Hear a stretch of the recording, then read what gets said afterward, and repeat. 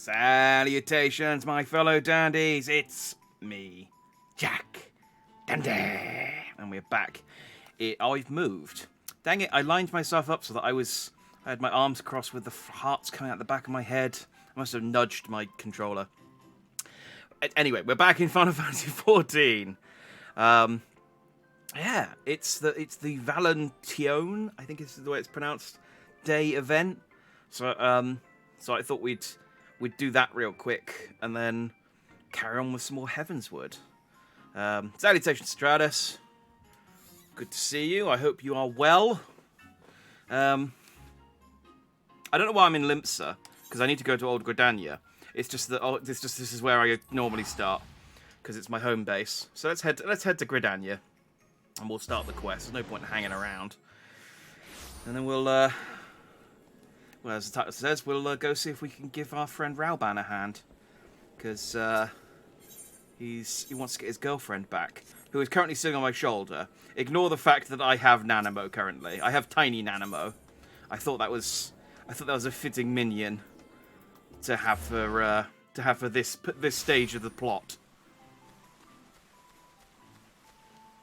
I don't know why all the events have to be in Gridania. The Halloween and Wait, was the Christmas event here? Yeah, the Halloween and Christmas events were here too. Why can't some of the events be in Limsa? It's a perfectly good place to put them. They just like putting them in the Amphitheater here. But anyway, Lisetti di Valentione. The city of Valentione has a mitzvah this Valention's Day. So I'm guessing this is a recurring character who shows up on Valention's Day. I need to give her a voice, don't I? 'Tis the season of ardour and affection, and romance is thick upon the air. I, Lisette of House Valentione, entreat you, dearest one, to breathe deep and take love's richness, its cloying rosy radiance, into your bosom. New Year's event was in Limsa. Was it? Oh yeah. I did get the lion tiger mask. It was a tiger mask, wasn't it? I got some kind of mask from a guy in Limsa. You are right. But still, that's 3 events in Gridania compared to 1 event in Limsa. And no events. Well, I suppose Uldar got the Dragon Quest and I think I had the FF15 event. Still, it'd be nicer if the events were just more evenly distributed across the three starting towns. Yeah, for the Chinese Year of the Dragon. Yeah, I figured that was the case looking at the previous year's helmets. I don't feel any great motivation to go back and buy the helmets from previous years, to be honest. But, yeah. Alas, every rose has its thorns, and even this fairest of seasons is not without its trials.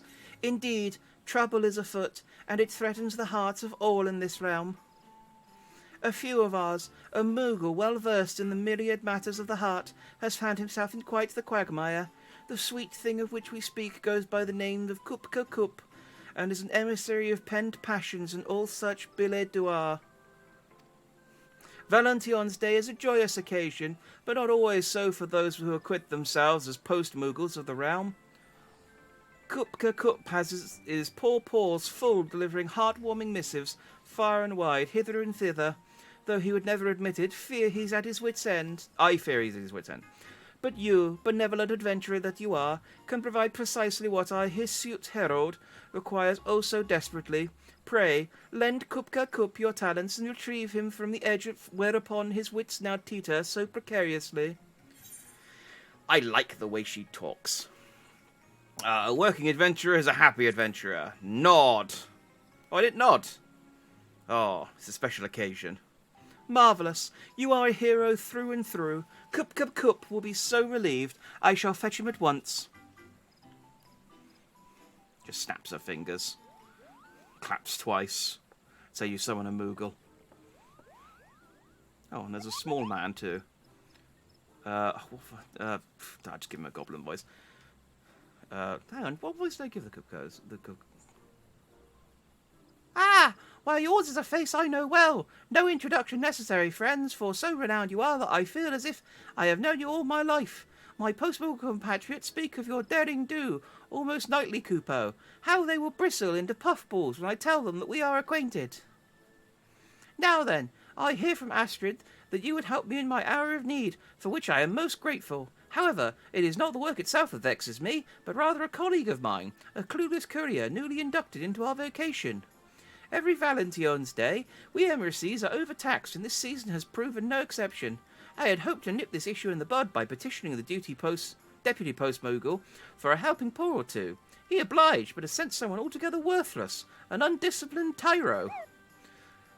Is that like some kind of Moogle slur? I won't stand for that, Kupka. To make matters worse, the daft thing is painfully ignorant in the ways of the heart. You should hear the way she speaks to the clientele. What an ugly gif. Love must be blind, and such nonsense.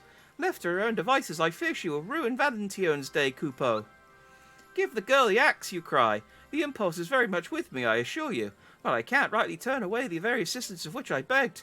I would come across the most wretched ingrate to ever have wings. I haven't the time to train her, let alone the patience. Well, that's just the sign of poor management. Good delegation means that you take the time to teach the people that you line manage. I learnt that at work through various mandatory courses. Fret not, our harried... Yes, harried. Our harried herald, you are right to have sought our help, for I have come upon the cleverest of solutions to your predicament. We shall enlist the help of our doughty adventurer and House Valention's very own Astrid to accompany said callous courier. Is Astrid the one in the suit? You cannot be surprised at my suggestion. 'Tis a most natural fit. Jack, so skilled in so many subjects, indeed, will teach your assistant the delicate art of the post, while Astrid shall instruct the Moogle in the ways of ardour and adoration. There, a splendid plan, if I do say so myself. I like her hat. The rest of the outfit, she looks like she's sort of come midway through a cake, but the hat's nice. Oh, the socks are cute. Are you both sure that you're up for the task? Isn't it too great a bother? Nod, it is too great a bother. What a seasonable relief indeed, Kupo. I shall bring her at once. Bring her to you at once. For there is not a moment to lose. Kupo. I now have to do the voice of two Moogles. I'm just going to give them the same voice.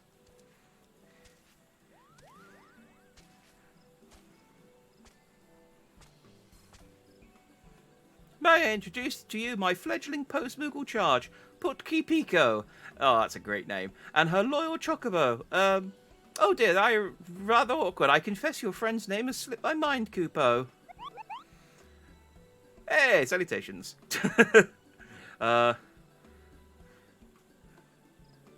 Screw it. They're the Moogles. They all sound the same. Salutations, one and all. As for my Chocobo, his name can't have slipped your mind, because he hasn't one.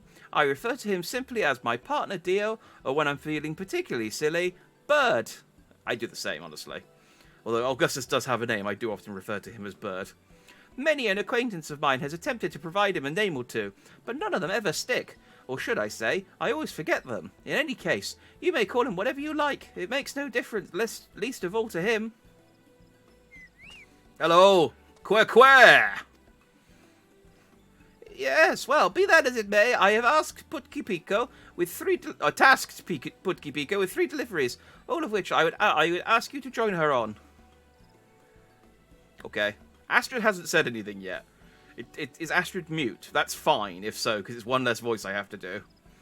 These two are to accompany me. Very well. Who am I to turn away, whoever you are? The first stop is the Carpenters' Guild. Bird and I shall await you there. Why does she have a bird if she's not going to ride it? Like, that bag seems awfully heavy. I feel like she needs to learn how to work smarter, not harder. Again, another thing I learned on a mandatory management course.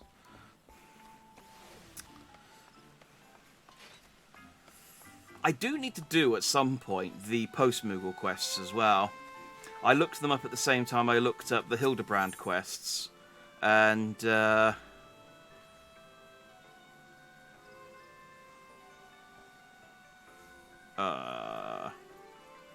Which one of these is the Carpenter's Guild? I don't think any of them are they? There we go. Yeah, I've heard they're mostly dialogue, but they're also hilarious. And you get a cool hat. Not that I would wear the hat, but I am getting the chocobo barding that goes with the hat with it on this quest. So I feel like I should get the hat. I also got some underwear, which again, that I'm more likely to wear. Oh, the recipient is out on an errand or some such. A pity. As for the parcel, well, since no one is available to take it, I say we just leave it in any old place. There are other assignments to be getting on with after all. I say, now hold there a moment. I am no post-Moogle, granted, but merely abandoning a package like this before a door seems a touch disrespectful, does it not? What we have here is a gift, an item crafted with love and care. It deserves to be treated as such. I mean, you've clearly never ordered anything from Amazon. Who is this from, exactly? A young woman, if memory serves. Daughter to the man meant to receive this. Oh, yes, and there was something about her training at the Culinarians Guild, I think. My memory is hazy.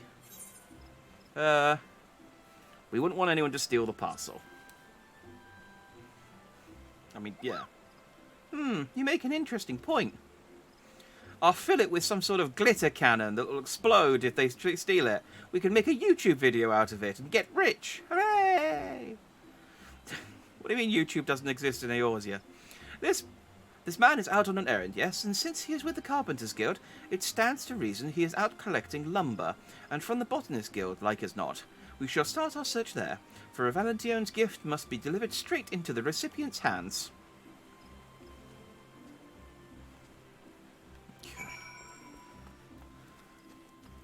To the Botanist Guild, then. I don't know why they walk it that way, when I could just fast travel on the Aetherite each time, but... You know, I guess it's good cardio. I love the fact that I had a delivery installed off my front door 2 days before the thing came down. Oh yeah, your takeaway food. Yeah, you said. Yeah, I've unfortunately got a porch, so I don't have a problem with parcel thefts. But I do have a problem with Amazon delivery drivers showing up. Most of them are good, actually. The ones I have currently are good, but previously I've had problems with drivers just leaving the stuff and not knocking, or knocking but not ringing the doorbell. And it's like, the doorbell's there for a reason, because I can hear that. And so I just get a notification that says, your parcel has been delivered. And it's like, has it? But in fairness, my current guy is pretty good. A delivery for you, sir. You weren't at the guild when we came calling, so we took the liberty of tracking you down. Alright, give it here then. Oh, what's all this? Valention's Day's chocolate. Now this is a surprise. My daughter's an apprentice in the Culinarians Guild, you see. I heard she'd been selected to make chocolates for the festivities this year, but I certainly didn't expect to receive any myself. And how wonderful that you did. It's not every day that one's daughter is accorded the honour of crafting such a beloved confectionery. She must be quite the culinarian.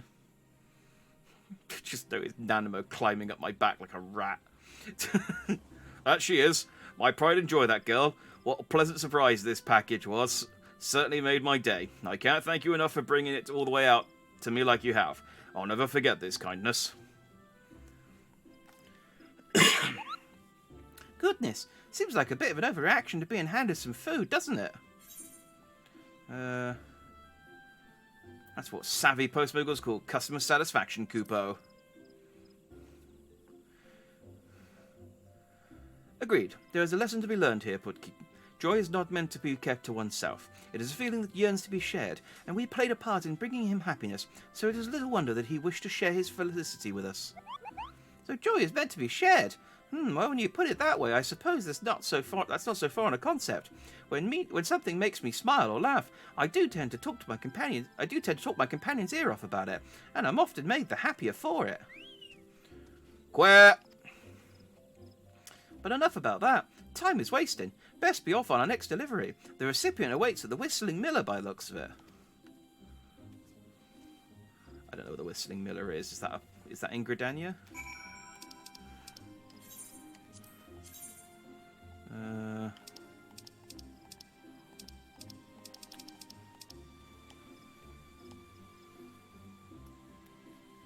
Oh, it's by the Amphitheater.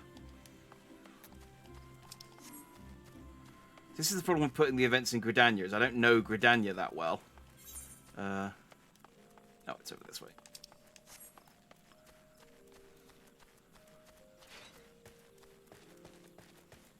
I mean, then again, I don't know the name of the restaurant in Limpsa, so if they've said go to the restaurant in Limpsa, I'd be like, I don't know what that is.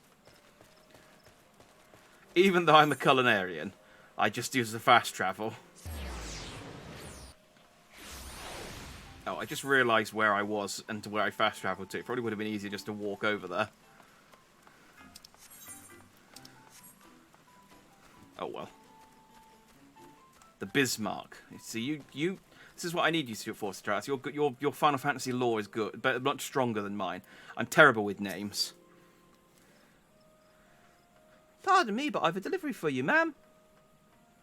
For me? Oh, it's from one of my dearest companions. And look what they've sent. Pink seashells. Are they not extraordinary? Look at their vibrancy. Ah, and a card. Happy Valentine's Day. How delightful. Shells? Empty ones? You can't even eat those. At least the other fellow received chocolate. Pudgy, that is abominably rude. You must forgive our friend here. She is not accustomed to deliveries such as these. There's nothing to forgive, I assure you. I could hardly be upset after receiving a gift like this, and from a loved one I've not seen in quite some time.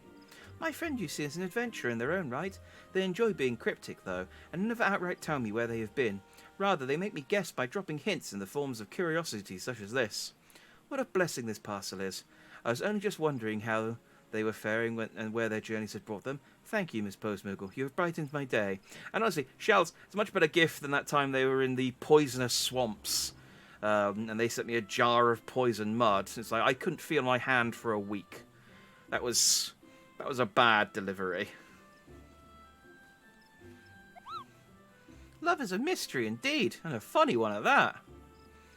It is my pleasure to tell you, Pudgy, that love is a many splendid thing, and we each have our own unique way of expressing it. The friendship between that girl and her adventure companion is a perfect example.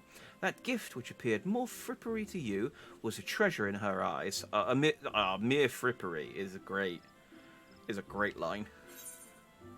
Perhaps if I was just like, I'm just gonna guess where her friend is. Perhaps her friend's in Anoskia. I suspect you may be right. Outside of a few specialty traders, seashells of that quality and colour cannot be found easily in the landlocked regions of the realm, after all. So you mean to say, this was our friend's way of telling that young woman that all is well? Their way of assuaging any worries she might be harbouring about their safety? How fascinating. I mean, honestly, if I got a letter from a friend that just said, everything's fine, I would be like, okay, I think they might be being held hostage, and this is a cry for help. I must assemble... I must assemble the police. I don't know. I'll walk across that bridge when I come to it. To be sure, were I to be separated from my bird here by expansive seas or vast mountain ranges, I'd like to hear from him from time to time. Perhaps not every day. That'd be irksome. But to know that he's in good health will not be altogether disagreeable, I suppose. I like you too. Very well. No sense in losing ourselves in thought. Not when a parcel sits burning a hole in my satchel, Kupo. Our next delivery take us to Apkala Falls. Let's away! But the friend in this case is an adventurer, a dangerous job. I mean, I suppose. Yeah, I suppose it is dangerous when you're not the warrior of light. I'll walk over. I mean, I have to anyway. But I would still say that just like a letter that just said, I'm fine, everything's fine, don't worry. I would still be just concerned. Especially if they just start every letter with... I mean, maybe if they start every letter with that. I guess it's like, okay, cool. I will assume everything's fine unless you say otherwise going forward. Greetings, sir. I have for you here a parcel from one of Uldar's preeminent art dealers, Kupo. At last, her earrings have arrived. Goodness gracious, how stunning they are. The craftsmanship, this meticulous attention to detail. I couldn't have hoped for a better present for my wife. She'll be over the moon to receive them. Her birthday is coming up, you see, and I wanted to ensure her special day is just that. I've even given Kupka Cope's pom a vigorous pat. I hear tell that one touch is enough to bring couple happiness for all their years to come. Let us hope so. You did well to bring these all the way out here without a scratch on them. You know, I'd begun to worry that by the time I received them, the poor things would be nothing more than scuffed, dented rocks. You've got a bright future ahead of you in the postal services, my friend. Thank you. How bad is the postal service normally with these? Like, I just assume that everything I'm going to get is going to just be broken and dented and, you know, half missing. Just, again, it's just a terrible service normally. Why do we trust our mail delivery to these flying cats? Now, this is odd. There's a flutter in my chest, a tickle in my stomach, Kupo. Have I taken ill? Or do compliments and words of gratitude always elicit this sort of response? Trust me when I say you are not ill, Putki. That flutter you feel, those ticklish sensations you described, that is fondness, a form of love indeed, and it was made manifest by that man's appreciation for what you provided. Oh, so this love nonsense. Why, it isn't nonsense at all. It's quite wonderful, actually. I liken it to that feeling when my bird and I settle down for an afternoon nap in the 12th wood, when I tuck myself under his wing and we are warmed by the sunlight breaking through the trees. The sunlight breaking through the trees that moves at 2 frames a second on PlayStation 5, as you can see right now. It's always a bother when it shows up, honestly. I mean, worlds of demons, dragons, magic explosions, I guess. But, I mean, also a world with teleportation, which I feel kind of negates the need for a postal service. If I could teleport goods 90% of the way there, and then it's just, you know, I just have to walk them over from the nearest Aetherite crystal, I feel like there's less excuse for when something goes awry. I feel like Amazon deliveries would come up banged up pretty often. People could conjure up nukes out of thin air. I mean, yeah, again, I could understand the point to, like, if it was coming from somewhere, yeah, okay. But then, I guess that's even more reason not to just trust the mail to these flying cats. We should maybe be giving them to adventurers who can protect themselves, or the army or something. Or just create some like, Aetherite post boxes. You post it, and then every so often, once a day, the Aetherite post box just teleports everything inside the post box to another Aetherite post box. I don't know how it works. Perhaps you haven't mastered the concept entirely, but I do believe we are making strides in the right direction. You certainly seem more attuned to the ways of the heart than when we first made your acquaintance, at any rate. Now that all 3 parcels have reached the right hands, let us return to Miketo's Amphitheater. And no doubt Kupka Kup is anxious to know how Putki fared.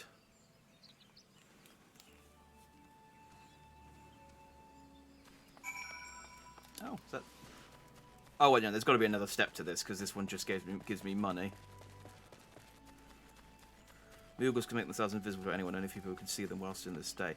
Oh, yeah, they did talk about that in, when we did the King Moggle the 13th, his illustrious fuzzy white-bottomedness.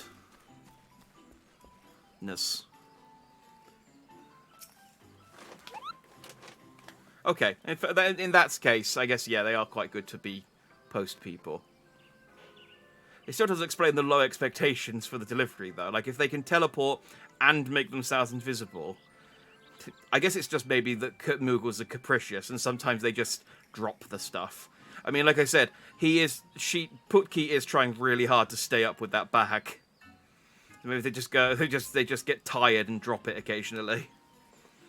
Here they are, our agents of affection, our heralds of the heart, returned at last, and not before time, Kupo. Tell me, how went your deliveries? Splendid, each and every one. The recipients were all thrilled to receive their parcels, and I'm pleased to say that Putki Pico learned something along the way. Yes, I do believe I did. Love is, well, it's quite a bit more complicated than I first imagined it to be. There are hidden depths to it, ones I didn't see before. I may not be an expert on the subject yet, but I would like to think my ignorance is not quite as dire as it once was. You are making progress, certainly. I am glad of it. And just so long as you did not offend anyone, I could not ask for more. Anywho, I'm indebted to you, Astrid. Jack, you have spared at least 3 citizens from the realm from potential cruelty, however unintended it may have been. No, I am being too harsh, Putki. You have shown a true concerted effort to understand the labyrinthian complexities of the heart, and as a reward, I am inclined to see you to another task. For in truth, your work is not yet finished. Much more is there to be done this Valention's Day, Kupo. When you've time, speak with me again, and I shall tell you all about it. Boom. Is this the one where I get my barding? Yeah! There you are, and not a moment too soon. Your unwavering devotion of the ways of art and affection, love and romance, courtship and intimacy is both commendable and deeply appreciated. So to the task of which I spoke, it involves a woman by the name of Eloise. Yeah, we'll go with that. Who has just posted a parcel with no small amount of urgency. However, she then returned begging us to call off its delivery. A highly unusual request in her eye, and her eyes. Twin pools of sorrow, Kupo. She fled straight away ere I could even get my bearings, let alone ask what troubles her so. Will you help me seek her out? This is an event quest, so I don't nod. I tap my chest in event quests. You are too kind. Yeah, kind. Now, as for this young woman, she is an Elysian of great beauty, and thus should not be an easy one to overlook. Last I saw of her, she had just made a sharp left at the fork in the road, unless my eyes deceive me. To the left, you say? That way lies the Great Lone Growery, if I'm not mistaken. I will accompany you there, Kupka Koop. Jack, Putki Pico, you two will look near Nofika's altar. Should you come upon her before we do, come find us at the Growery.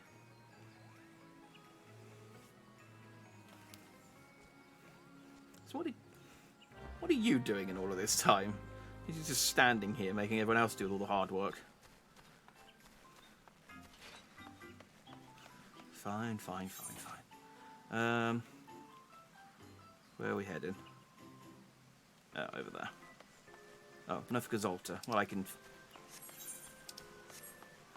This one I can teleport to.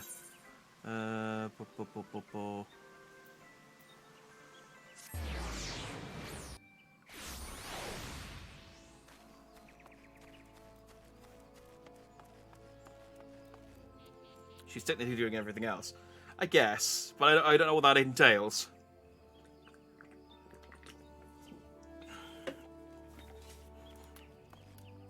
Again, I think it's another case of working smarter, not harder, and that's by making the incredibly agreeable warrior of light do all the hard work. Who, me? Yes, I am Eloise. Why do you ask?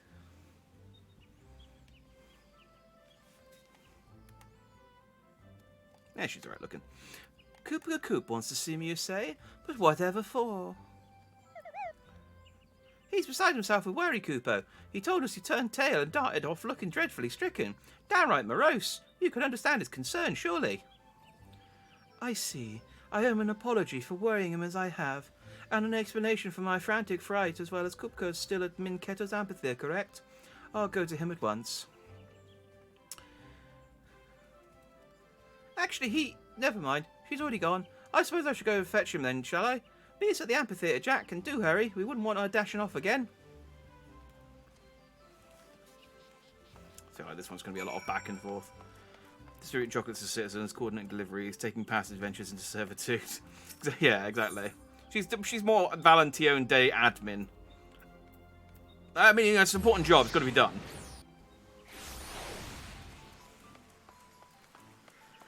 I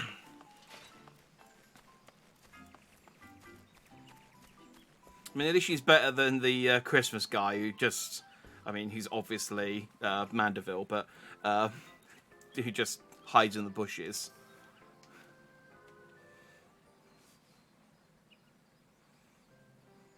First, let me say by saying how grateful I am that you would think to come and check on me.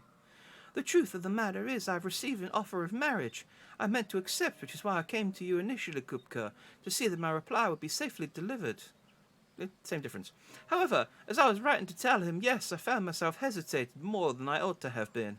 I began to wonder if I was making a terrible decision, not only for me, but for him as well.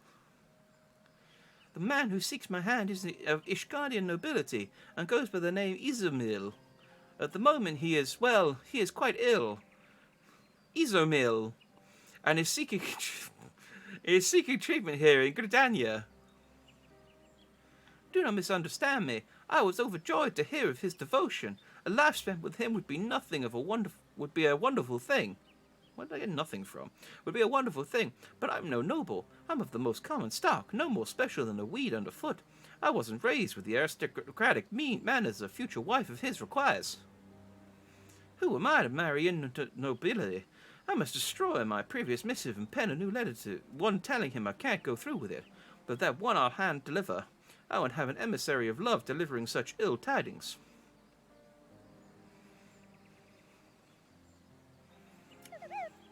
Clearly a woman with a lot of self-confidence.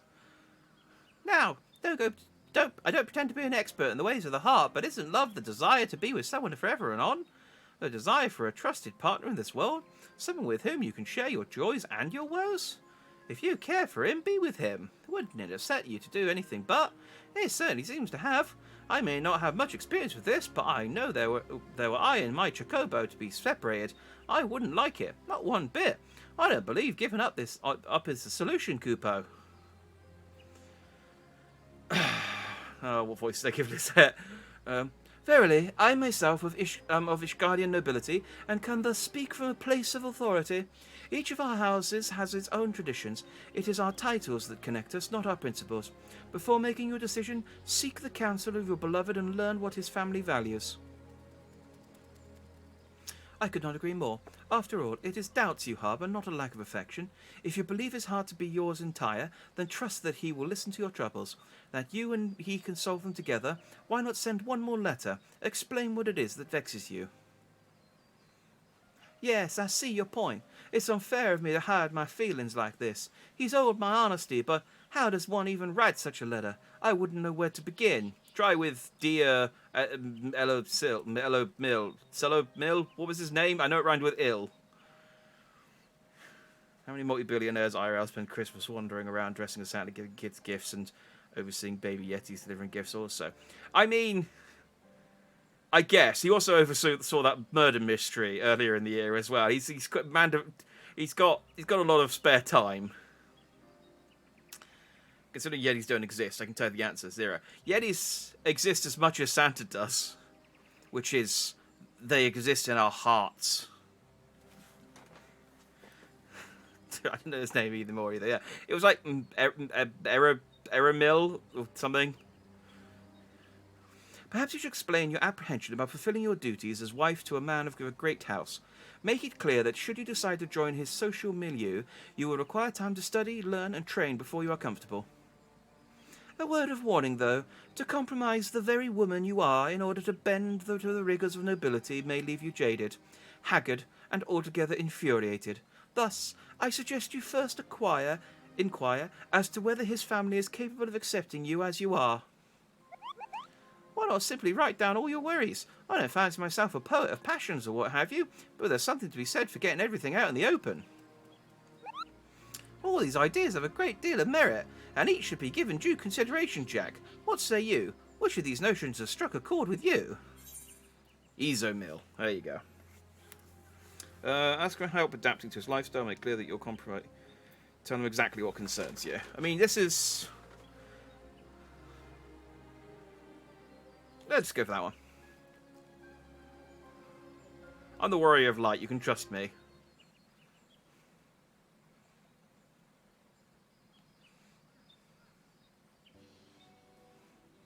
Thank you for your insight, everyone. I believe I know what I must do now. Then let us fetch your parchment, quill, and ink. Fortunate that you have us, you know, for we emissaries are never far from instruments of the post. Why, I shall even provide you with Valentine's Day themed stationery. It's a little pen with a heart on the end of it, and it's pink paper, and it smells like roses. It's delightful. It's normally very expensive. But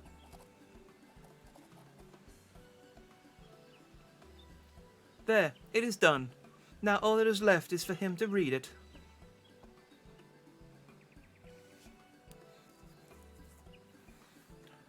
My darling is likely in the gentry's ward. I know he enjoys sitting in solitude on a bench not far from the gates. He'll be there like as not. That's where we shall try first. We're back with his response as soon as we are able. Tally-ho, bird. Love's work awaits. Quare!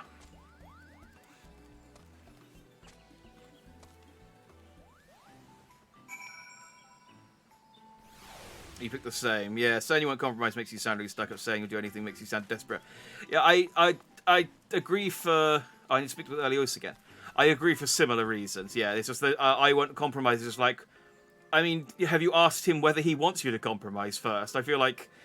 Just, you know, don't just assume things. And then, yeah, saying that you'll do anything... Again, just talk to him. Communicate. It's like a friggin' rom-com anime where the characters won't talk to each other and they just misunderstand each other for episodes on end. I read a lot of rom-com manga. It irritates me. Oh dear, I'm so fidgety I just can't sit still for nerves. No, I can't take this any longer. I refuse to stand idly by while my future is decided without me. That does it. I'm going to the Gentry's Ward this instant. Okay. Oh, Lucy, you can't. And she's gone. Well, Astrid, you tried. And I say the word tried lightly. Our duty as emissaries of love and affection demands we see the lovelorn last through this trying time. I shall meet you at the gates of the Gentry's Ward. How dare you run through me? I've seen a lot of people with bird minions. I don't think I've seen very many bird minions before. I know, because I tried to see whether there was a macaw minion, and I am distraught that there isn't one. If they ever add one, I fear I shall have to... Oh, it's up there. Okay, Lancers Guild. I feel I shall go to any means to get it, and it should be my permanent minion after that point. Even if it means buying an art book, or a CD, or... I really hope they don't bundle it with a model. I know there are minions bundled with some of the like really expensive models that they do. And I really want a macaw. But unless it's a model of the character I actually like.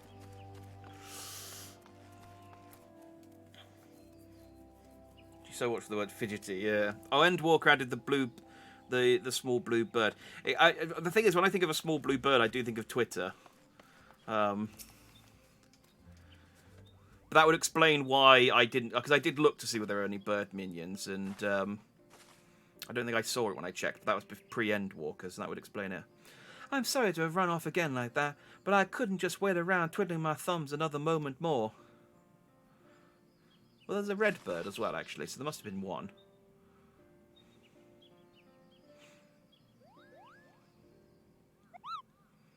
We have a letter from you, from Miss Elios herself, Kupo. A missive from my love. Thank you kindly, Post Moogles.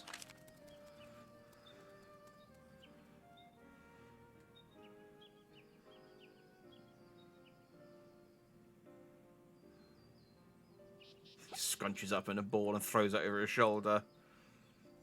Perhaps it's not my place, but if I may. He just looks at him and goes, sorry, I'm illiterate. I need you to... What is this? What is this?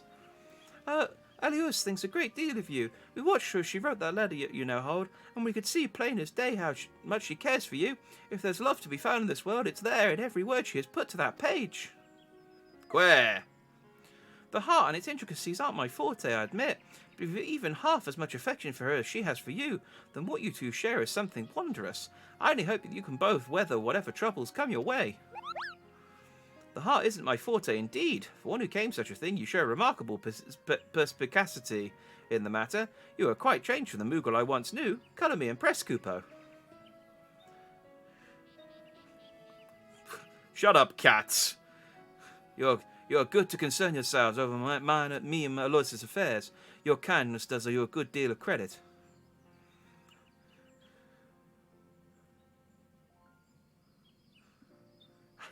I can see her over there. She's not really hiding. I shall pen my response this instant. Can I trust that you will deliver it straight to her once I've finished?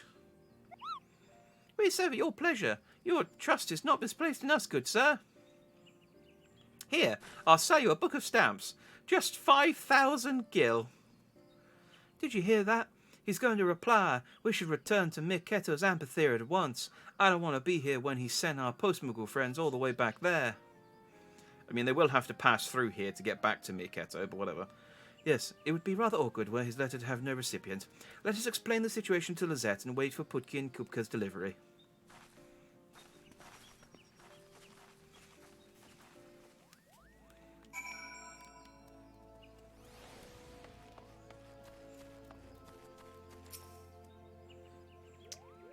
Okay. Just thought I'd run over and say hi. Figure he's probably not going to be there later.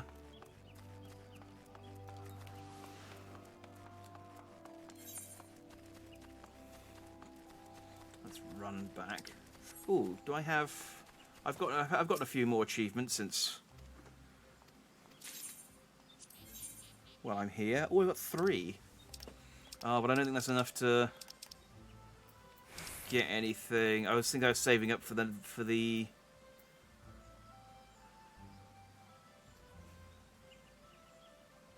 Oh, that is a mount. Yeah, I was going to save it for the mounts because I bought Wind Up Gilgamesh and Nanamo last time, and they were the only. Yeah, I've got all the wind ups that I want.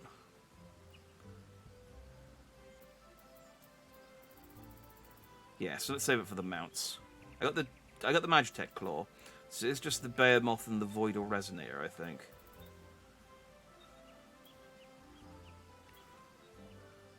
Oh, I got to get that painting of Hildebrand for my flat at some point, though. That's well worth spending the money on.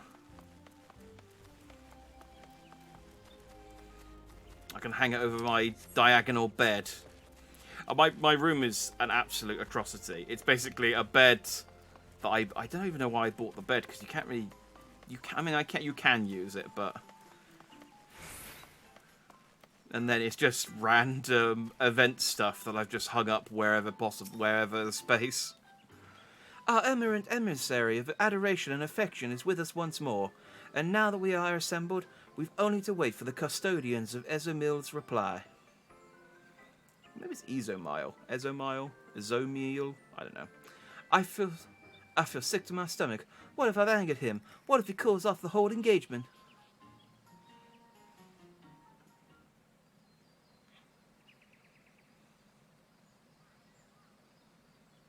I'm gonna show me your room. Is it a mess as well, or is it like finely crafted? Because I feel like anything in between would be disappointing. We have returned, and with your beloved's painstakingly penned post in paw. Both. Okay, that's strong then.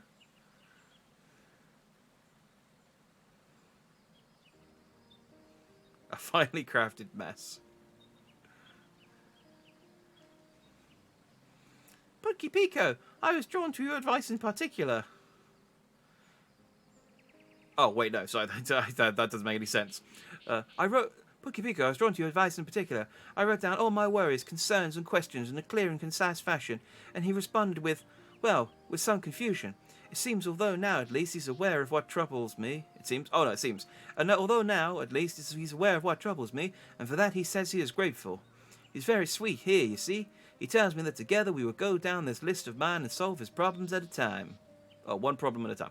Where we live and how will be is up to us to decide, not his family. Man, I am flubbing this bit. I have come to ensure my letter has reached you, and see if you have yet to read it. After all, you did the same for me. It would be unkind to not return the favor, no? Just sitting there tapping my foot, going, "Can I get my barding yet? I have to go and save a Lalafell." Oh gods, how embarrassing! You caught me spying on you, didn't you? You're embarrassed? For what, pray? I found it endearing, my darling. Ah, these companions of yours, did they assist you in writing to me? Then we are in your debt.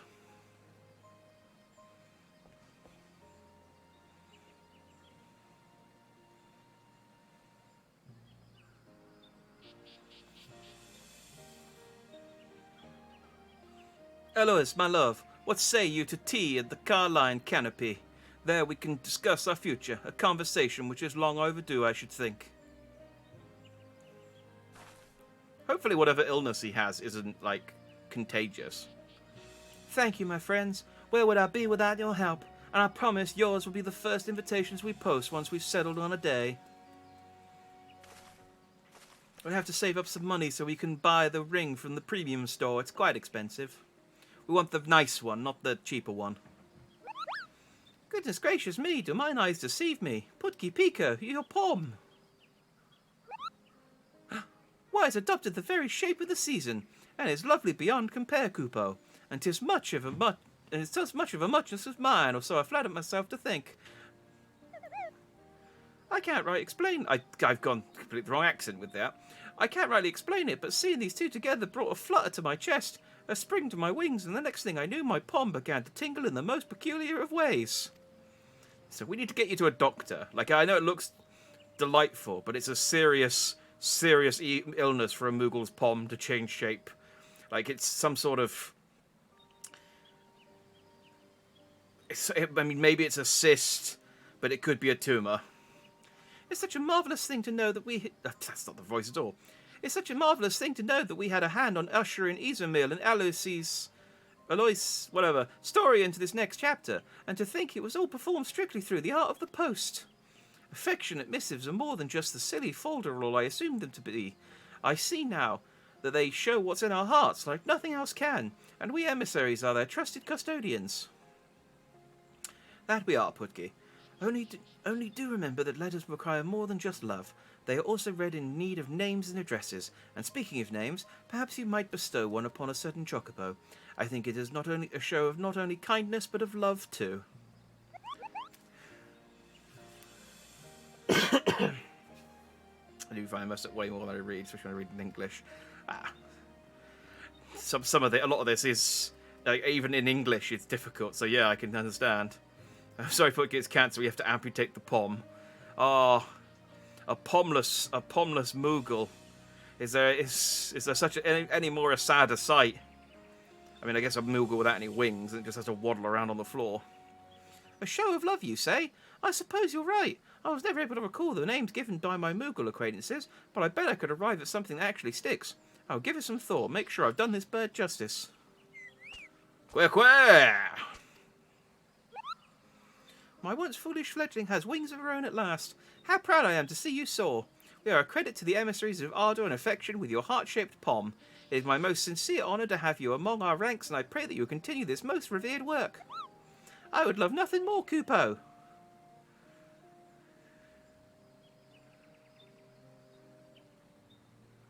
What joy to be blessed with so many couriers in this season of sublimity and no less. 'Tis heartening indeed to watch our numbers grow and grow, for with so many we can ensure that ardour and affection accompany all the fair creatures of this realm, wherever the journeys may take them. Yay! Woo, we did it! We delivered all of the posts.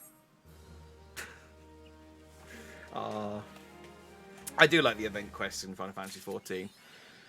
I much prefer just like the event quests that are around for like a very brief amount of time, like just these ones where it's like 1 or 2 quests and then they're done, as opposed to... It's part of the reason why I never keep up with any other game, because they go like, it's an event quest, you have to play every day for the entire quest to get the full rewards, and it's like, I don't want to though. Is that just money again? Oh, I can get a prismatic heart. That's alright. I'm good without the prismatic heart, to be honest. I just wanted my Moogle barding. Oh, although where do I get... I say that actually. Isn't there like a heart thing? I'll hate the Yokai Watch event. Oh, will I? Well, that's good to know.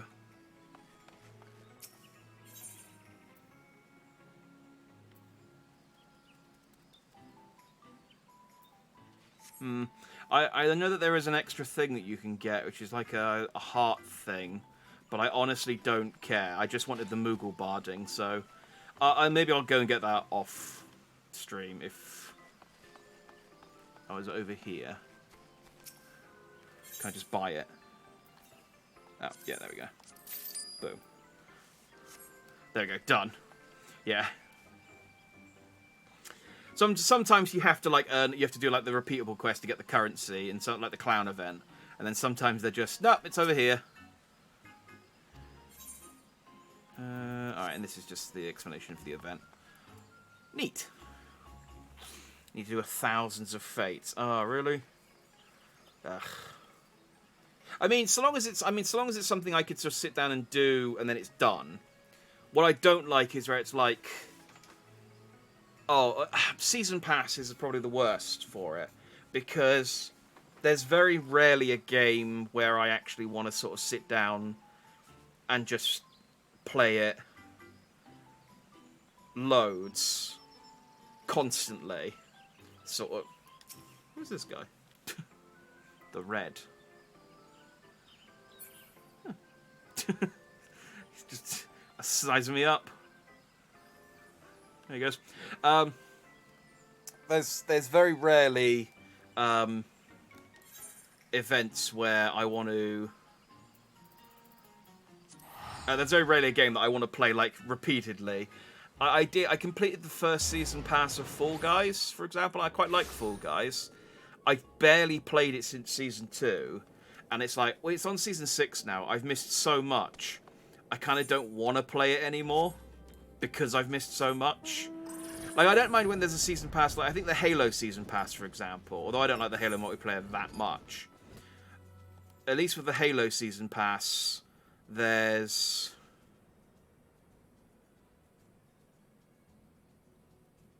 Oh, I forget that you can get there from Limsa. Oh, that's fine. At least the... Wait, am I in the right place? Yeah, it is the Waking Sands. I wonder why the quest wasn't there earlier.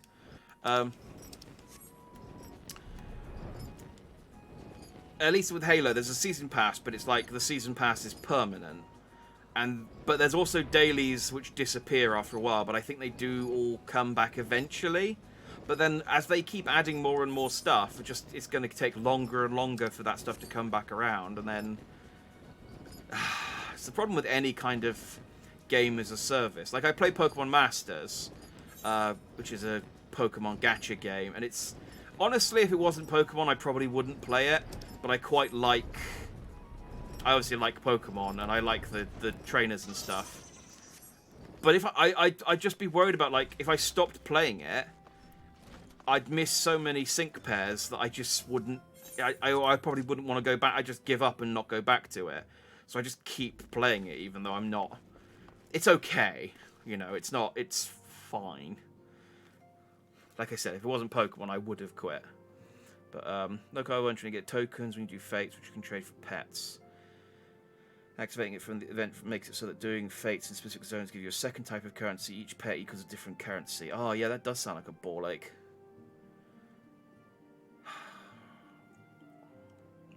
That definitely sounds like something I would do off... Well, maybe I could do a Yokai Watch dedicated stream to it. Have they actually said that the Yokai Watch event's ever going to come back? Or is it... Like, is it on the... what's the word where they plan stuff ahead of time? Timeline? No. What's the video game thing where they tell you what's coming up?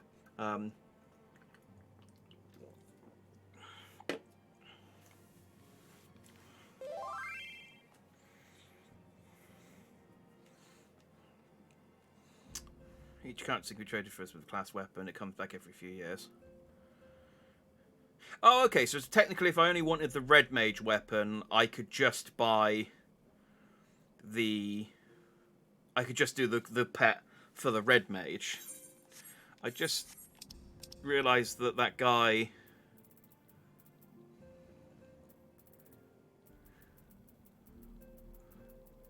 Why did that guy message me?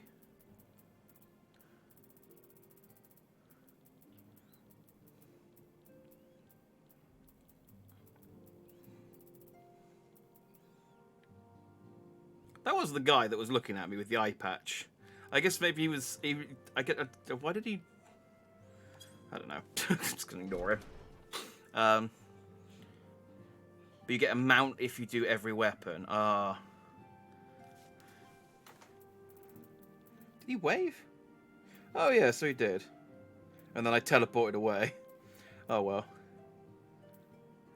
Oh, but he also bowed courteously to Winry Moore before waving to me, and then I teleported away. So I don't feel like he was... I don't think like he was devoted to me in any way. I think it was just... Maybe just like the way I dressed. Hey, salutations, Candy. Good to see you. Multiple mounts. Okay, well, most of the quests are quite reasonable. So I suppose one event quest out of a few of them isn't going to be the end of the world. So when it comes back, maybe we'll do a whole stream dedicated to me trying to get... Well, maybe I'll do it off stream. Maybe I'll get one weapon on stream and then do the rest of it off stream. I don't know. It's a moot point until it comes back, I suppose. Anyway, we've got our Valention's Day Chocobo barding. Let's carry on with Heavensward. What's up, Alphino? Oh, I should have... Ah, it's fine. I haven't turned the quest in yet. Because I should eat something. Tataru, yes. General Raoban is now in safe hands. What? Another assault? Very well, we shall return at once. Pray notify the Count of our coming. Has Tataru got into another bar fight? She can't trust her with anything. It would seem we face another crisis. The Dravanians are preparing to resume their siege of the Holy See. Though I am loath to abandon the Sultana to her fate, we lack the necessary evidence to act upon Dawalala's claims. That being the case, I propose we leave Marshal Taurapin and the others to investigate, and return with all haste to Ishgard.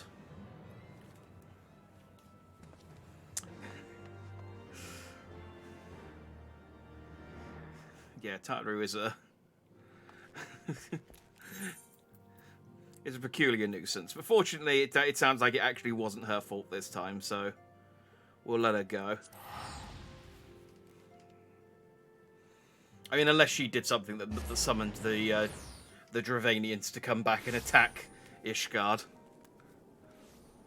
There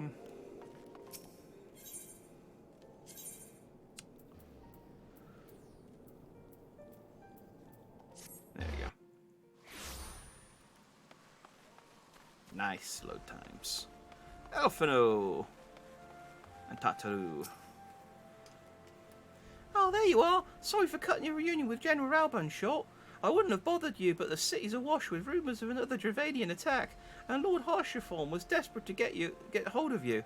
Speaking of whom, he and others are waiting for you inside, so you'd better head in. I really need like a link shower just with everyone. Welcome, Master Dandy. Shall I show you inside the banner? Yes. They always have to telephone someone near me, and that person then tells me to go to them. It's like, I just don't believe in phones. I've never been in a situation where people have needed... I've never come to talk to an NPC and they've gone, oh, we needed you earlier, but you weren't here. So we went and killed that primal without you. It's fine. It's done. They always wait for me. It's fine. Got a drink God of the Dragon and called his mum a lizard or something. That would be... I mean, look at her. Look at that. Look at the feather in her little beret. She's just a troublemaker. That's the kind of troublemaker Tataru is. My friend, I thank you for answering our call with such alacrity. As I am sure you are now aware, the Dravanians are once more gathering for war. Master Dandy, Master Lavilia, I must apologize for this abrupt summons, but we thought it best to have Mistress Tataru contact you by the most direct means available. When... God damn it, stop changing who's talking. Which one was Artoria? When the Observatorium's bells toll, 'tis a warning that cannot be ignored. The Holy See has ordered that we make ready for battle. In case you haven't heard, a band of trappers returning from the west claim that they saw a cloud of dragons, big enough to dim the midday sky. Nidhogg's minions gather once more for war. Just sort of talk. Just hang on a second. Let me just. Nidhogg, is this you? Is that, no. Oh no, actually no. I got Midgard's armor, not Nidhogg. Nidhogg's the other one.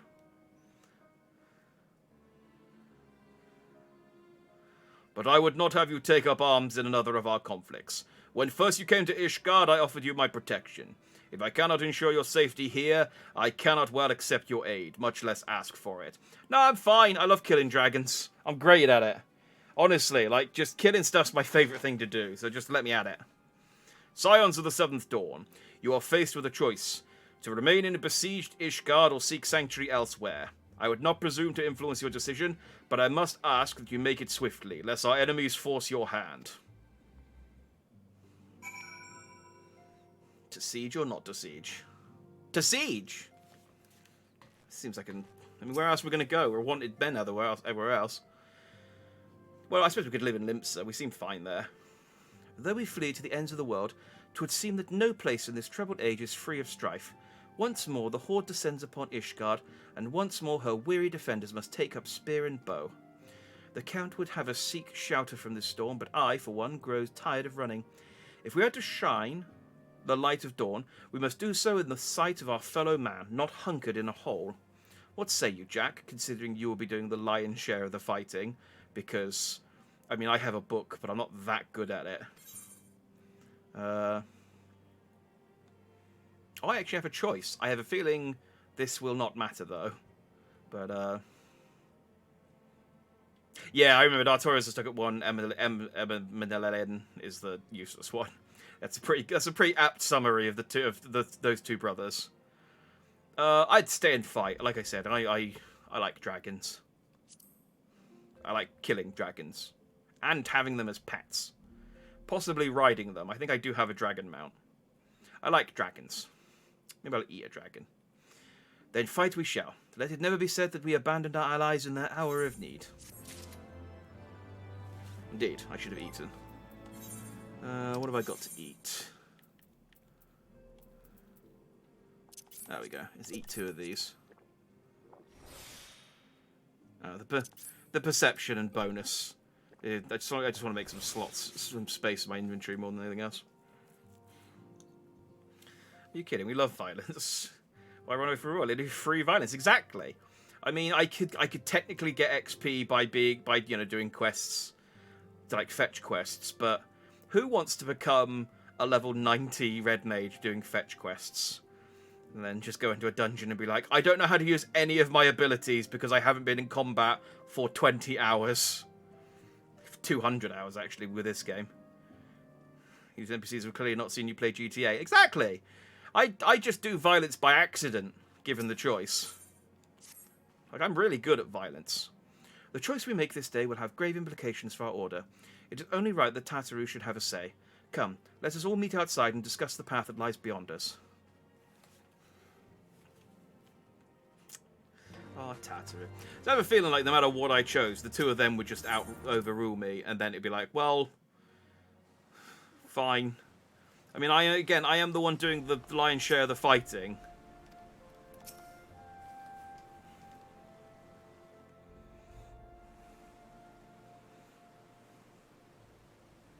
Terry's like, I would have. Ishgard cannot well endure another assault. Even should her knights succeed in turning back the horde, the casualties will be catastrophic. But what other choice do we have?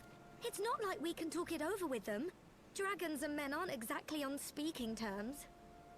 Some of us are. Just like, With actually. certain notable exceptions.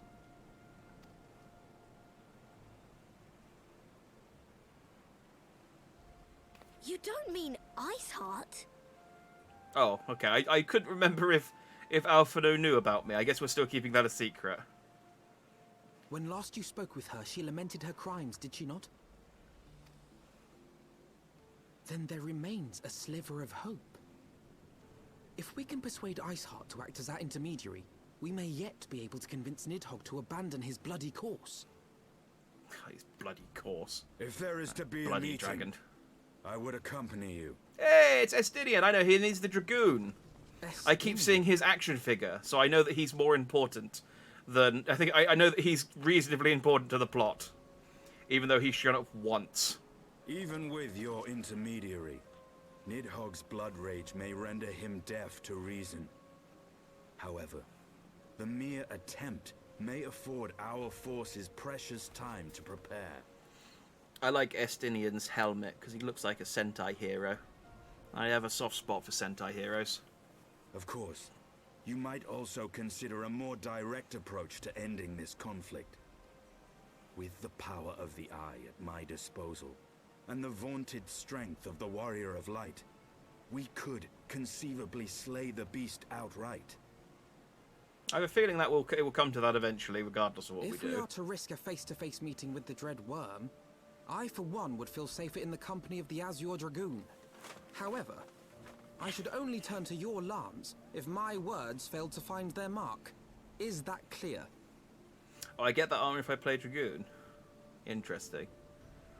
Maybe one day. I feel like I'm set on playing the Samurai after I finish leveling up the Red Mage. So maybe once I level up a Samurai to 90, I can see what's after that. Perfectly. I shall assume that Isart enjoys similar diplomatic protection until instructed otherwise. A word of advice. Think carefully before divulging the particulars of this plan to Sir Emeric. 'Twould not do to have the Lord Commander accused of consorting with heretics. Indeed. I thank you for your counsel, Estinian. We shall be honored to have you with us. I am glad to be of service. I mean, realistically though, even if I did play as a Dragoon, I'd probably just... I'd have that armor on, but I'd have it glamour to look like I'm, you know... I dress like Lightning from FF12 or something. Such is the way of FF14. We have chosen a difficult path, yet even should we succeed in winning Isart to our cause, our plans for parley will swiftly come to naught should the Holy See decide to strike first against the Horde. We must petition the Lord Commander's aid ere we set forth. I only hope that Sir Emeric will be willing to muzzle Ishgard's forces on the strength of our vague assurances. Tataru, I would ask that you remain at Fort Tom Manor and inform the Count of our decision. Tell him the signs of the Seventh Dawn mean to do all in their power to ensure that Ishgard and her people survive. Yes, sir.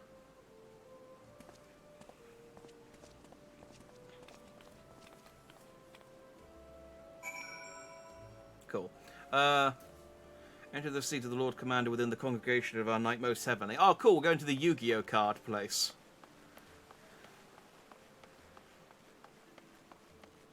I feel like this is one of the places I will never, ever remember the name of.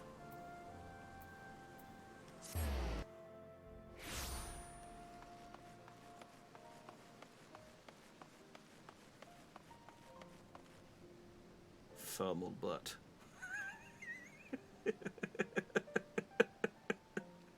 Oh, thermal butt. I'm sure you've got a lovely thermal butt. Handle loop. That's probably handle-o. That's not as funny as thermal butt. You would speak with the Lord Commander. Pray make it quick. Oh, he's just a door bar guy.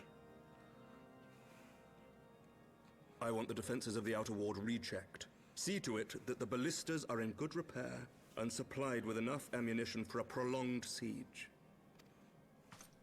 At once, my lord. I do like Sir Emeric's voice. He's got that sort of raspy, yes, voice.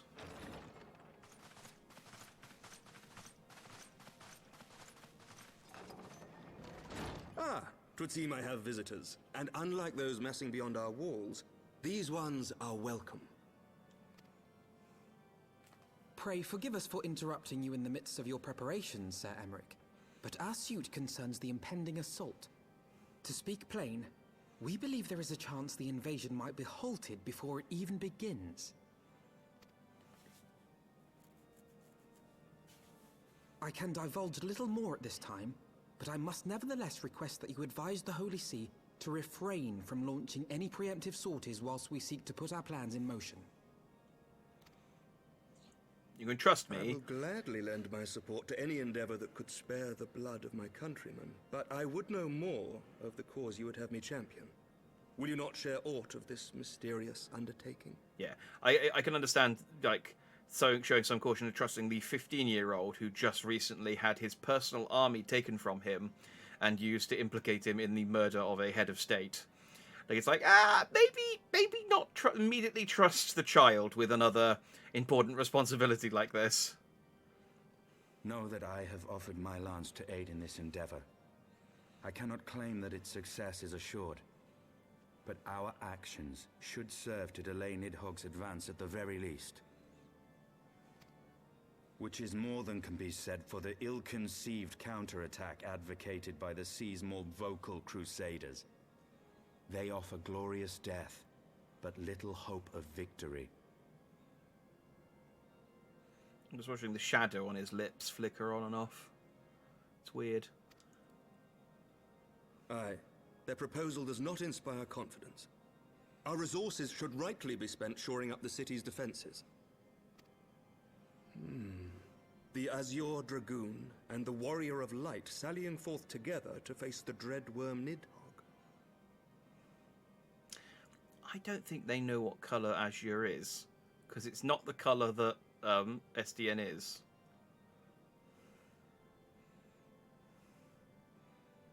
I must admit, the mere thought of it does much to dispel my misgivings. Go then. Carry out your plan. I shall do what I can for you within the Holy See.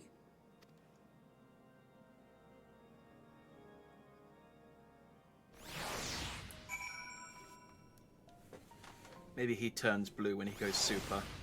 Like a reverse Sonic. Well, not a reverse Sonic, but... I mean, he's not Asia. That's my important point. Having secured Set Emeric's support, we may proceed without fear of a preemptive Ishgardian attack, which is not to say we can afford to dither. History tells us that the Dravanians will attack as soon as their horde reaches a critical size. Before that happens, we must needs track down and win over the Lady Iceheart, and then locate and parley with Nidhogg. In short, time is against us. If you are ready, Estinian, let us talk about our task.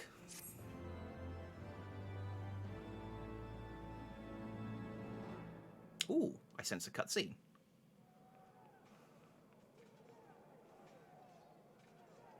Ah, it's Tales of Vesperia guy.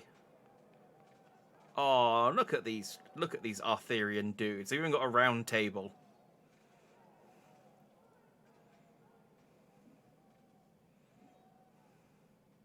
Such commotion.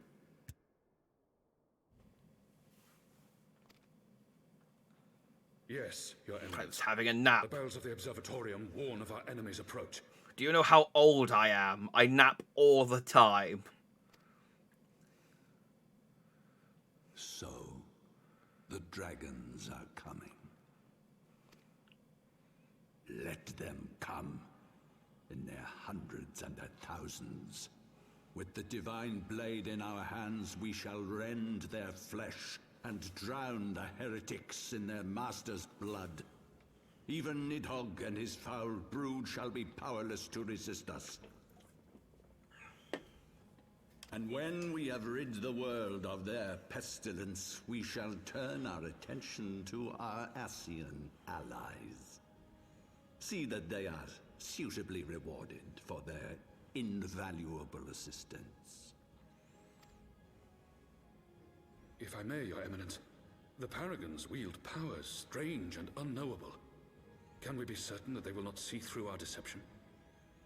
Okay, it's good to know that the Holy See is genuinely like, yeah, fuck the Ascians.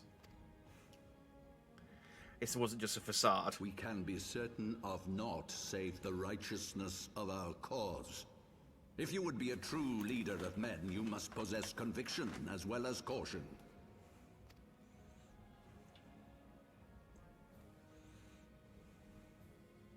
We seek to excise the root of an evil that has blighted us for 1,000 years.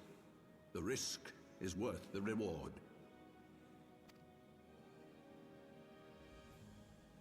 And what of Estinian and this Warrior of Light? They have plans of their own. Leave them to their purpose. We must each play the role we have been given. You and your chosen brothers most of all.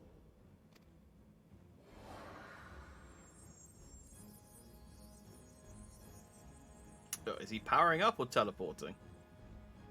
For the glory of King Thordan. Oh.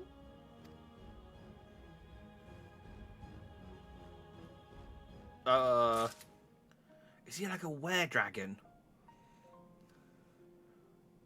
He turned into a dragon man or something. Ooh. The plot has thickened. Ooh. Ah, I get a little wind-up Alphino. Ah, adorable. Now I can have my own tiny 15-year-old following after me. I made it weird. Before we set forth, we must needs inform Tataru of our plans. Then I shall await you at St. Renet's Forum. Tell your friend we may be some time. The road you have chosen is neither short nor easy. Of that I need no reminding. Come, Jack. Let us head to Fortom Manor.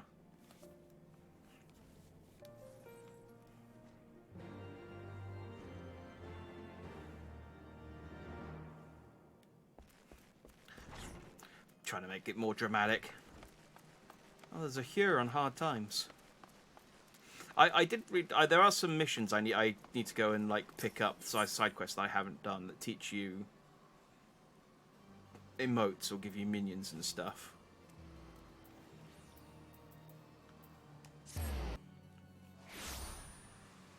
Weirdo. Well, yeah, that's my brand. I'm gonna shy away from it now.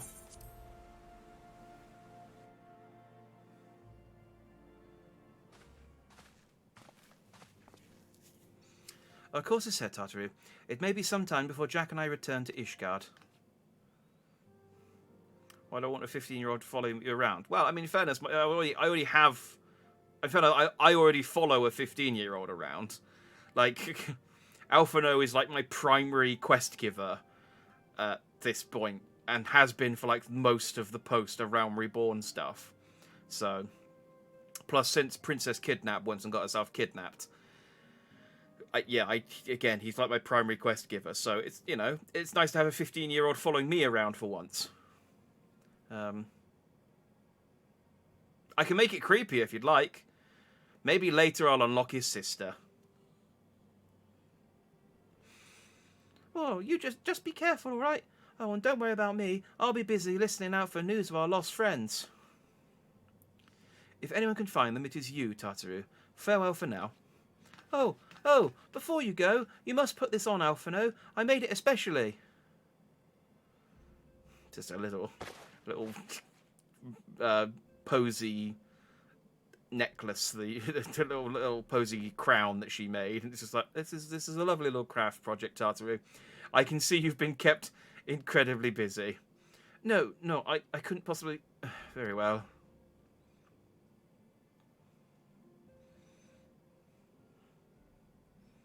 Oh, it's Alphino Heavensward edition. Heavenswood edition. By the 12, it fits perfectly, and the quality is actually rather good. For a 15-year-old, please stop digging yourself. It's not me. It's every Warrior of Light. It's just he's an anime protagonist. We can't help it. Tataru made you macaroni art. I mean, she absolutely. I'd love it so much if we just like Tataru was actually incompetent and everyone was just humouring her. And it's like, she's like, "Good luck, Warrior of Light," and it's just written in like glitter pens. And it's like, yeah, thanks, Tataru. I mean, actually, if Tataru made me just a card that said "Good luck, Warrior of Light" with glitter pens, I would fucking treasure that. I would hang it up in my room above my bed, and it would be the pride of my collection. Yeah, she made Alphino clothes. Well, not me. I mean, don't get me wrong. I'm very happy with my choice of clothes at the moment, but still. I mean, he looks pretty cool, though. I like the metal thing on his hood. I'm sure that won't ever jab into his neck when he's sat in a chair. I'm glad you like it. I've been practicing my needlework while I listen to rumours and the like. A good receptionist is always learning new skills. My thanks, Tataru. Whatever else awaits me upon the road, I shall not fear the cold. 'Twas the least I could do. Now I must be getting back to the tavern, or I'll never catch up with all the gossip. Best of luck on your journey. Yeah, gossip. If that's what you want to call it, Tataru. Catch up with all the gossip. I think she has a problem. I think we need to have some. Once we finish with this dragon thing, we need to have some sort of intervention for Tataru.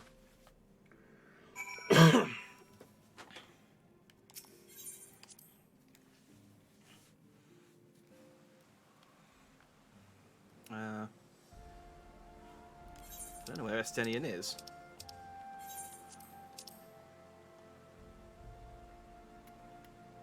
Oh, he's by the Sky Steel Manufactory.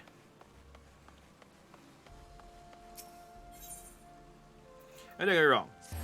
Even after I unlock Alphino, I'm going to keep Nanamo as my Look at her. She sits on my shoulder, and she's got baggy trousers. You have said your farewells, then. We're ready to depart. I suggest we begin our search for Lady Iceheart without delay. Very well. But she will prove an elusive quarry. Where do you intend to start looking? In the absence of any fresh intelligence on Isael's movements, I propose we pick up the trail where she was encountered last, the Cirth's Western Highlands. Let us speak with Sir Edward, was it? As the commander of Falcon's Nest, it is likely that he will know if any heretic activity has been reported in the area.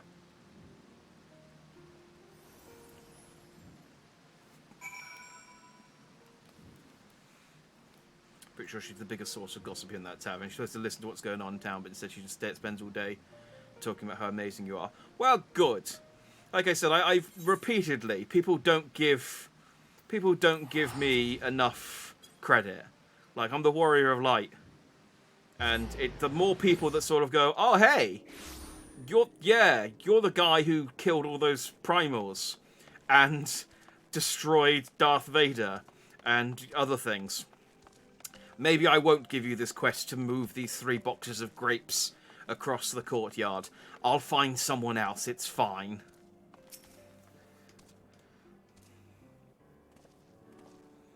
Oh, I sense voice. Nope, never mind. Well, Master Dandy, what business brings you back to Falcon's Nest? Judging by the company you keep, it can be no trifling matter. The Asia Dragoon, I know, of course, but I do not believe I have met this young gentleman. Alphino Lavilia at your service, and you are not mistaken. As to the gravity of our mission, Sir Edward, as I am sure you are aware, the Observatorium was warned that the Dravanians gather for another assault. We believe there may yet be a way to avert the coming conflict, but only if we can find the elusive Lady Iceheart. Thus have we come to Falcon's Nest in the hope of acquiring the latest intelligence on the heretics' movements. I see. Then you would be best served by speaking directly to my men. A patrol is due to return from its sweep of the surrounding lands at any moment. Same difference. You may wish to also question the knights assigned to pick over the remains of the heretic refuge at Gorgain Mills. It is possible they have unearthed information that could be of use to you. Master Dandy knows well the place I speak of, for it was he who first discovered it. Let us divide our forces then. I will stay and wait with the return of the patrol, while the 2 of you visit this refuge. When I have completed my inquiries, I will join you there. A wise use of our time. Come, Jack. I am eager to learn what Sir Edward's men have found in the heretic's lair.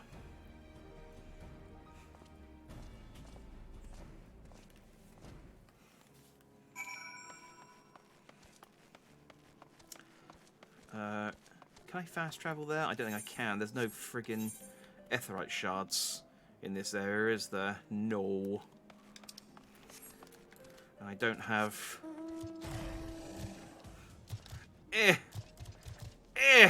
Hang on. If I summon the black chocobo, can that fly? I have to click it twice.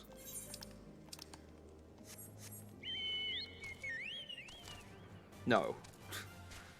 Great. Well, let's... Fly!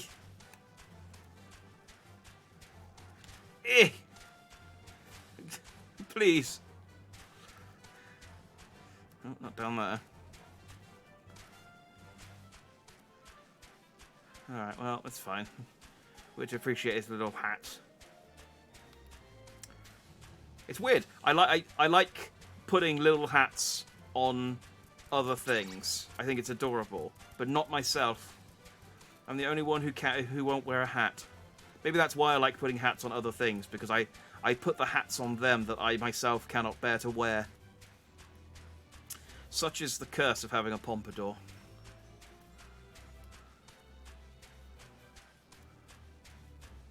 Fly! Please. Fly! Ooh, these guys look pretty neat. Bergthurs!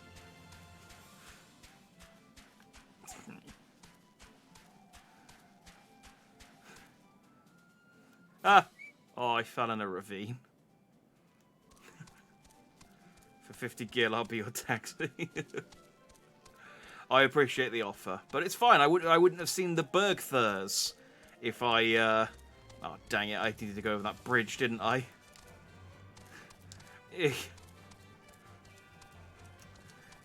Oh no! I gotta go all the way back round. I would never have met those Bergthurs if I had taken you up on your taxi offer. Do not fly. Need to use your compass. Oh yeah, did I not use that?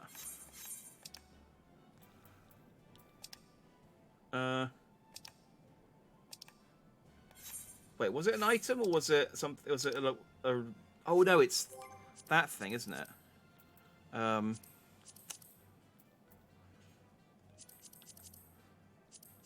It's in key items. No, it's in collection.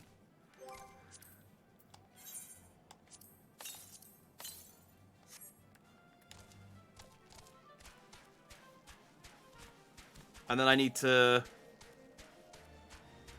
Yeah, I need to use the compass with... Wait, so where's the Aether Current? To the west. So this way. I probably need to be up there, though, don't I?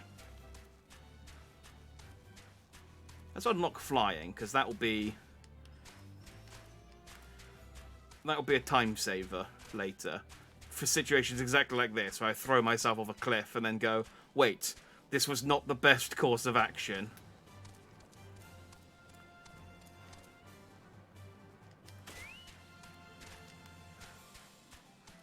Well, I found Camp Riversmeet, or not, because it doesn't come up with a new area, so I must have found this place before. Hang on.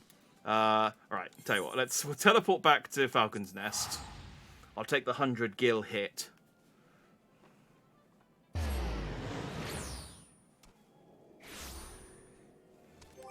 So then what I'll do, cleverly, is I will assign this to auto attack, because I never use that.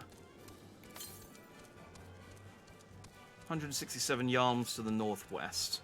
That's not far. Unless there's multiple of these that I have to find. 113 yards to the northwest.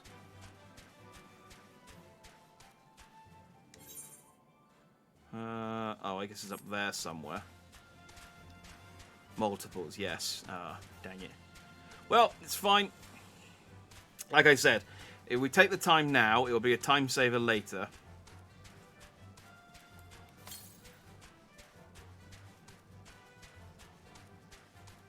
And then...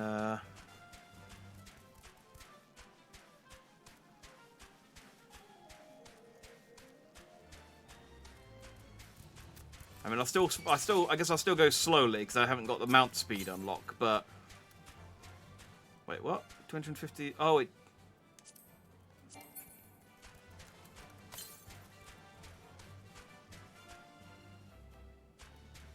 Wait, I just came from the south.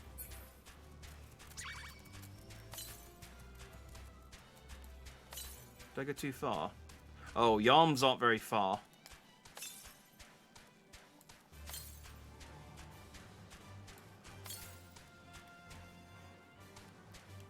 Southwest. Ah!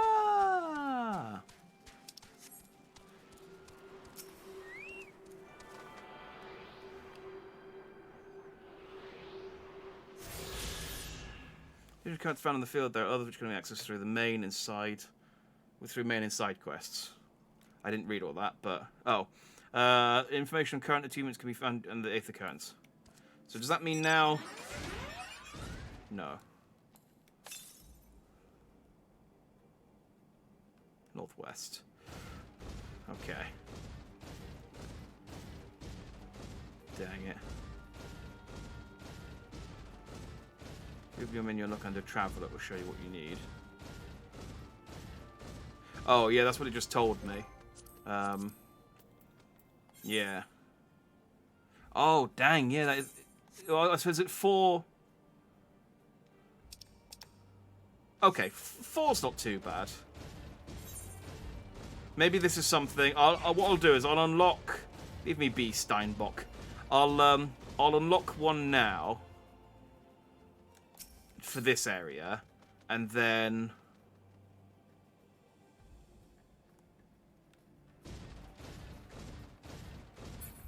if I unlock any new areas between here and the end of this stream, I'll do those off stream so that I have a flying unlocked for the following week. That seems like a sensible way of doing it.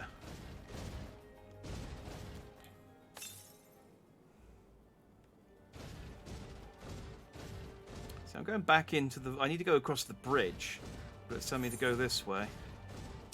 Oh, there's a town over here, though. Oh, maybe there'll be someone who wants to play triple triad with me. Is it 4? Used to be more. I have a feeling I read somewhere that they... Nothing attack me, please, while I heal. I have a feeling that I read somewhere that one of the patch notes where they reduced the requirement. It might have been with Endwalker. Why can't I jump down here? There we go. And so this is part of the map.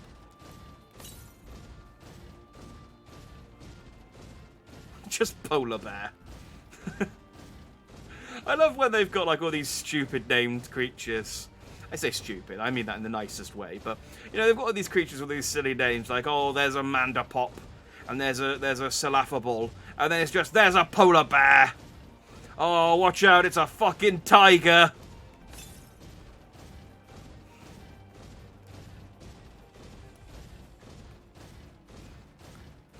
It's like, I need you to go and collect 17 Shambling wolves, 16 Bisquin horns, and 6 pig's feet.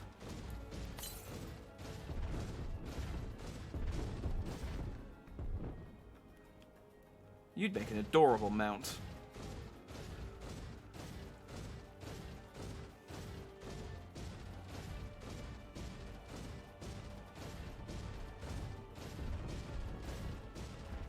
I discovered a new location. Yeah, I don't quote me on that. It's one of those things that I sort of feel like I remember hearing, but because I didn't know what it meant, it didn't really retain the information until exactly this moment. But I think I do remember reading that.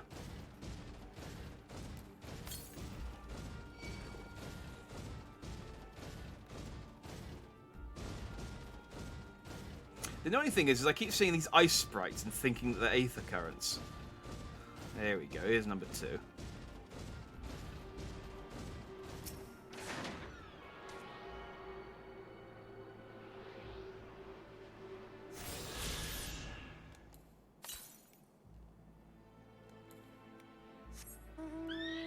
Okay. Further northwest. Maybe if I keep 2 more, and I might be able to get my Pegasus to actually be able to fly. Let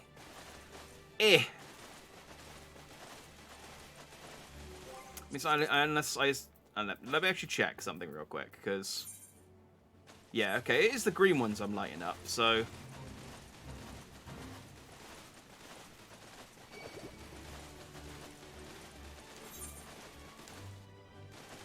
hang on, exit, there we go.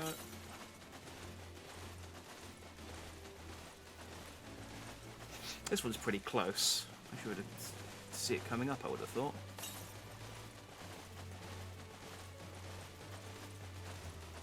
Ash pool. Oh, what are these boys? That's an ice commander.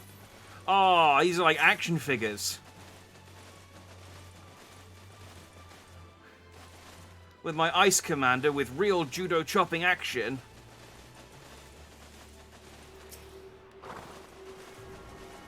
It can shoot off its fist just by pressing the button on its back. Ice commander.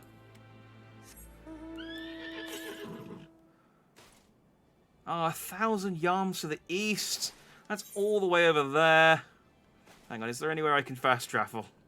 Oh, why doesn't this map have more aether currents? Alright, well at least this is over sort of near where I need to be anyway, so I'm kind of heading back towards, which will completely defeat the point of me unlocking flight. It's just, I've unlocked flight, and then I move 2 feet to the left and pick up the quest. and then I then have to leave this area immediately. Always the friggin' way. And there's not even anyone to play triple triad with me. Such is my fate, to explore the frozen wastes forever. One day someone in Heavenswood will want to play triple triad with me. And I can get these friggin' achievements. And I can get my jam toast. Ah. Imagine flying through the air on my slice of jam toast.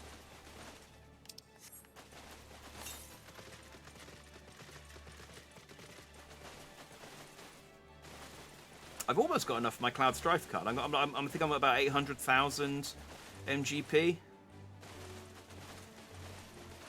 So, because I'm looking for, once I've bought Cloud, I need to look at what the other cards that you can only get from the trader are.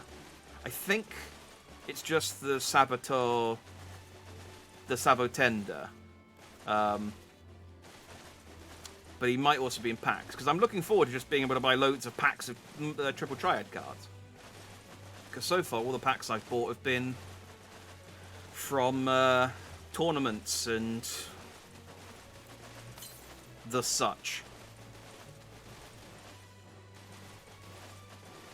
So yeah, I'm looking forward to just being able to buy 1,000 packs of cards, and then we could do a pack opening stream. It will be thoroughly disappointing because there aren't that many triple triad cards. I was up there somewhere. Okay.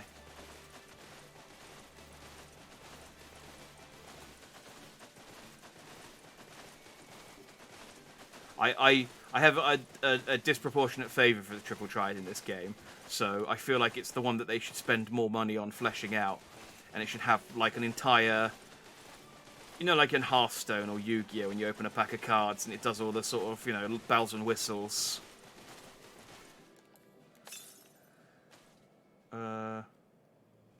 Oh, okay. I was joking. It is literally just like 20 feet away from the quest. Oh, dang it.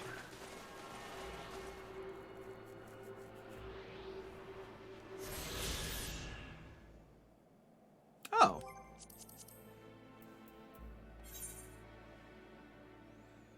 Well, that's 4. Still can't fly yet. Compass does not detect any nearby currents. Do I need to go back to the like main shard and reattune or something?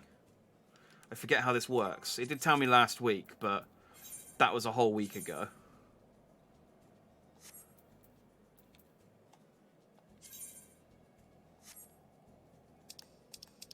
Or do I need to find all 5 red things as well? Alright, I'll look that up later. Let's go and speak to the expedition leader while I'm here. Master Dandy, our findings, you say? Well, there is something of a tale there. No sooner had we chanced upon a promising-looking sheaf of letters that we were ambushed from the shadows by great white beasts. Polar bears. Have you heard of them? Exotic creatures. I mean, I suppose polar bears are quite exotic, but 'twould seem the heretics foresaw our coming and left behind their pets to discourage further investigation. Several in our number were badly wounded. And you cannot carry out your duties until the creatures are slain.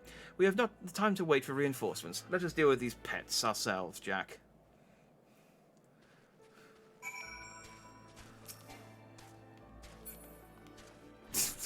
God damn it, Kiryu.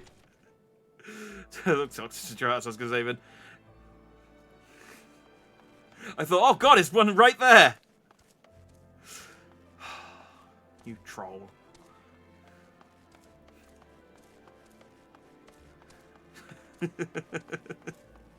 Oh, it is a polar bear. I was right, though. It is a polar bear. I sense a hostile presence. Yeah, no shit.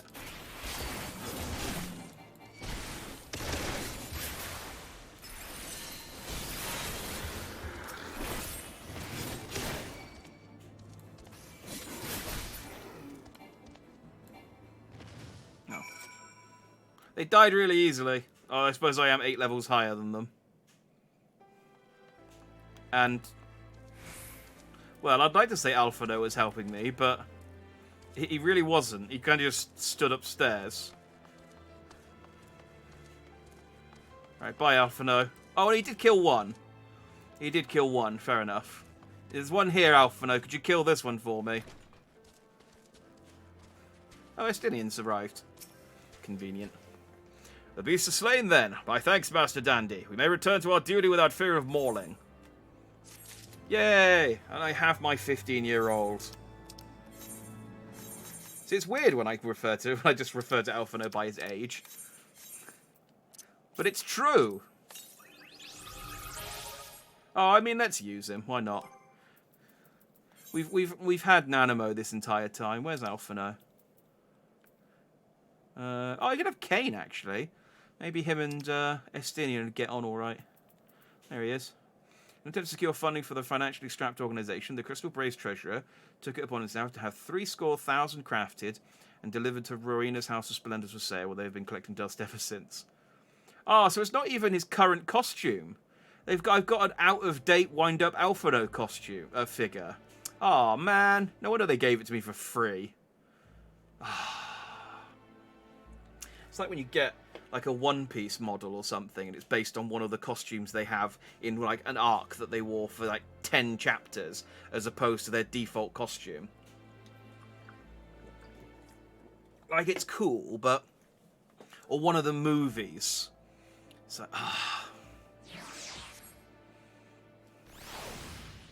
I want default Usopp. You wish to track down Lady Isa, is that not so?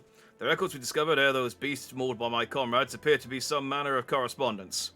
We had not the luxury of perusing their contents more closely, intent as we were on surviving the onslaught of Fang and Claw, but I'd wager those epistles, whatever, contain more than the friendly salutations betwixt lonely heretwigs. That's because you said betwixt, I got tongue-tied. My interrogation of the patrol proved fruitless. Either we divine some clue from these letters, or we wander the snowfields and pray that the gods lead us right to Iceheart's door. 'Tis hardly a choice at all. I wonder if Estinian ever bangs that thing on, like, the edge of the door when he's not paying attention. He just walks in and he's like, I'm Estinian. Ow, fuck! Ow! Oh, that door was a little bit lower than I thought it was. Oh, ow, that really pulled my shoulder, that did.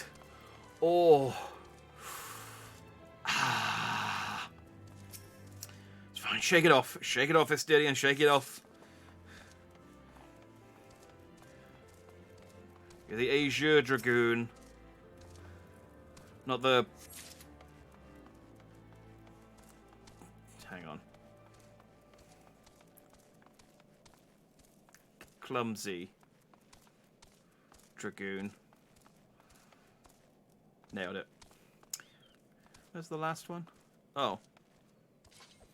Oh, it's someone else's polar bear. That's fine. We won't have to worry about that. Where's the last one?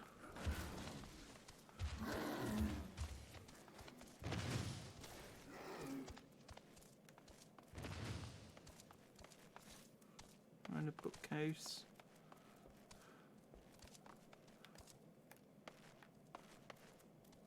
Wait, where was my minion? I'm pretty sure my minion was on the wall for a second there. It's worrying. Oh, Augustus is about to despawn. Gishel! And another.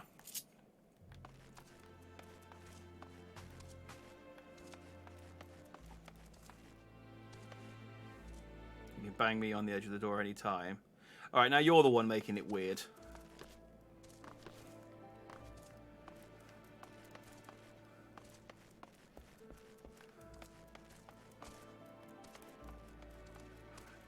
Cooking dinner took a while to be weird. Okay, fair enough. Maybe there's one upstairs. Oh, yeah, there it is.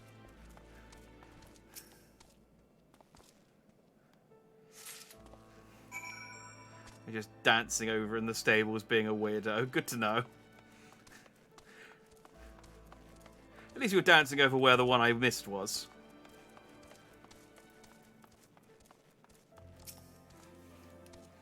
Have you recovered much of the heretics' correspondence? There we go. Splendid. Added to the contributions from Master Lavillier and Sir Estinian, we now have more than a dozen letters. Whatever we hear then. Every one of these pages is a record of the dealings betwixt the Gorgain Mills heretics and their fellows in the Afar Amphitheater. There are requests for foodstuffs, clothing, and all manner of provisions. Isart's followers must yet inhabit the ruins we had thought abandoned. No, that's easy. Determination, critical hit. I guess I'll take determination.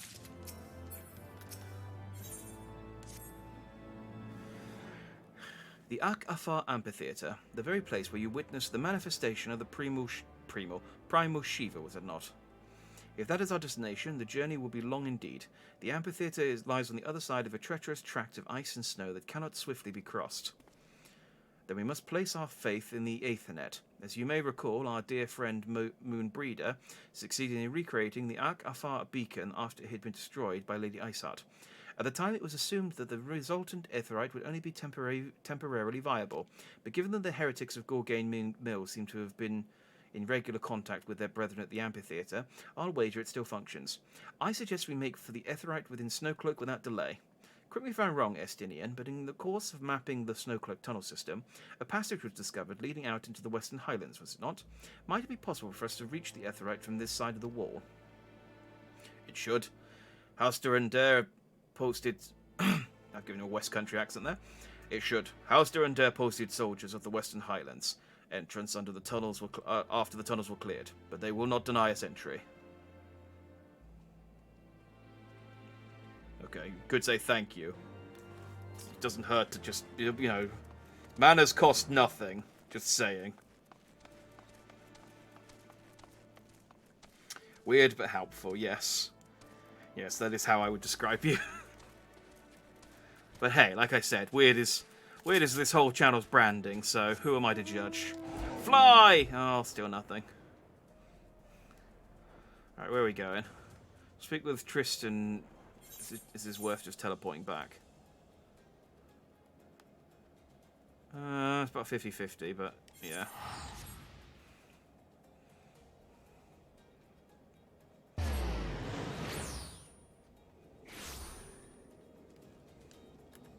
See, I think it said I had to...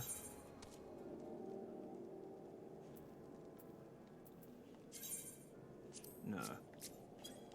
What's register free destination? Must be using a security token. Oh, okay. Alright. Well, I don't want to do any of those things, then. Fly! Eh. Eh. Ah.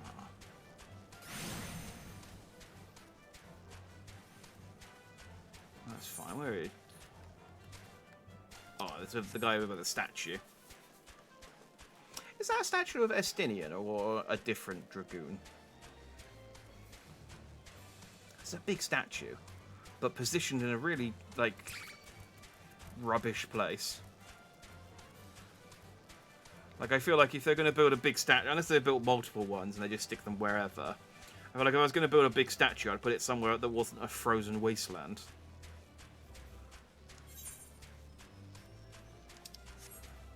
Call me crazy.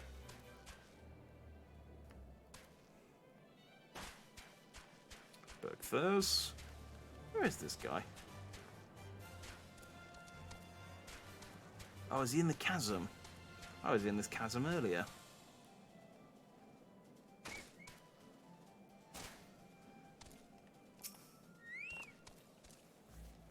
Ah, the guests of House Tom, accompanied by the Asia Dragon, no less. I cannot imagine what brought you out this far, but you are welcome to enter the tunnels if that is your will. Assuming the Afar beacon still functions, we must pray to the 12 it does. We shall arrive at our destination in mere moments. Though I do not expect to be greeted by the Primal Shiva, we should nevertheless be prepared for a frosty reception. The heretics are not like to rejoice at the appearance of our uninvited guests, particularly ones with our history. I can see you bobbing up and down on your chocobo. I'm going into an instance. You're gonna have to be weird on your own for a little bit.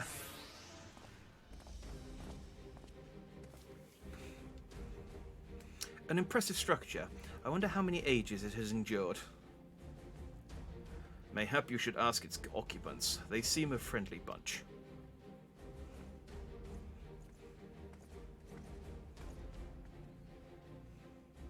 Hello, welcome to the Amphitheater.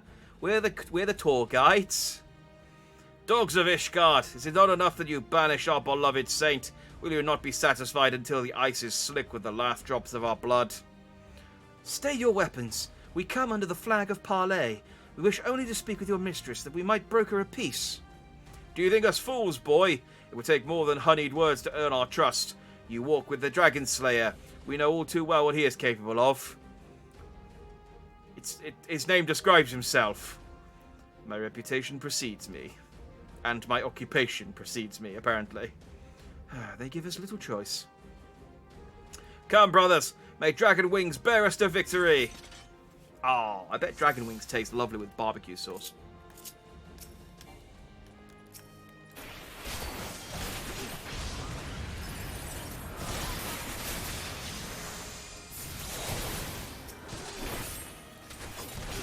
I like that I get to do a bit more swordplay stuff now. Like, the magic stuff's fun, nice and all, but I like being able to, like, dandy around. Oh, you're not dead. There you go.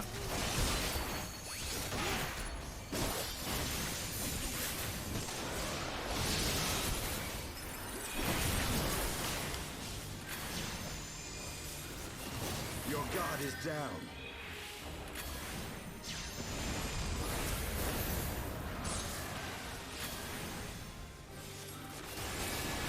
Get some mana for when I'm sure something big will show up.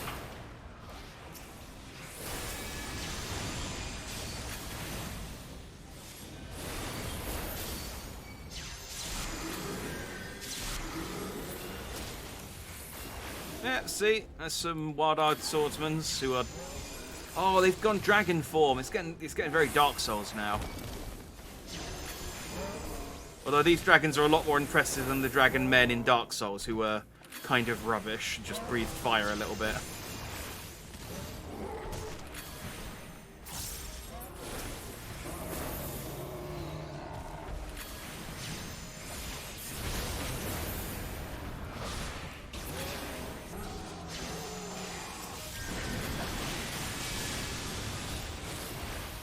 Like, honestly, if I went to all the trouble of turning into a dragon, and I just had a dragon head, and, you know, a weird, skinny dragon body, I would feel like I've been gypped, you know?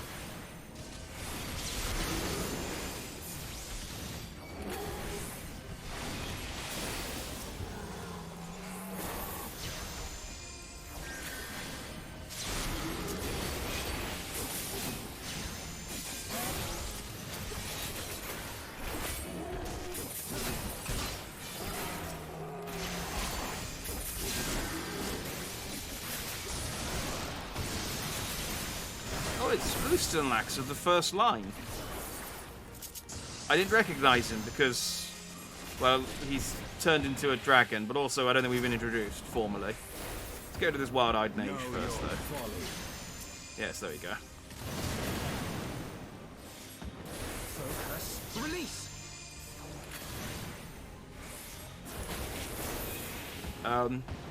Dandy! Magic! So everyone else was saying things. I felt like I should join in.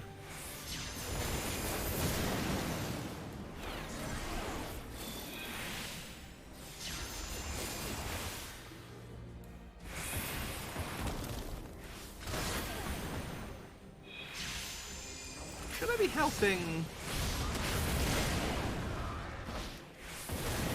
I'll just focus on killing this guy. Everyone else's life bars look okay.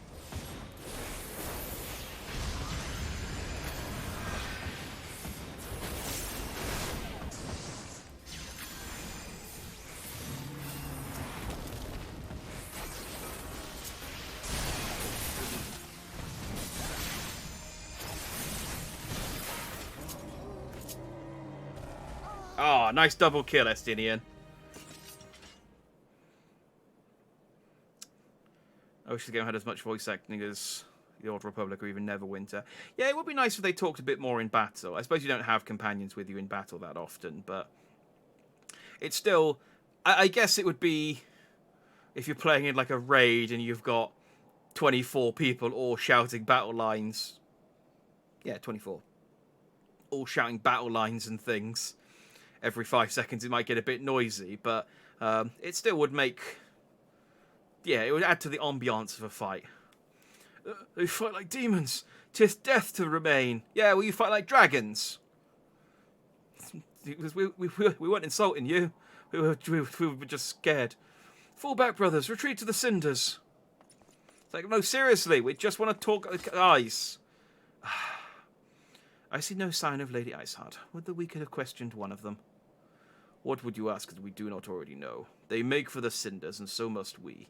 Even should an ambush await us, 'tis certain there will be more heretics to question. The cinders, you say? I confess the name is unknown to me. Mayhap you would be so good as to enlighten us, Estinian.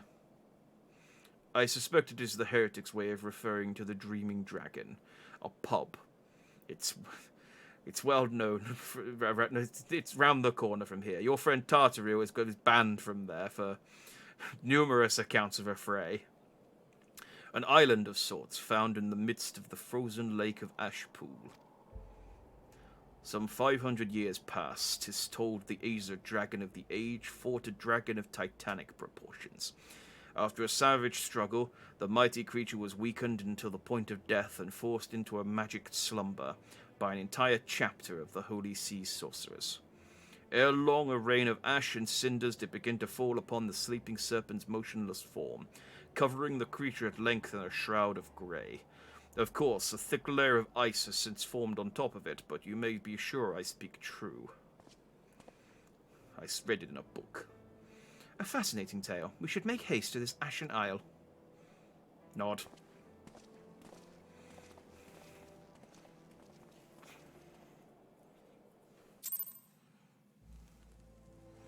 There's a bug recently. The voice of Catgirl's got mega boosted, and raids were just nya nya hoo. Ah, that would have been great.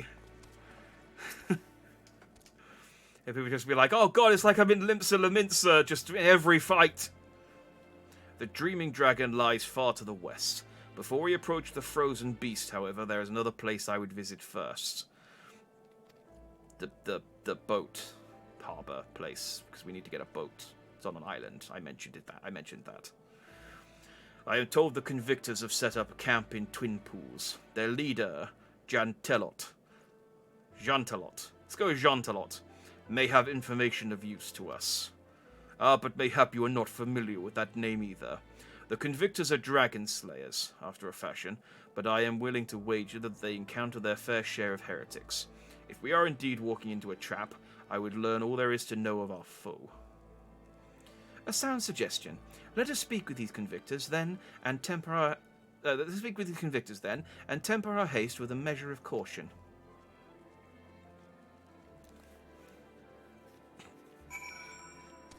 Where are we?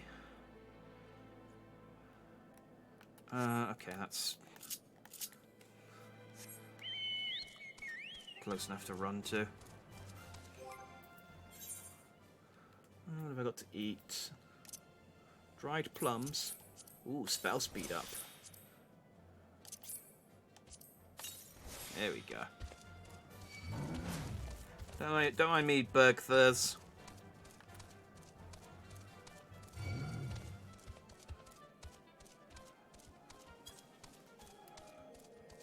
Speaking of loud-ass voice acting, the April 1st on Star Trek Online last year was great.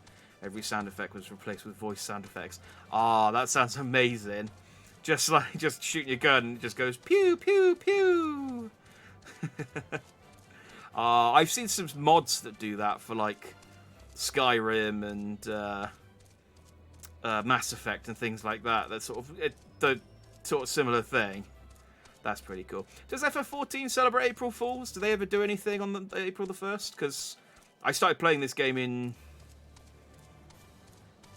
June. It was in the beginning of June I started playing, because it came out in May last year on PS5. Yeah, and I started either the last week of May or the first week of June. Around that time. So it was just after.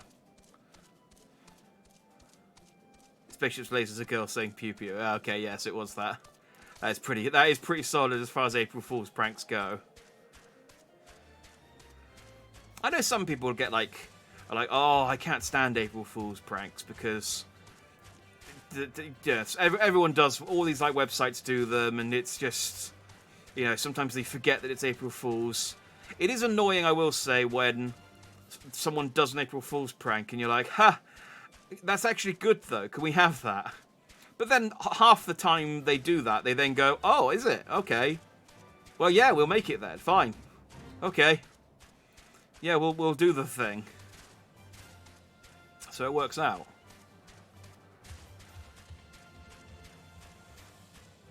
Like, I think...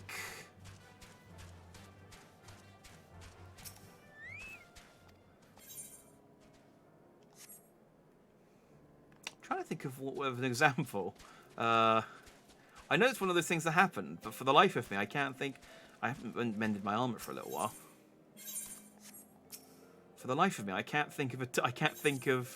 No, stop. There we go. Repair all. Oh yeah, I'm at 50%. There we go. What have you got actually? Have you got any...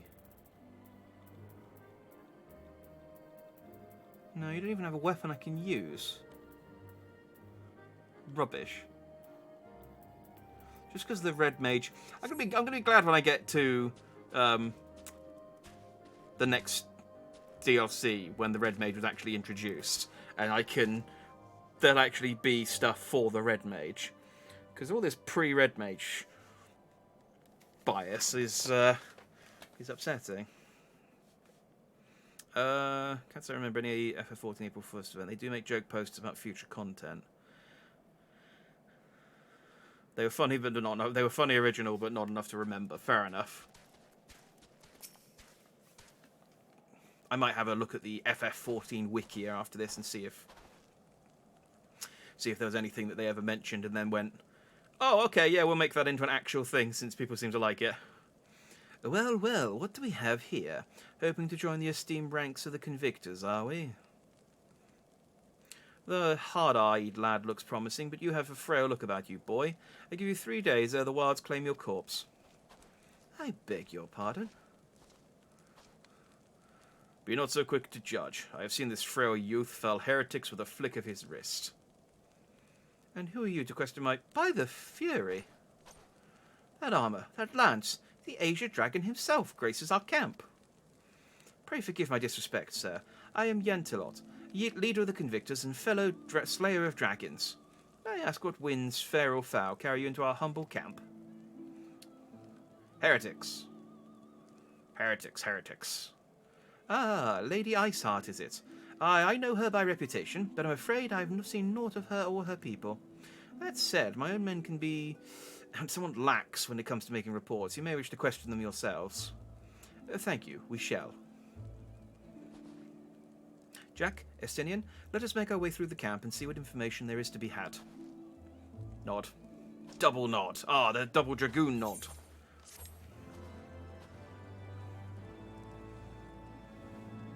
I feel like the quest isn't complete. I feel like there's another step to this, but... Oh, no, no. Oh, what have you got? Aether currents. Oh, so do I need to do... Oh, is that how I get the other Aether currents in this area? I have to do 5 Aether current quests. Ah. Okay, well again, that's something I can. I'll do I'll do that offline, in between streams then. Surely one of these people will have encountered heretics while out hunting. Pray speak with as many as you can, Jack. All right, boorish banneret. Now I know of no heretics. Do you honestly expect me to keep track of every right mill, Vermont, or Burtonat that wanders in and out of our camp? Yes. Yes. I feel like as a guardsman, you probably should. Oh. Any heretics in the area? I have not the faintest idea. Or a heretic could pass under my very nose, and I should be none the wiser. I hunt dragons, my dear fellow. The big ones. Through do I scan the skies for signs of my prey. I care not for the miserable creatures that scurry upon the ground. What about heretics that can turn into dragons? Oh, that would be what we call a blind spot in my profession. Looking for heretics, you say? Why don't you go and bother Pirouette or someone? I have enough trouble keeping these preening fops fed and clothed as it is. Just no business of mine what folks do with themselves out there in the wilds. Okay. Pierre quit. Pierre Q. Pierre. Some I can help you with, me lord. Heretics. Heretics, is it? Well, I've never seen one myself, but I ain't to say I haven't heard a thing or two. Hello, child. We would be grateful for any information you can share with us. The gods know we've gleaned precious little from talking to the rest of these people. If it please, my lord, I'm Pierre Q. A soldier by trade, though not much of one, if I'm honest. If it weren't for the love of stabbing folk that I took up the spear, you see. Oh, it weren't for the love of stabbing folk that I took up the spear, see. No, it was by order of Sir Yantilot's father. Still, as long as they keep paying me wages, I ain't fussy as for what they have me do. Not everyone's as patient as me, though. Plenty of low-born lads who'll get pressed into service, start grumbling before they've seen their second battle. And once they've got to thinking how unfair it all is, I don't take much for the heretics to turn their heads. From what I hear, the simple promise of freedom tends to do it. That may explain how Lady Isard was able to expand her following so swiftly. Sad to say, some mates of mine gobbled down the heretics' tripe and asked for seconds. Told me they were off to the Western Highlands to light a signal fire. That's how you let the heretics know you're serious about joining their fat ranks. Apparently, send up some purple smoke and the bastards come to you. Is that so? Well then, I am minded to start a fire. Maybe I try to sort of match the voice to Estinian's spoken voice, but I feel like if I hadn't heard his spoken voice, I might just give him a Batman voice. He's got a very Batman presence to him. Oh, well, this one gives me a Aether Current as well. Oh, okay. Oh, so maybe I can get it over the course of just doing the main scenario quests, but I could also do some side quests and get it quicker. If we are to lure our foes to our position, then we must find a means of producing a signal of purple hue. As it so happens, I once heard the tale of a trapper who dropped the hide of a woolly yak into his campfire.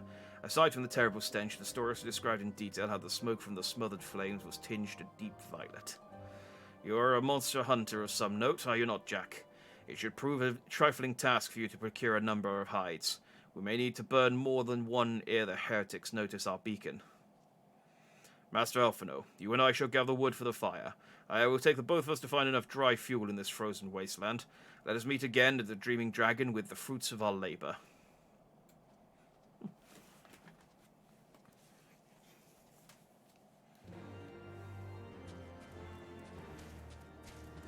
See, what you should do is just get some wet wood and then build a fire and then dry the wood with the fire. It's a genius plan. Can't fail. Lonely Vigil. Okay, so it's this one over here.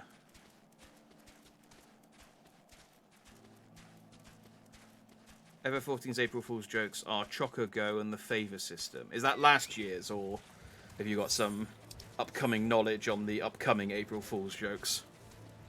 Because I feel like February's too soon to know that information.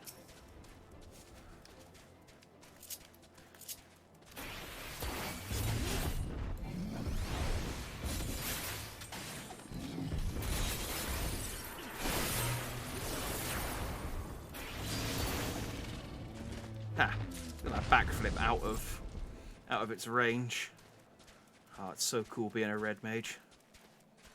Choco's 2016, Favor is 2014. Okay, so they don't do it every year then, just occasionally. Fair enough.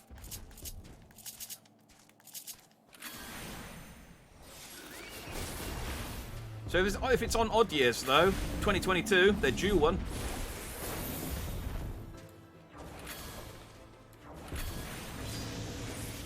Although maybe they won't, because of all of the, because they're still having some problems from the launch of Endwalker. I mean, they've got 3 months. They got all of the rest of February, March to sort of get back up to speed with everything. But maybe Yoshi feels like if he's because they're behind on a few things like the server migrations and the game's not for sale currently. Still, maybe they feel like making a joke would be in poor taste.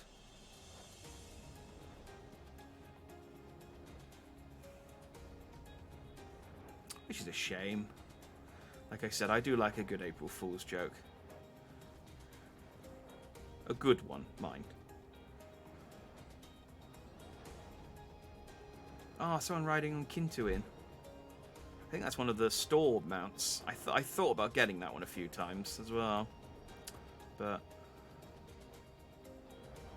well, speaking of the mounts, Chocobo GP comes out in... literally about a month. It's the 10th of March. And they've announced that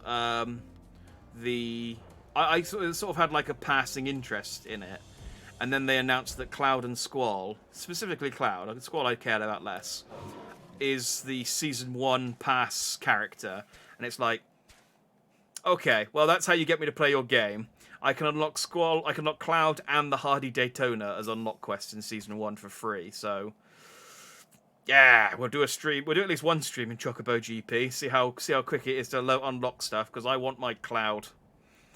It would seem that collecting firewood is a new experience for Master Alphino. He must have been a privileged upbringing. Oh, his must have been a privileged upbringing.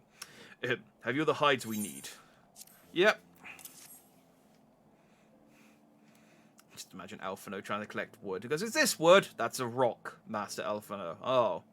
Is this wood? That's snow, Master Alphino. Oh. Ah, I should have known it would be you. Is this wood? That's the same rock, Master Alphino. Oh, wow, she takes recruitment very seriously if she comes out herself. Reached me of a struggle with a small but well-armed band of trespassers. Forgive my comrades their hostility. Few come here uninvited, and fewer still with good intent. Now, tell me why you are here. Oh, not heretics this time. We wish to stop Nidhogg's attack on Ishgard. So, you seek to stem the Dravanian tide with talk? A romantic notion. No, we'll try the romantic option if talking to him doesn't work. If you but knew the truth, the spark which lit the flames of this animosity, you would understand the futility of your quest. Shall I relate it to you? The sordid history my gift has shown me. That which the Holy See has taken such pains to suppress. Yeah. I love a bit of context. I shall echo you. 'Twas more than a millennium past when an Elizan tribe first sought to claim the lands of Kurthas as its home. Okay, I guess you can just tell me. It's less impressive than using the echo, but there's pictures at least. Unfortunately for them, Kurthas was already home to dragonkind, and they were not inclined to make way for the invaders. Thus did a bloody war begin. A war which might well have rumbled on until one or the other side was exterminated, had it not been for the resolve of a single woman. That woman's name was Shiva. Okay. While those around her fought and died, she attempted to parley with the dragons, and in so doing discovered them to be possessed of profound intelligence and reason. The great worm, Hraesvelgar, in particular so enchanted Shiva that she found herself growing to love the creature, whom her people considered a monster. I don't know if they've explained it yet. I guess they kind of did with King Mogulmog the 12th, led his illustrious underarm sweat coolers. The summoned versions, I guess that's something I can look up later. The primal version of Shiva isn't actually Shiva. It's just like a romanticized, like, deified version of Shiva that people summon. In the eyes of a near-immortal dragon, however, the fleeting life of an Elezen is as that of a freshly cut rose. Scarce has the flower bloomed before it begins to fade and wither. Okay, cool. Yeah, because they said with Gilgamesh, he just like, he was able to sort of summon his friend just through sheer liking of his chicken friend. So primals are imaginary friends, magic given a form. Yeah, okay, cool. That's what I thought. I mean, that's basically what summons are, I suppose. Like, when you're fighting Sephiroth at the end of Final Fight VII, he's not actually summoning a meteor that's destroying all the planets in the solar system, which weirdly have the same names as our solar system. It's just kind of, I'm summoning a big fireball, and this is just kind of, just to show you sort of how big an attack it is. So you get the impression of the grandioseness of it. Whatever desire the summoners have affects the nature of the primal. Yeah, so that explains why Ramu is like so reasonable compared to the other primals, which are a bit more angry. Because Ramu's like, oh, yeah, I've just been summoned by these lovely lovely forest spirits. Yeah, I don't have any intention to fight you, but it could be fun. So let's have a sort of a little bit of fisticuffs. Compared to, say, the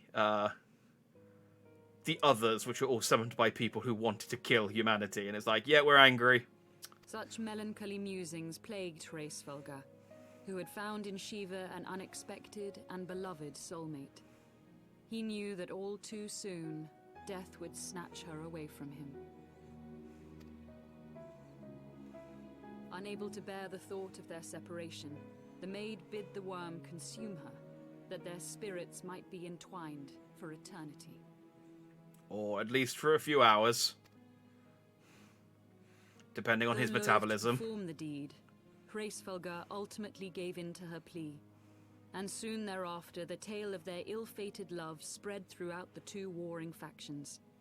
No more could they raise blade or claw against one another, knowing that the souls of their kin were so inextricably bound. It turns out that Shiva's just massively into vor. In the days that followed, man and dragon learned to live in harmony, and together built a nation unlike any the world had ever known. For 200 years did this blissful age of peace continue, as it would to this day. Hang on, Had vilest envy not stirred in the hearts of the Elezen. I need to Google something so I can make a joke. That's the best kind of joke, when you have to Google something beforehand, but I can't remember the name of the thing. Hang on, just give me the Wikipedia article. Why is that not always the first option when I Google something? Oh, there it is, it was. Yes, they called that village Burke. There we go. It is said that worms owe their Hilarious. longevity to the boundless reserves of vitality found within their eyes.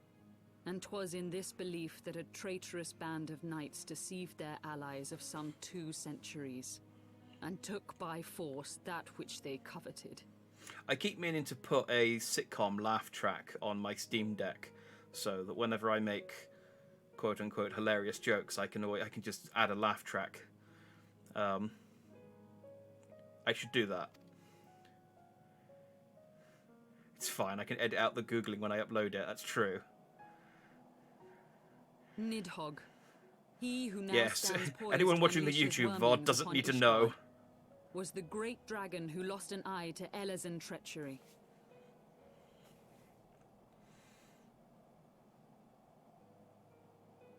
Oh. Well, that's going to be awkward then, considering we're standing next to the guy who has the eye, or has the power of the eye. He's got, like, the eye in a box somewhere.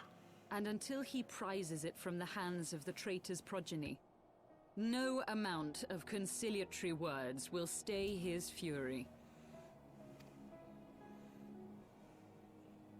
You are wrong, Lady Iceheart. Lest you misunderstand, I do not doubt your vision of the past. 'Tis true that Nidhogg greatly desired to reclaim the Eye. Indeed, It was for that very reason that I kept it with me as I roamed the land, attempting to draw him away from the city.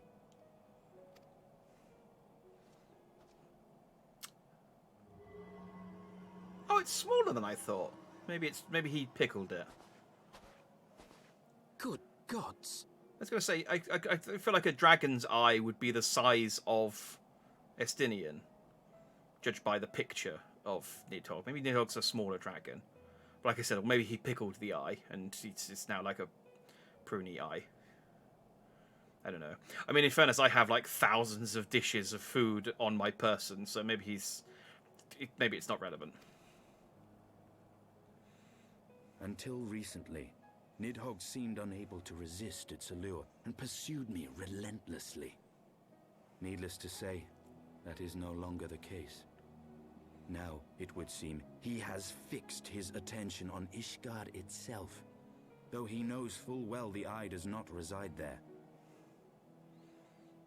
I mean, you don't look so horrified when you say pickled dragon's eye, as if, like, just a regular severed dragon's eye isn't already quite horrific. Like, I think, like, pickling it is kind of...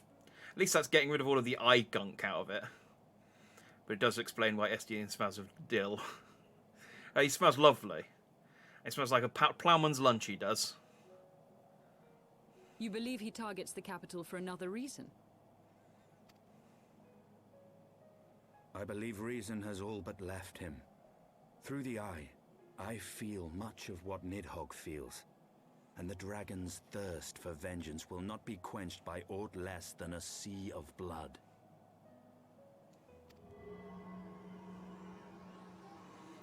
Then we need a magic to turn water to blood. I see. If Nidhogg is indeed lost to Quiet, reason, Alphino. might we not seek an audience with Hraesvelgr instead? He has thus far shown no inclination to aid in the invasion of Ishgard, and may yet welcome our efforts to broker a peace. Pickling it usually means he plans to eat it. Not necessarily. There are there are lots of people who pickle stuff just to preserve it. But there's a Canadian bar. Is it Canadian? It might be Newfoundland's in Canada, isn't it? I think it's in Newfoundland. There's a bar where they have a challenge called Kissing the Toe, and they have a pickled severed toe that they put in a drink, and the idea is that you have to drink the drink in one go and kiss the pickled toe. And apparently it's not the first toe they have, because they've had multiple toes throughout their history, but what happens is occasionally someone will get too drunk and they will swallow the toe. And then they then have to get a new toe. Apparently it's like so popular they have people donate severed toes whenever they lose one. So I'm not saying it's not gross, but it is a thing. It's just one of those, like, you know, like where they bury shark meat in. I don't know if I know it's in urine. I don't know if it's in the shark's urine or in the person's urine, but they bury the shark in its own urine for it to go rotten and ferment for like a year, and then they eat it. I just feel like it's one of those things where it's like, we've got chocolate. No, it's unnecessary. But yeah, it could be that kind of thing. You know, you pickle it just so that it stays not... So it's basically pickled so that it doesn't rot, and just so that they've got it. And I guess you'd do that for Zane. Oh, and Greenland, that's it. Yeah. But Greenland shark is toxic if you as is, but if you ferment it, it becomes edible. Yeah, but I suppose if it's fermented in the shark's own urine, it's not... Weirdly, not as bad. But still. I mean, I can understand when they had no other option, but I feel like modern-day Greenland probably has options. But then who am I to talk about? We eat jellied eels and haggis on my island, so... You still believe that a peaceable solution can be found? Very well. I will take you to him.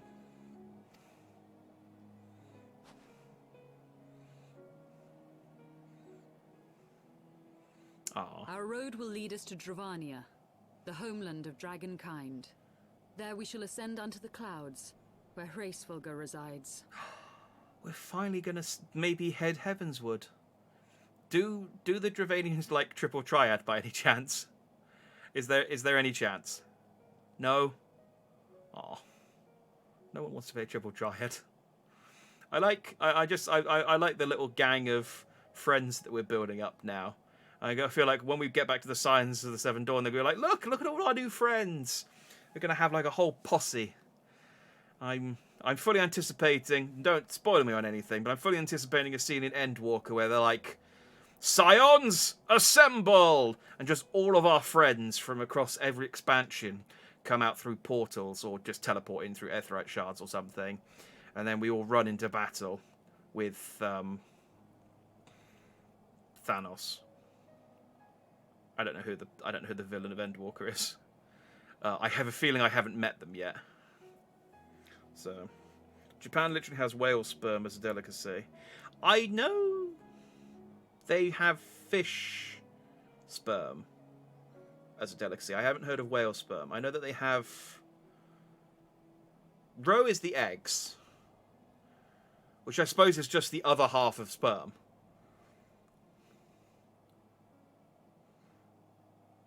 Yeah, they have the other stuff as well, don't they?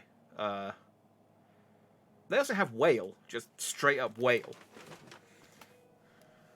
Again, you know, we've got McDonald's now. Stop eating weird food. Oh, I'm echoing.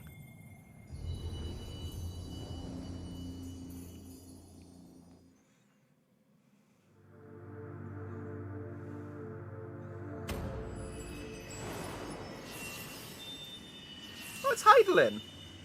Oh, am I charging? Have I passed the test of repower one of my Chaos Emeralds? I have! It's now a Super Emerald. It's like Sonic and Knuckles when you put it into the Sonic 3.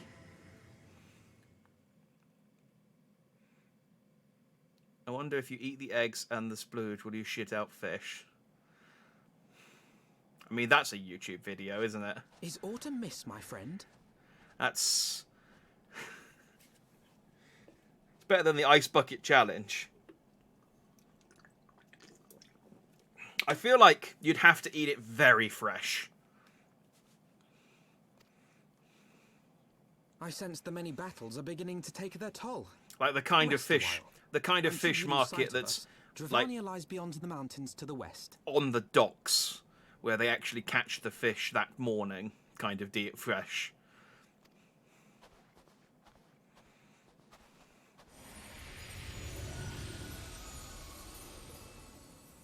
Hey, Midgard's armor.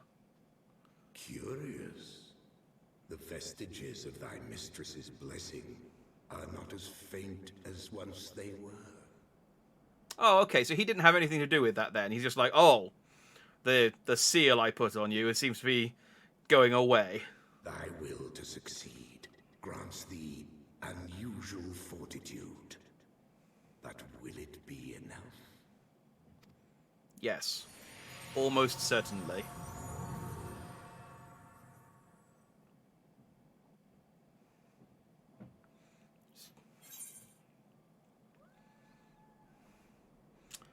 I was going to say suck it straight out the fish as a joke for the eggs, but then I remembered I also mentioned the sperm. Change your mind.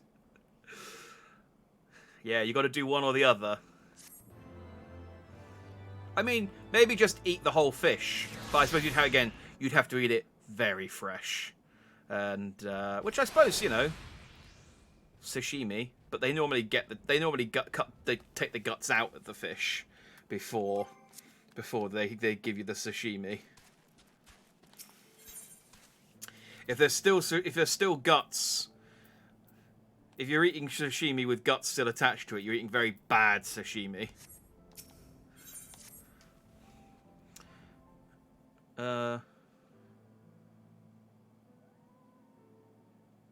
Oh, is this Ice Heart? Oh, it is. You are Jack, yes. Pray address me as ye sail, if you wish. 'Tis passing strange, is it not? The fate should bring us together thus. Never did I think to walk alongside the warrior of light. but history is full of such unexpected alliances. Shall we make our way into Dravania, then? The chill of the Western Highlands is unrelenting, and I would sooner be under the sheltering canopy of the Chocobo Forest. You think a lady called Iceheart, who can turn into Shiva, would, you know, be quite at home with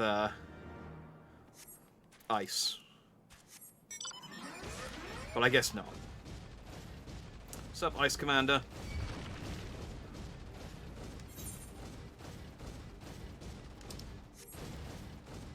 Where am I going?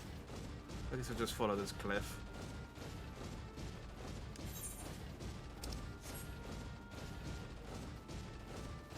I've discovered a new location.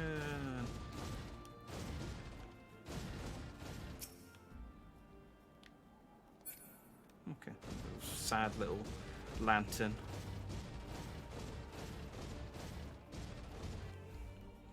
It's the Dravanian Forelands. Beyond Abalathia's spine, the great mountain range that spans the continent of Aldenard from east to west. Into the deepening shadows of Som-Al, where lies the ancient home of Dragonkind.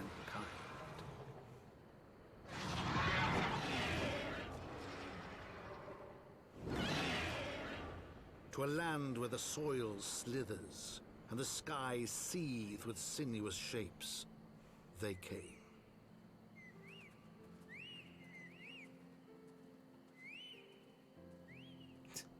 I was going to make a joke, but I'm not going to. It's entirely childish. In Korea, what's popular is giant restaurants where the first floor is just a massive aquarium where you pick what you want to eat and they escort you to your table. On another floor where the middle of the table is a grill. They kill the fish, cut it for you, and bring it to you. You can't get more fresh than that. Yeah, I know that. I mean, there's plenty of restaurants where they have the fish, where the fish is still alive. And there are plenty of places where like you choose a lobster, and they cook the lobster there and then. What I don't mind that so much because at least they kill the fish. I mean, the fish you're going to kill fish anyway. If this way you keep the fish alive for as long as possible before it's eaten, and you get fresh fish. That I don't mind so much. What I don't like is the practice that they have in... It might be China, it might be Korea, Vietnam, it's somewhere, where they get the fish and they wrap the fish's head in a wet rag of some sort. Then they cook the fish alive, but the water from the rag keeps the fish alive, and so the fish is still kind of cooked on, still alive on your plate while you eat it. And it's just, I cannot think of anything crueler than torturing it. And the justification is, oh well, fish don't feel pain like people do, which is why people say fishing it's fine. It's like, but still. Like, no one needs to eat fish that fresh. It does sound like bullshit. It's one of those things...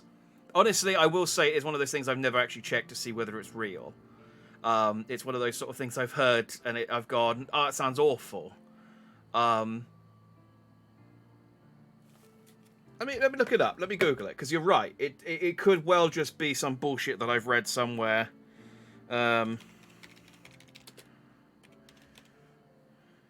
Oh, bullshit for fish don't feel pain. Yes. I mean, they don't feel pain in exactly the same way that we do, but they definitely feel pain of some sort. I think it's just to make fishermen feel better about using hooks. Maybe look. Restaurant where they keep the fish alive while they cook it.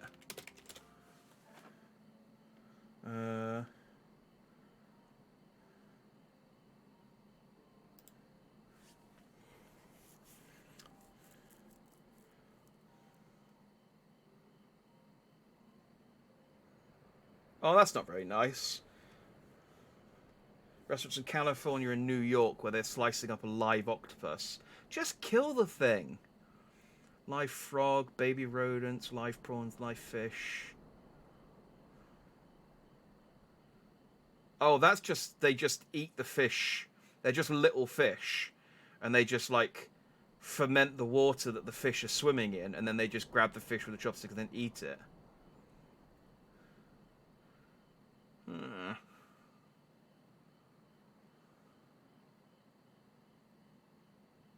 Oh, here we go. Yeah, another particular food method of attack scorned for animal rights campaigners is yin-yang fish, also called dead and alive fish. A dish which originated from Taiwanese cuisine consists of a deep-fried whole fish cooked with its head wrapped in a wet cloth in order to keep it breathing. The fish is then covered in sauce and served live on a plate while still alive. This practice, which remains popular in China, has received condemnation from animal rights activists who claim it inflicts unnecessary suffering on the animal. Yes, I would say that it does, and there's a picture, and it's horrible. Like, I don't feel a great deal of sentimentality towards fish. Like, I've had pet fish. They've died. I have immediately gotten over it.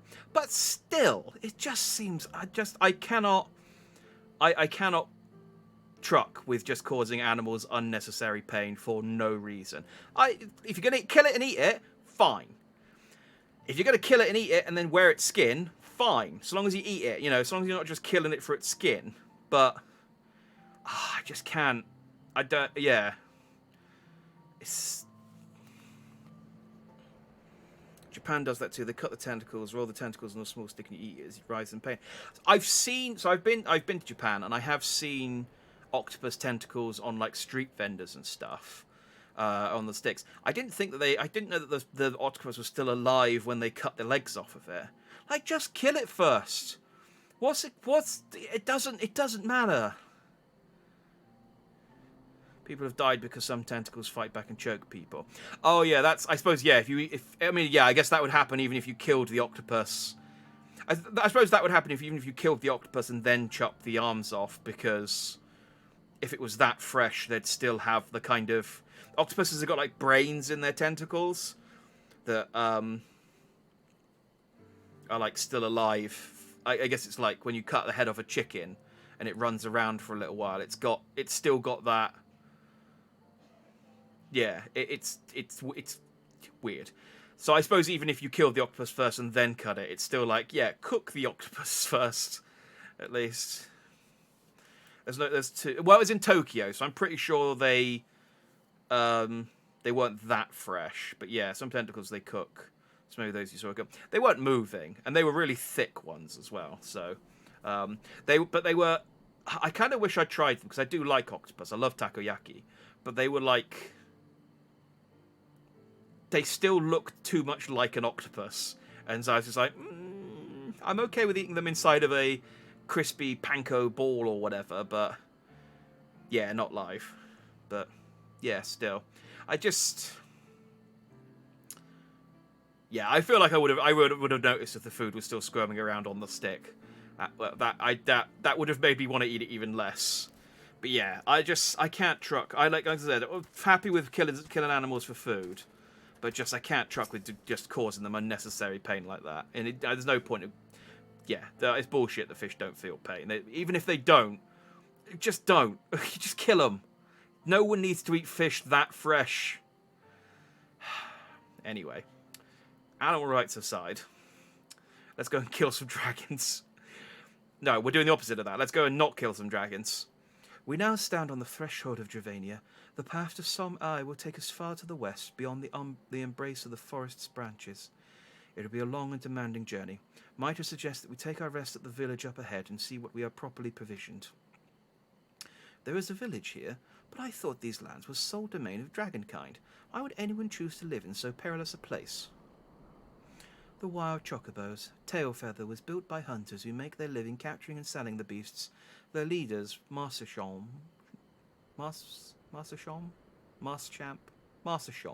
is an acquaintance of mine. Being a gregarious sort, he will no doubt welcome our arrival, and he will also possess more recent knowledge of the road we seek to travel. I trust there are no objections. Only to this ceaseless chatter. If we are to meet this acquaintance of yours, let us do it before Ishgard burns.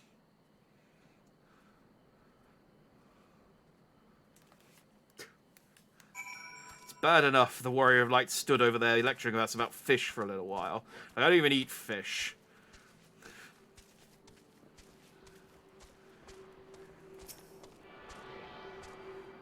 He's talking about fish. He's the one who's got his chocobo filled with... Actually, it might be on my courier. I don't remember. But he's got his courier filled with all the fish he caught and then never did anything with for months and months at a time. It's just catching hundreds of fish to up his fishing license. So, yeah, do you know what? Honestly, you've got a good point there. You've got a good point. I am a terrible, terrible fisherman. Grass can feel pain. I refuse to believe fish don't. They might not feel like us. Yeah, like I said, I don't feel... I feel like it's probably true that they don't feel pain in exactly the same way that we do. But again, even if there's like a 1% chance that they even feel a tiny... Just even still, even if they don't feel any pain, I still don't think there's any need for that kind of thing. It's just unnecessary. You're making, what is it called? Surströmming. Surströmming's the thing... Well, that's the canned... Yeah, that's the canned fermented stuff that smells horrible. Was that not what I was talking about? Was that not the shark thing, or is that different? Surströmming's like a year... that was when they had some rotten fish. And they were sort of like, oh, we'll sell it to these locals because they're idiots. And then the locals came back after you, and the locals went, hey, have you got any more of that fish? It was delicious. And they went, oh, maybe we're onto something here. I don't think surströmming is shark. I think you might be right. I think that might be the key difference. I don't think it's also fermented. I think it's just rotten.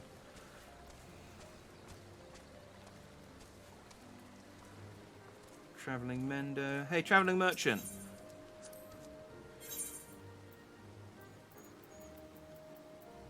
Dang it, no one sells rapiers. Ugh. It's fine, I'm about to hit 60. I'm pretty sure there's a guy who sells rapiers in Ishgard.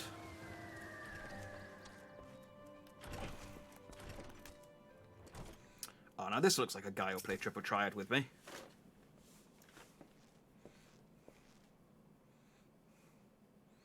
So many videos on YouTube were opening surströmming and properly throwing them up. I think the BBC have a rule in their licensing thing that you can't open it indoors. It's just basically it will stink out the studio and like completely ruin their filming schedule for weeks. It's that bad. It's like, no, we had to put a rule in place to preemptively stop any TV show hosts opening it for a laugh. Because I remember they had it on an episode of QI once, and Alan Davis kept sort of teasingly trying to pick at the tin, and Stephen Fry kept yelling at him. Two guys in a car, yeah. I've heard the trick is to open the can underwater, because apparently that kind of dulls the smell, at least until you take it out of the water, but I guess that makes sense, because smell's sort of dissipated by the air. It would be a hell of a smell if you could smell it underwater. Like, I don't ever stand at the beach and go, I smell fish. You know, it's... But then, if anything can, surströmming would be the thing. Well, tan my hide and call me a Leatherface. We are visitors. Oh, if ain't that lovely ye sail. It's been too long, girl. That it has, Marchand. That it has. My companions and I are on a pilgrimage to Som'al. Might we stay in Tailfeather a while and prepare for the next leg of our journey? Of course. Stay as long as you like. In fact, I wouldn't suggest leaving the forest at all. The dragons have been absolutely bleeding murderous of late. Forgive me, sir, but I am not sure I understand. Do the dragons not bother you here in the forest? Bother us! Did your sail not explain things to you, boy? You've seen them towering Kalum trees all about, haven't you? If you were flying above the canopy, you'd barely be able to see the ground. As you'd expect, the local wildlife canny enough to stay hidden away beneath the leaves, which is why the dragons do their hunting elsewhere, and we can do ours in peace. I see. Thank you for the explanation. Basically, we hide in a forest. And the dragons can't see us, so... If a dragon ever spots us, we're done. It's a hell of a gamble. You're welcome now, but not later. You're welcome. Now, I don't want to stop your sail here, but the dragons ain't the only things you need to keep an eye out for, especially if you're set on heading west. Oh, I can't wear any of this, can I? No, I shall take the money then.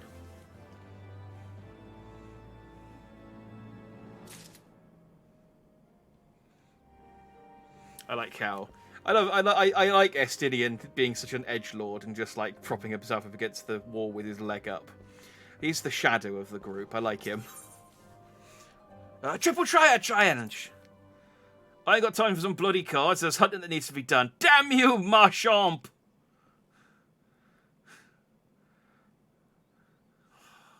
Finally find someone who'll play triple triad with me, and he won't do it yet. I probably have to do some of the other quests. That's normally how this works. Oh, I can wear this one. And it is... Oh, that one actually looks okay. Rainbow shirt of casting. That in red might look quite nice. Quite dandy, that one. I dare say you're wondering what could possibly be worse than dragons, eh? Well, I'll tell you, the bloody nath. What you might get if you crossed an antling with a megala crab and taught the thing how to walk on two legs. They never used to stray far from their hives out of fear of the dragons, but they've gotten a lot more aggressive of late, sending out war parties for mobs in all directions. They've even taken to harassing the Dravanians in their own layers, if you can believe it. And when they venture into the forest, which is more and more, by the way, they certainly ain't afraid to come after my lot. I can only imagine how much worse it'd be closer to the Nath's home territory.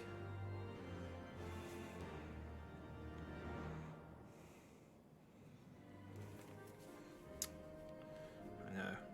You can try dyeing it now. Oh, I can practice dyeing it while I try it on, can I? Well, whatever. I mean, he'll give it to me as a quest reward anyway.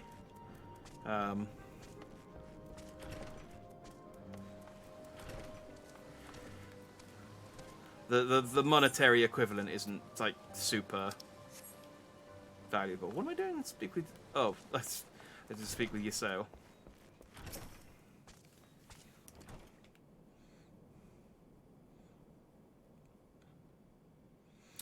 'Twould seem that much has changed in Dravania. The Nath were not wont to cause such strife when I lived here. You lived here? In Dravania? Aye, 'twas in the time following the calamity. My family was dead, my home was gone, and I had fled from the bitter cold into these lands. Good times, good times. I knew not the path of the forest then, and wandered out from under the protection of its boughs. That was when I chanced upon Hersvelger. He had descended from his mountain lair to hunt for food. My exhausted mind could not contend with the sight of the majestic worm, nor the vision of the past his presence visited upon me. Thankfully, Master Shom found my unconscious form at the end of the trees, and nursed me back to health, and in tail feather I remained for some time. Hence your familiarity with the locals. But I interrupted you. You were saying these Nath were once a peaceful people. Peaceful would not be the most fitting description. They are a fiercely territorial tribe, and any who would intrude upon their domain are attacked without hesitation or quarter. Outside the borders of their homeland, however, they were rarely hostile. Indeed, we were even able to trade with them on occasion. They have changed, then. What of it? We have not the time to creep through the underbrush on some roundabout route. I say we make straight for Soam Al and crush any unruly insect we meet underfoot. A more direct path, then. Very well. Let us first follow the trail west out of the forest, and make for the statue of the Stained One. From there, we should have a fair view of the roads that lead to Soam Al. Shall we? What's the story behind the Stained One? Oh, it's just a man who once dropped his soup. It was it seems silly, but it's a folk tale that's, you know, very popular with the people living here now.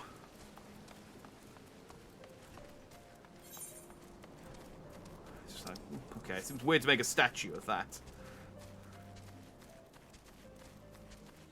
Just press square on it when you try it on. Oh, okay, that makes sense. Yeah. All right, I'll do that when I pick up the request reward. This is a wall. How do I get? Damn it! I'm so used to being able to just fly in a straight line to all of my quests. When it actually presented with a path to navigate, I need to. I actually don't know. How do I get round there?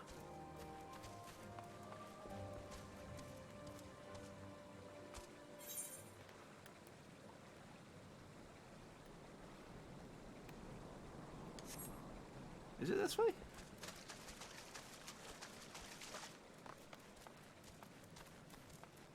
Oh, there is a sliver. There is a sliver. No. How the frick do I get over there?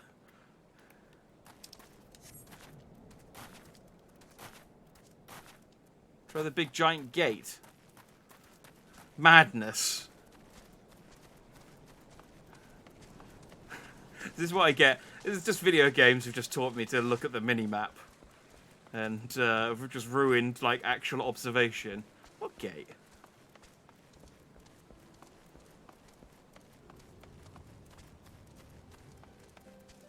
Big giant gate. Big gate. Ah. Wait, is that not... Is that not the way I came? Oh, no, I see. Oh, I see. Okay. That's not a gate, that's a bridge. Wait, I need a sat nav. Wrong gate, but that works too. I guess I could go down the river.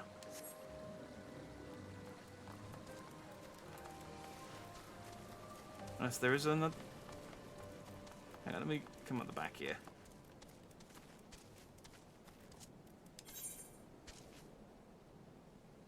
Is it further down? No, that's where I just went, that rock. Oh, screw it, we'll go down the river then. If that works, we'll go down the river. No, it's fine, don't log on. I'll walk down the river. I'll figure it out. This is how you learn. This is how you learn where to actually go in these games. You actually just figure it out. See, that guy's doing the lake route. There we go.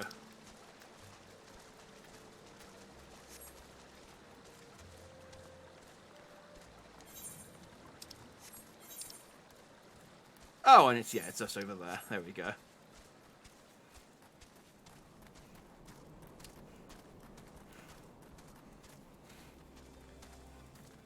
You just show me the giant gate, the one I looked at 10 times. It can't be that big. In my defense, I thought I had to go over here. I saw this annex shrine unattuned, and I thought I had to go this way. So I was looking at the wall over here, so I assumed the gate that I missed was probably here. So that was why. I don't know why I thought I had to go to the other Aetheryte shard, but for whatever reason my brain told me I needed to go there. So, oh, but I missed your note about the Nath. You wish you could play as one. Are they cool, are they? It would be nice if you could play as some of the beast tribes in this game.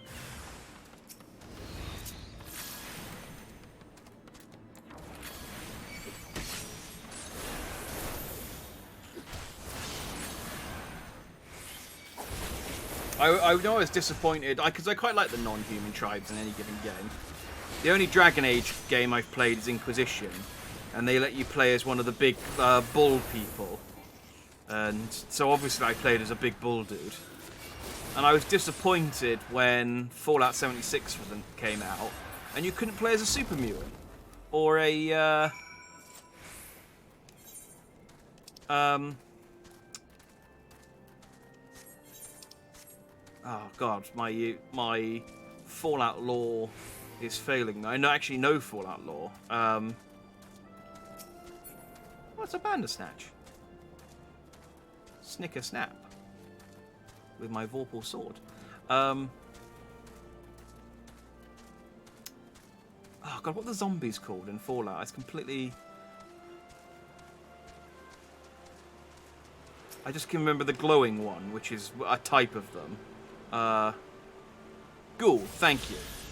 Yeah, I completely... It's been a while since it's been almost a year since I've played Fallout 76, so... that's bad, though. I know my Fallout 76. I know my Fallout lore, not just 76. But yeah, I was disappointed that you couldn't play as, like... just anything non-human.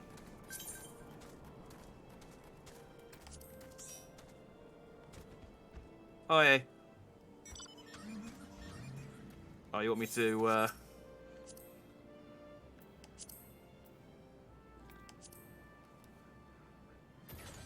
I should have got in the back. And can I... No, I can't move. I was going to get in the back seat and have you drive me around like a chauffeur, but I got in the front. So we've just gone on a road trip now. Like I said, I think I know where the gate would have been. Yeah. I wasn't, like I said, I was looking... I was looking over here because I thought I had to go this way. So I was looking at the wall here. I didn't realise I could go through the gate there, but yeah, I see it now that you've pointed out to me. Thank you. You can drive me to my next quest, my good man.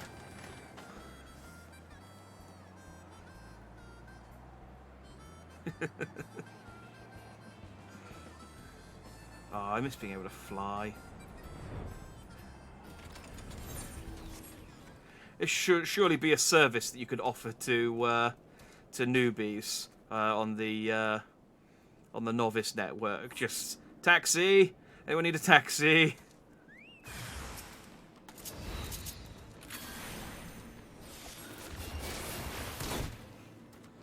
Then again, I mean, people on the novice network aren't likely to have the money to pay you for it, so probably not worth the effort. It'd be cool though if like taxi was a job that you could get, and you could actually get experience from carrying people from place to place.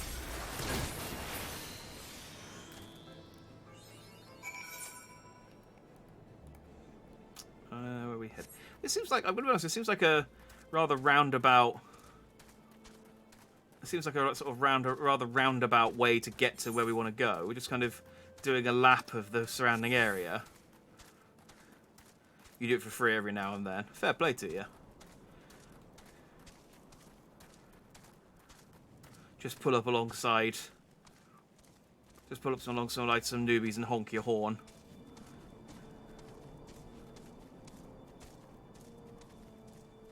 Some zones are complicated. Having someone fly you around can save massive amount of time. Yeah. I mean, I get why they don't let you just like fly and like bypass all the scenery. Like they have gone to a reasonable amount of time and effort to craft this world, and they want you to actually look at it as you run around as opposed to just flying over the top of it. But yeah. Should we chance to meet Master Champ again, remind me to thank him. Had he not warned us to expect the Nath, I doubted I would be standing here. Amid ruins that I would tentatively describe as Ishgardian, the style, if not quite identical, portrays a definite resemblance. You have a scholar's eye, Master Alphino. The structure is, in fact, over 1,000 years old. It is a remnant of the age when our ancestors and dragonkind lived together in peace. If you claim this as evidence of our harmonious past, I was taught that these buildings were constructed by heretics, in honor of your Dravanian masters. This rubble inspires no such awe in me. I will mention something, and it's been bothering me for a little while. Dravanian, I might be misremembering, so I'm just going to Google it real quick, but,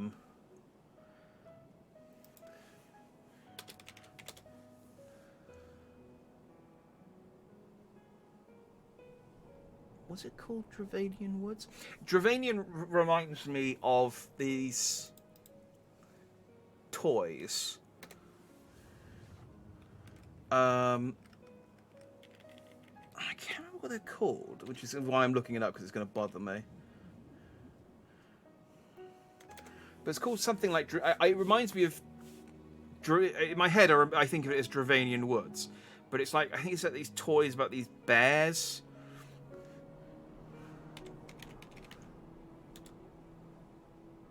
Trying to sort of type... I can't remember what it was called, because I've typed in Dravanian Woods, and I've got his FF14 stuff.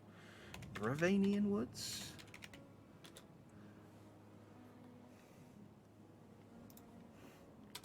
Bear toys.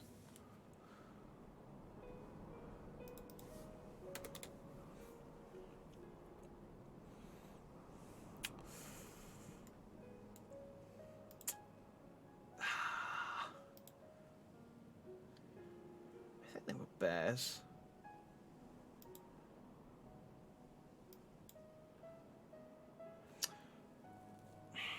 Alright, I'm not going to spend too much time on this because I was hoping it might come up with a simple Google search. But ever since they've mentioned Dravanian, and this is, I mean, like a while back, I keep thinking Dravanian Woods. I'll try and find out what it's called for next time because it's sitting at the bottom of my mind every time I read the word. Stubborn fool. How desperately you cling to the false teachings of your beloved Holy See. Enough, both of you. You threaten the success of our mission with this incessant squabbling. Jack, pray reason with these two. Grunt. The truth of the past will be revealed.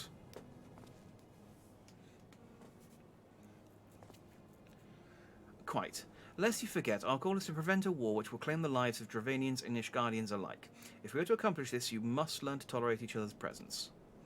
Trust in Jack's gift. In time, the secrets of history will be brought to light. Let that be enough, Estinian. You would have me keep my counsel until Jack's visions confirm the truth. Very well, but bait me not. Our meeting with Hersvelka will likely provide the catalyst Jack's gift requires, as it did mine. Let us press on. There we go. So I can try it on. And then a little die preview. Which in German is enable the preview. Oh, that's a shame. I was hoping it would be the shirt that you could dye. Oh, it does change as well, actually. It's the whole ensemble. I don't know that I like. I don't know that I like that as much, but it's not bad.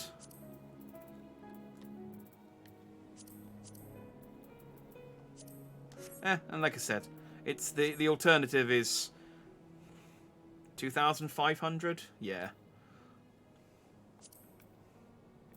I don't think it's better than what I've got though, but it might make for a nice set of glamour once I got the set. Ow! The fuck, guys? Do you wanna Dragon Slayer? You wanna help me with this dragon? No. No, that's cool. Okay, I'll take care of it then.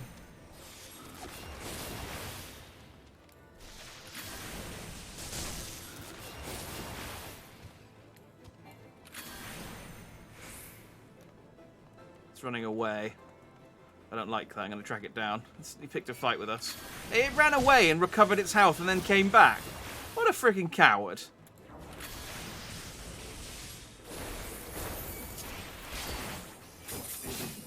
Eat my rapier, foul beast. On guard. There you go. You guys were great assistants. Spy you the 3 great towers to the west.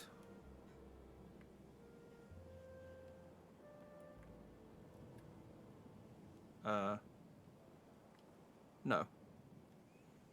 No, I can see a mountain. Maybe on a clearer day. Maybe on a clearer day. Ishgardians know them as Ank's Shrine. The place serves as a roost for Hraesvelga's lesser kindred. If we are to seek the peak of Som El, we must first beseech these dragons to open the way. But do not be disheartened. The one who leads them is a friend. Or rather, more concern is the disposition of the Nath. Let us survey the approach of the towers and see if the path is cleared.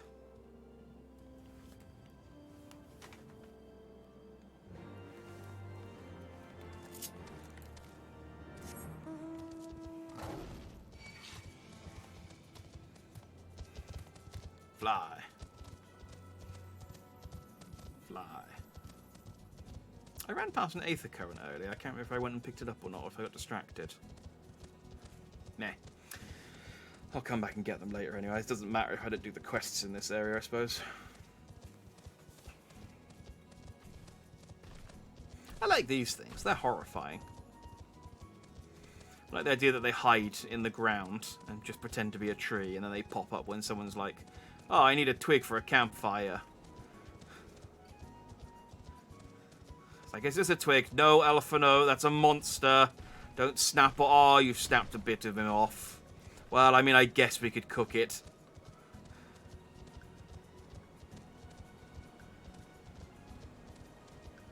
I'm almost at 60 as well.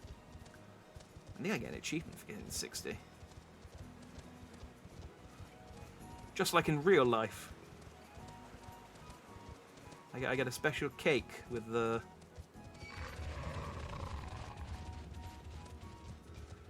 with the cards that have the number on it. You don't get that anywhere else between 50 and...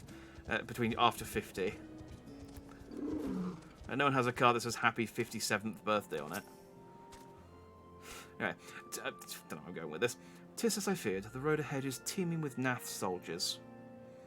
Marthasant did not exaggerate then. These beastmen have grown brazen indeed, if they would threaten the dragons so openly. Do they intend to assault the lair itself? I pray they do not. Mighty though my Dravanian friends are, they are yet vulnerable to the Nath's muskets. There is no route save the one before us. Should the beastmen offer battle, we have no choice but to accept.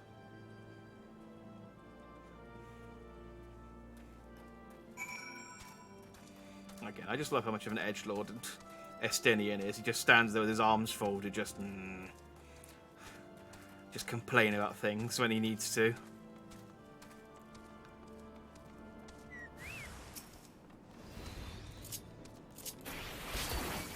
But he's the Nath.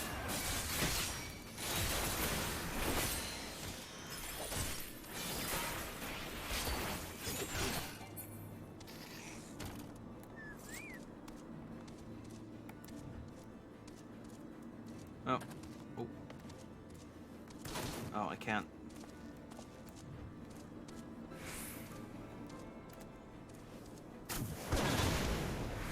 Oh, there's more. There you go. So I was trying to look at the corpse of the one I just made.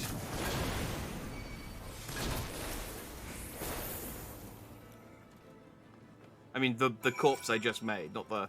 I didn't make it and then kill it. That would be weird.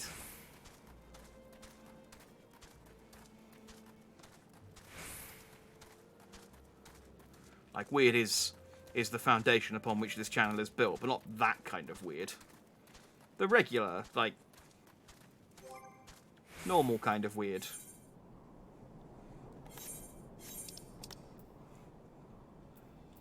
I have 21 antelope stew. When did that happen? Why are these all crafting meals as well? Oh, there we go. I've got 3 of these.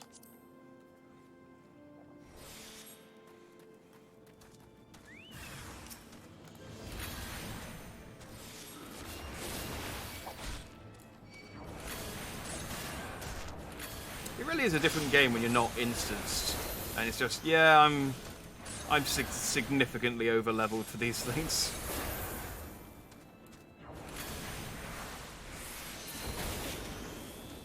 It's nice though.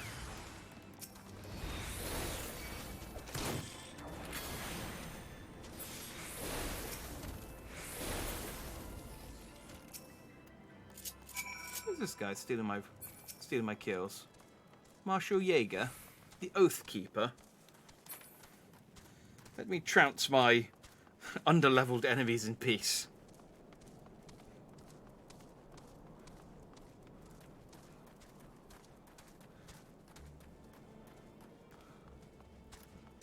I suppose I should give... I mean, I went to the trouble of unlocking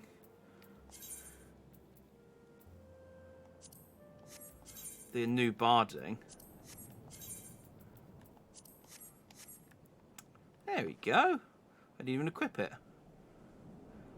Oh, look at you, Augustus. Look how fine you look with your little bag full of roses and heartful letters. I can only... It's just nice to assume that he's just carrying my fan mail. That's what it is. Just warrior of light fan mail and love letters. Just thanks for killing all those primals. I take no pleasure in killing the Nath. 'Twas to avoid bloodshed that I agreed to join you on this journey. Well, it cannot be helped. We may proceed into the courtyard together, but leave the task of hailing its occupants to me. Salutations, Frost. What else would it be? Exactly. Why else would I be carrying it? Unless I've stolen it, just out of jealousy. And keep your lance on your back, Dragoon. On my word to the Warrior of Light, I shall start no fight. To start no fight. Only finish it. You truly are beyond salvation. Come then. I love Estinian. Again, if I didn't know how he talked, I was going to. I said originally I'd give him a Batman voice, but I absolutely would give him a Shadow voice now if I hadn't. Like, oh, you, no, I'll start the fight. Bless you.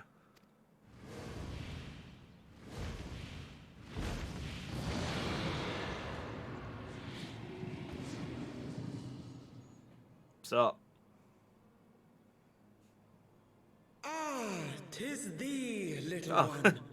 From above I did mistake thee for a Nath. 'Tis well I chanced to look again, or thou wouldst now be ash.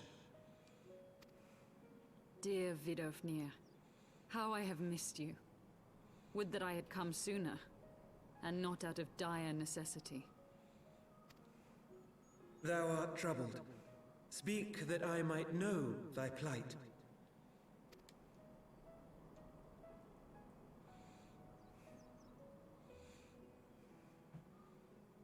Thou wouldst have father admonish his brood brother. I would end this war without further bloodshed. How am I to believe thee, little one, when thine own companion beareth Nidhogg's stolen eye? I told you this was going to be awkward. I told you they're going to be like, look, you've brought the Dragon Slayer himself with us to talk about to sort of try and convince us to stop killing people.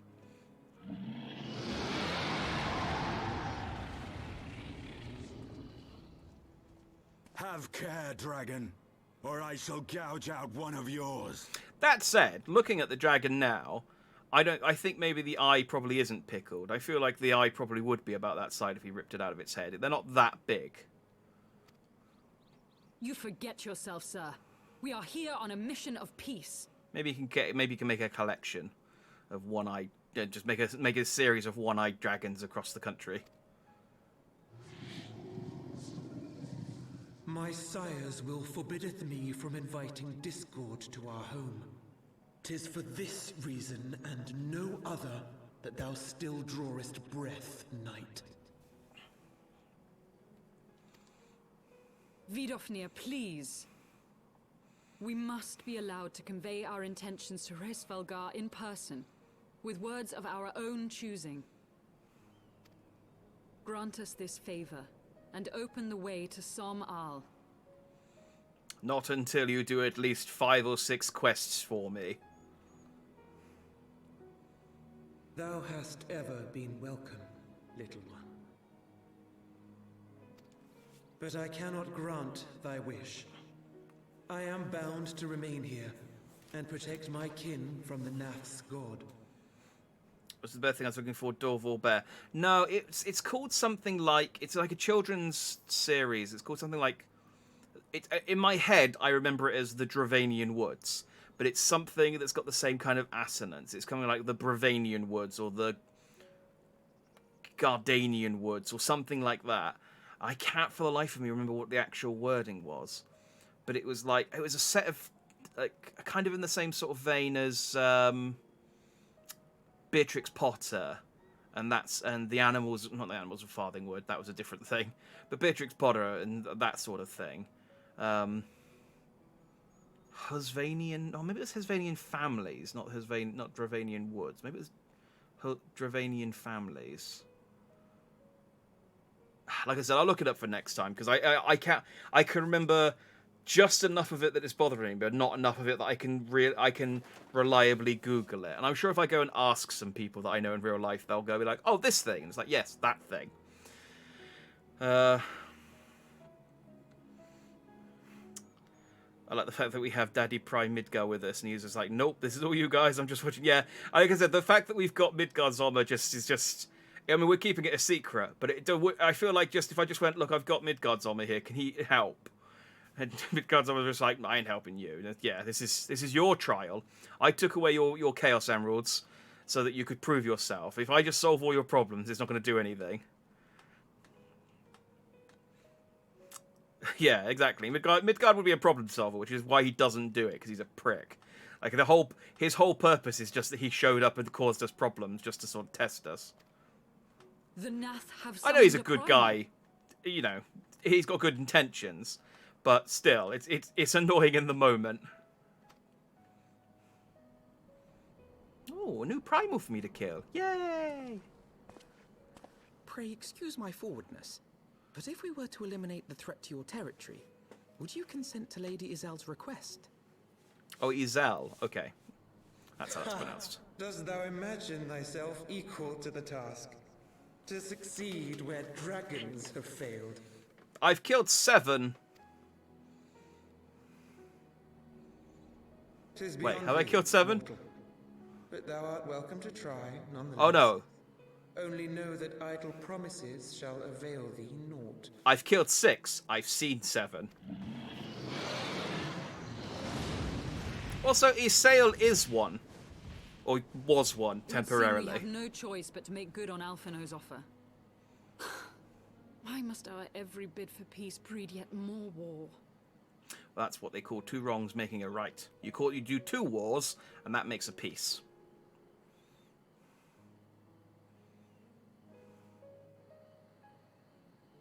I'm so tempted to just give him a shadow voice now, and just be like, "Oh, you fake dragon! I'm the real Estinian." But I don't know. I can't do Shadow's voice convincingly enough, so I'll just keep doing the voice that I've been giving for him, which is sort of boringly similar enough. There's the Saruel of casting. Yeah, those aren't as cool as the shirt, I gotta be honest. But I'll get the set. I'll get the set and see what it looks like. So, the Nath have summoned their god, and thus is the mystery of their newfound belligerence laid to rest. Are you not glad, Lady Iceheart? I thought you would applaud them for summoning a primal to further their own ends. After all, you did. I did not reach out to Saint Shiva to further mine own ends. I desired her strength only to forge anew the peace between man and dragon. But what a fool I am to speak of peace to you. A bloodthirsty savage who murders without thought or compunction. Those two definitely end up banging, right? Like, I mean, I've watched anime. I know how this works. And, 90s rom-coms. They hate each other, and then they learn to love each other. A dragon slayer and a dragon lady friend. So I've seen the story 100 times. Enough, I say. If the Nath have truly brought forth their deity from the Aether, we must face it whether together or watch our hopes fall apart. All now rests upon this primal's defeat. But ere we think of confronting it, we must first study its origins. What is the nature of this god? What manner of faith sustains its existence? My apologies, you are right. Of course, let us return to the tail feather and consult with Maréchal. He knows more of the Nath and their culture than most. That's fine, there's a Aetheryte crystal here that I can attune to, so we'll do that. And that way I have fast travel unlocked for later. Huzzah, huzzah. Sure the dragons won't mind me attuning with their crystal.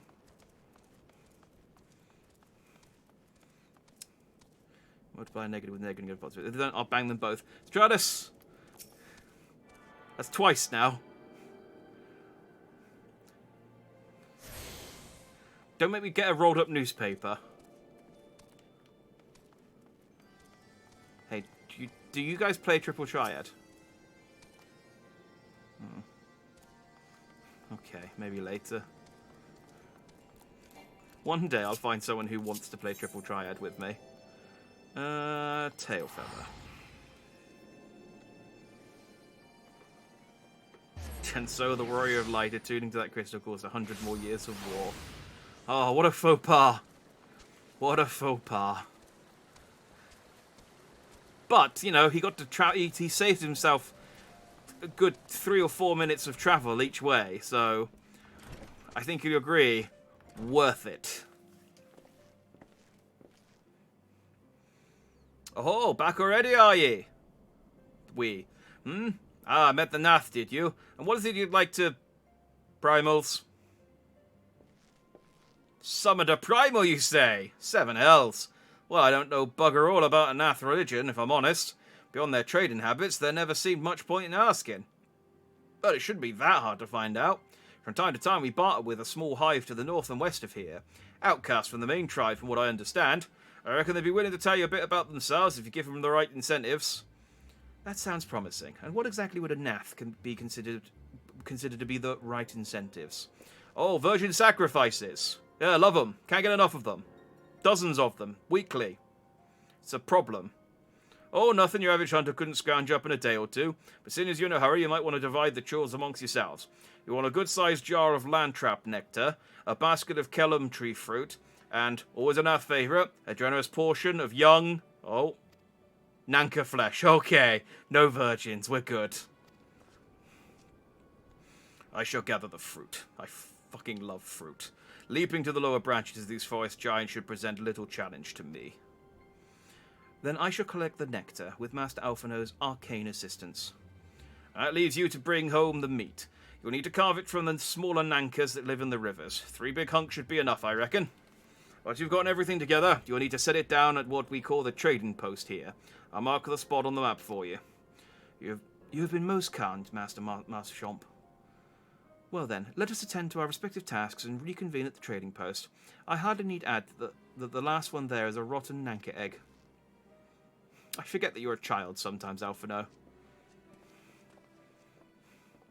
But it will be me, because I'm always the last person at every meetup. That's how this works. Well, I'll take this a quest for the time being. I'm not going to do it, but I see we're making the rounds getting to know the hunters in these parts. Well, how'd you like to help a real hunter? I'm overseeing 3 camps set to the east, but the lazy sods sent me a report in over a fortnight, and I'm too bleeding busy to be playing messenger. You look right fierce enough to get the information out of them. It's a simple job that'll earn you some coin. Can't rightly say no to that. If that tickles your fancy, I need to talk to the leaders of each camp. Linulf, Granana, and Omaha. Hear what they have to say and get back to me when you're done. I don't actually care. I just wanted to... Ah, come on, triple triad me, Marchamp. Fine. Maybe if I do his mission, he'll triple triad me. It's the only thing it's the only reason I keep playing this game is because I want to finish my triple triad deck. It's like Warrior of Light. Why do you try so hard to save the world? It's just I just want to get my deck finished. I want all the rares.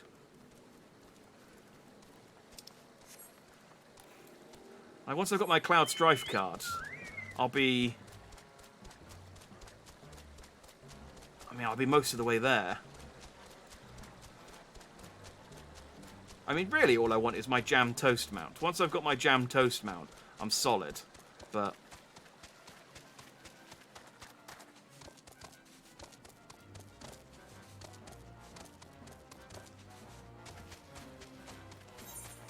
it's down here?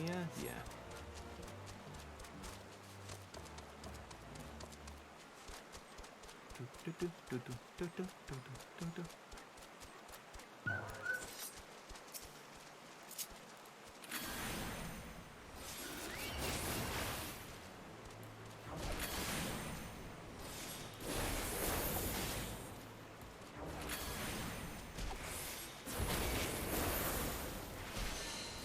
Or like with Spy would hold the world hostage. Bring me all the cards and I should save you from this evil primal.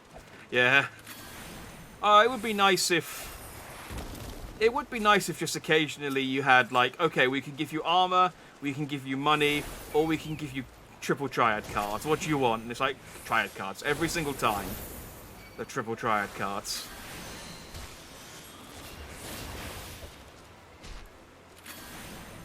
Like, I mean, it's nice that you're offering me other, options with, different types of armor or cash. But just, I want cards. I want to see my deck full.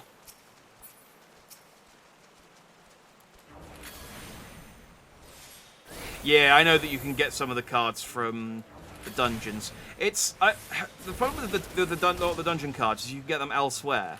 So I sometimes will get a dungeon card and be like, I got a dungeon card from that mission, and then I'll try and claim it and he goes, you've already got this one. It's like, oh, come on! I got all excited then because I got a dungeon drop, and then I've already got the friggin' succubus or whatever. You got it in a pack of cards from winning the tournament.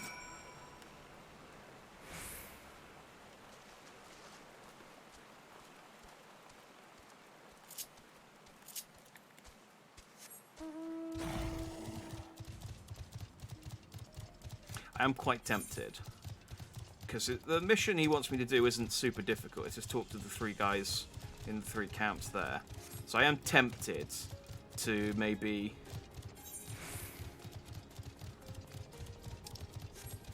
do that mission as kind of last thing to see if it would unlock triple triad. And then we could finish on a triple triad match. My favourite thing. And then I'll still sit here and play the same guy over and over again for an hour trying to get the card that he has.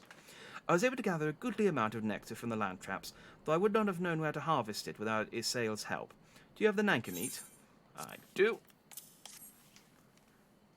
I guess that makes me the rotten nanka egg. Splendid. I shall put this with Estinian's fruit and assemble a suitably generous-looking hamper for the nath. Woo! Here, have some trousers. Have you got any cards? Oh, I'm on the cusp of 50 as well. Ooh, a Yeti ring of casting. How does this compare with my... No, don't try on. Item comparison. How does it compare to my current rings? Worse. Worse. The same. And the same. And I have the same ring twice, so... Cool.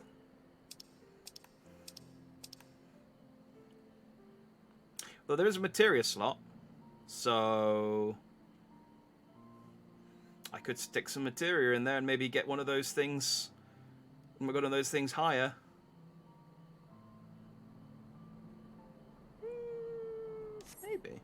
Maybe. Considering how often Alpha knows the NPC that gives you quest rewards, I just wonder if he keeps all these clothes. Tartaru just keeps making them for him, and he's too polite to say no, so he gives them away to basically whoever will take them. She's just you know what Tartaru is like. She goes on a bender and she just starts knitting and sewing, and she just comes away hungover and with a mountain of new clothes for Alphino. I mean, I don't know how they fit me, or anyone considering Alphino's size, but Tartaru does. Again, she's drunk. She makes all sorts of sizes. It's weird. Well, everything appears to be in order. Assuming no one has any objections to my choice of presentation, I shall place our offerings at the trading post as instructed. Were I of the Nath, I think I would be suitably impressed.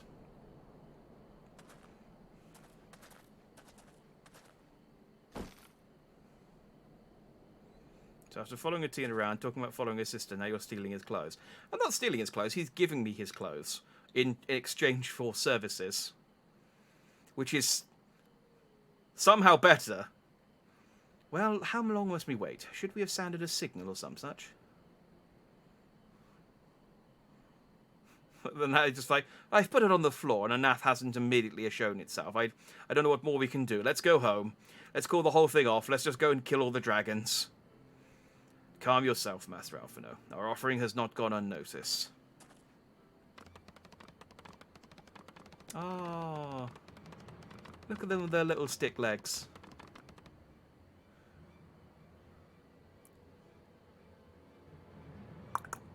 Long has it been since Hunter's Glass came to trade, bearing gifts that filled the air with such delightful scents? Landtrap nectar, calamtree fruit, and nanka flesh! What delectable foods you have brought for us. Our meager existence is much enriched by your bounty. Come, hunters. Come to our hive if you would trade. Cramped and stifling our homes are, but the rancid incense keeps the dragons at bay. Cramped, stifling, and horribly smelly! What better to live in stench than be cracked and crunched by dragon jaws? Yeah, come, it is not far.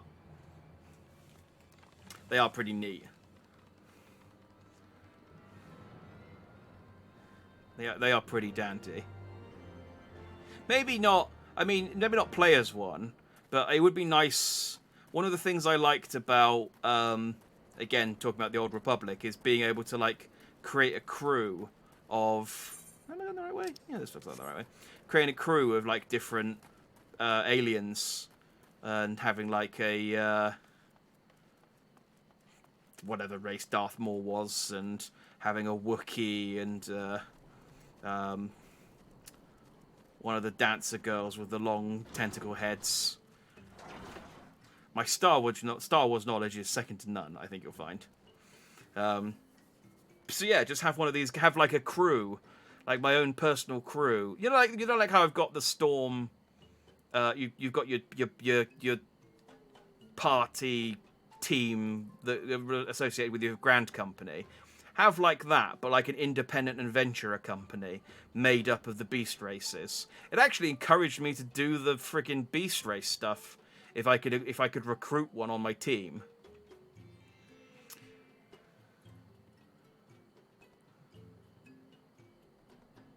Otherwise, the Vath work as mercenaries, traders, and adventurers also, so it makes sense for a play. Yeah. I just like to have a team of weirdos that I could run into battle with, and just like, there's the Warrior of Light with his team of beast men. Your presence has been announced to the storyteller. You must speak to the chosen leader in words, for we are Vath. We are the non-mind. What does that mean? Do I have to click at it too?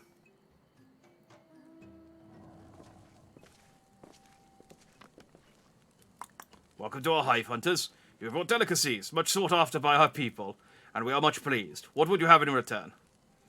Honoured Elder, pray allow me to begin by thanking you for welcoming us into your home, and for accepting our humble offerings. My companions and I come in search of knowledge, specifically knowledge of your people's god. Knowledge alone. What strange hunters you are. But if it's words you desire, then words you shall have. We are Vath, the non-mind, and to speak is our fate. You will hear the tale of the Nath's god, the god of the One Mind, summoned into our midst. The One Mind? These are the Nath who reside in the main colony. Yes, they are one, connected, but let us begin the story as its beginning. Does that just mean they're not... Doesn't that just mean that they're, melded? Is that the word? Yeah, like a hive mind thing. But yeah, isn't that just what summoning a primal does? It just makes them all kind of... Is it melded? Melded was the word, wasn't it? Am I making that up? It's been a while since we've had to deal with primals.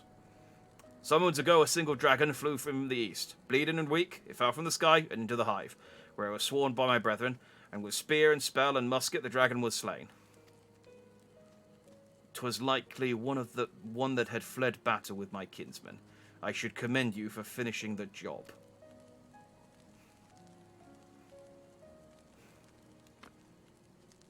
Hey, they really do have like a Tom Hanks.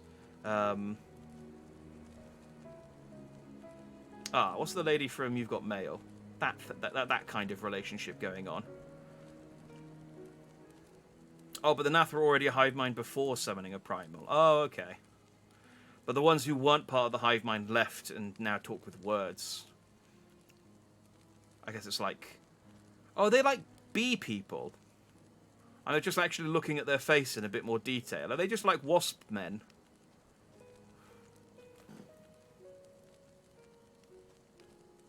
Oh, I thought they were wearing hats. That's actually part of their head. Oh, there's a lot more going on here than I thought.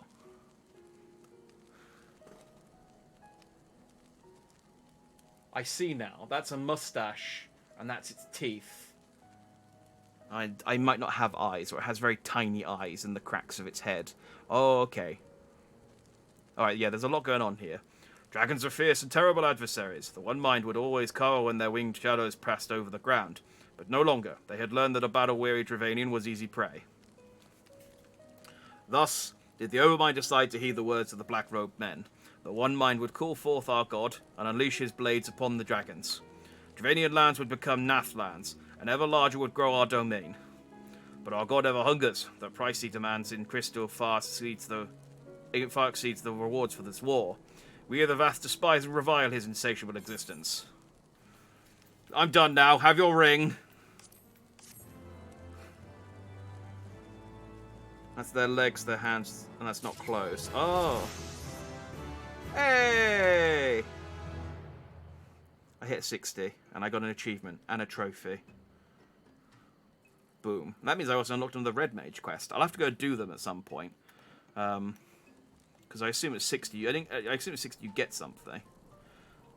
So is the only bit of clothing they're wearing their shawl? Maybe a loincloth. I think they are wearing a loincloth as well. For their dignity. Oh, okay. Yeah, they are cool little... They are cool little dudes, aren't they? Oh, hang on, I know what I can do.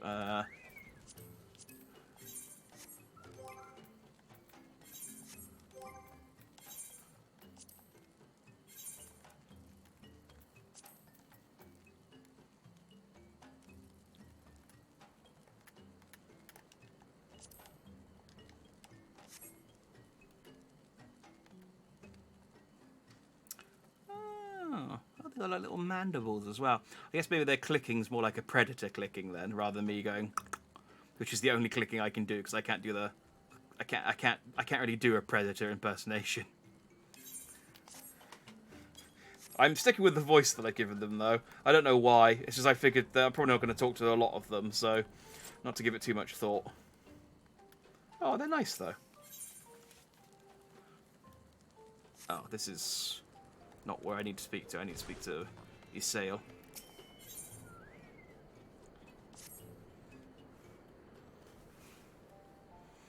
I call upon the power of a primal for the greater good, conscious all the while that I do so at grave cost to the land. I reason that it is a necessary evil and willingly shoulder the burden of my sin. In suggesting that such crimes can be justified, you may argue that I presume too much, but you must surely see that I am aware of the magnitude of my transgressions. Not so the Nath. They summon their deity for no greater purpose than to expand their dominion. To a sign of the seventh dawn, one sworn to eliminate the primal threat, the distinction you draw seems questionable at best. Yes, but the fact remains that my own grandfather risked unleashing the power of the 12 in an attempt to prevent the calamity. Thus, while I may not condone your actions, I at least understand them. Well, not so the Nath, as you so rightly put it. If they truly seek naught but territorial gain, I can only conclude that they are ignorant of the ruinous consequences of their god's insatiable appetite. The longer this primal is suffered to exist, the greater the suffering it will cause. It must be destroyed. How lightly you propose the destruction of this god, Master Alphino, a being of whom we know naught. How does it occur to you that you may be sending the warrior of light to his death? Now, I'm really good at this, and I'm way over-leveled. No, You have the right of it, Estienne, and 'twould seem it is I who am guilty of presuming too much. Pray forgive me, Jack. It's like I've got my rapier out already. It's like, are we not going to kill the primal then? Oh. Man, no one wants to play triple triad with me. I can't kill a primal. Today sucks. I do not fear my duty. Let me at him. There's swords for poking. Wait, Jack need not wait. Jack need not face us alone. Like him, I am blessed with the Echo's protection and may do battle without fear of a primal influence. Let me bear this burden. Ha! Do you truly imagine yourself a second warrior of light?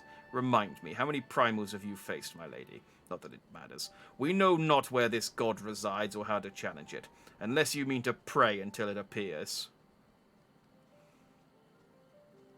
I mean, you would just go to where the Vath's hive mind is. I guess it's there. Estine makes a valid point. Let us speak with the Vath and learn how best to secure an audience with their deity. In this, at least, I may be of assistance. Alphino away! The young lord certainly appears eager to prove his worth. Yeah, well, he had a coup the other week, and he's still feeling a bit sore. So, you know how it is with coups. We are the Vath. We are the whole non-mind. We do not fear the one-mind's thoughts. We cannot predict their will. Off away with you. Put this idea from your mind, generous hunters. If you meet our god, then he will have your souls. Surely you are not so as generous as that. Okay. You wish to meet our god? Offer yourself as a sacrifice, and you soon will be brought before him. We would mourn the loss of such generous hunters, however. So he does like sacrifices. Excellent.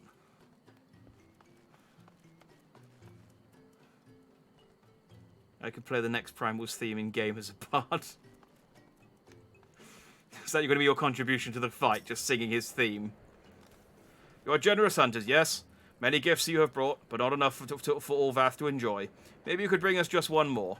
We're very fond of Nanka flesh, yes? The meat of a young Nanka would make a fine repast.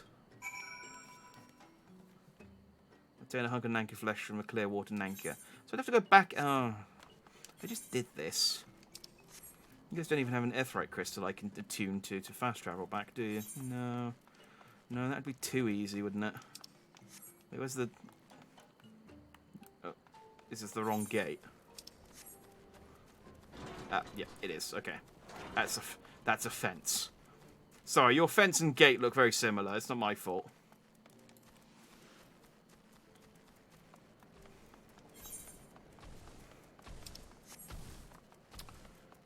I feel like they could get this themselves. This isn't that difficult.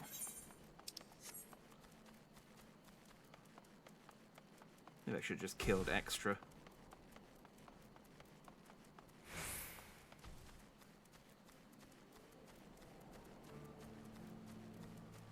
That's a great. Their Beast Tribe quests you unlock later are good. They sync up to your level and give you more XP if you're higher level. I do need to... I have heard... So when I've looked at, like, oh, what side quest should I do? I know that there are, like, mounts associated with the Beast Tribes, and I just haven't touched the Beast Tribe stuff at all, really. So... And I know that they don't take... They don't take a long time to do, but they also don't take a short amount of time to do. I feel like it might be one of those things that I do... Yeah, when I sort of run out of things to do at some point.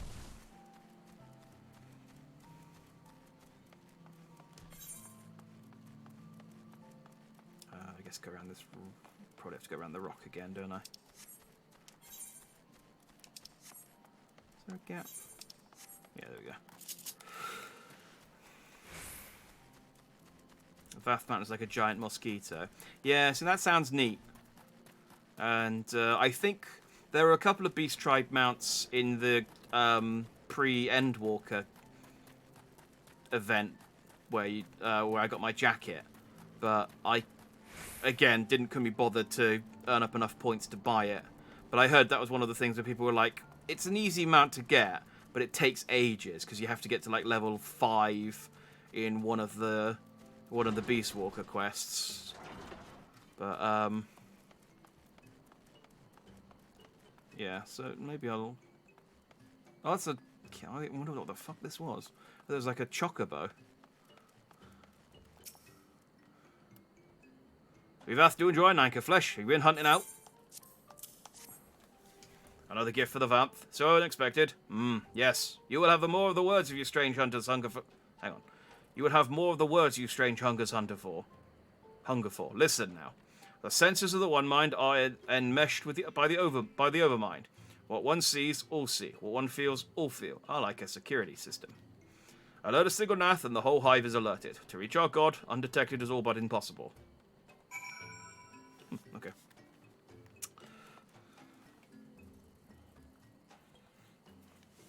Yeah, like I've heard that it's not difficult, but yeah, because you got to do the daily quests, it takes a long time.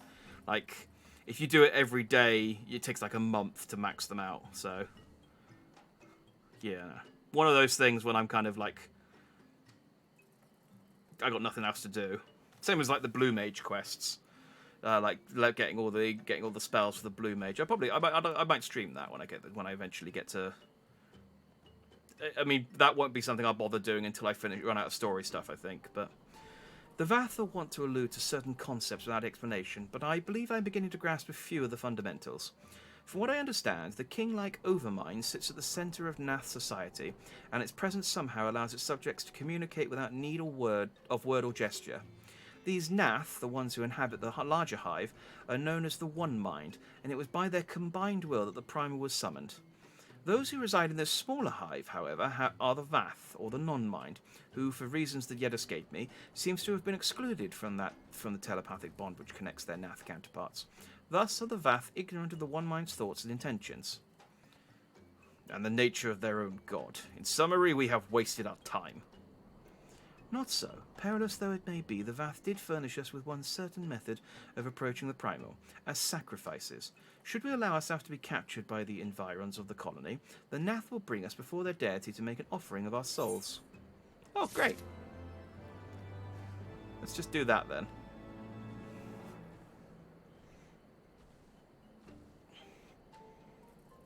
Crafting beast tribes usually best to do lots of easy craft to gather XP. Yeah, getting the grand companies up's a really good way to get crafting XP as well. I mean, I don't think I've done any fishing since about level 30, and I think I'm like a level 70 fisherman now.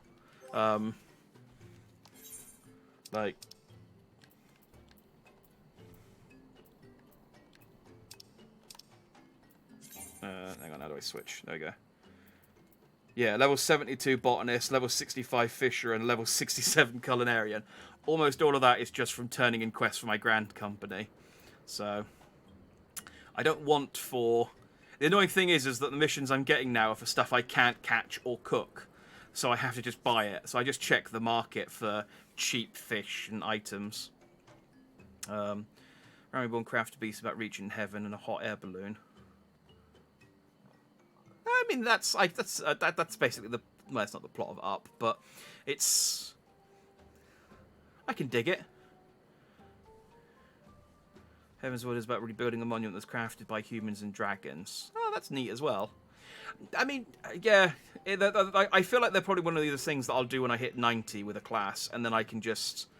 A, don't have to worry about being over-leveled, and B, I'll be, like, way over-leveled for the Realm Reborn ones, so they'll be trivial. Same as for, like, getting the mounts and stuff from the primals. Stormblood is about creating a festival to save the Beast Tribe. Eh.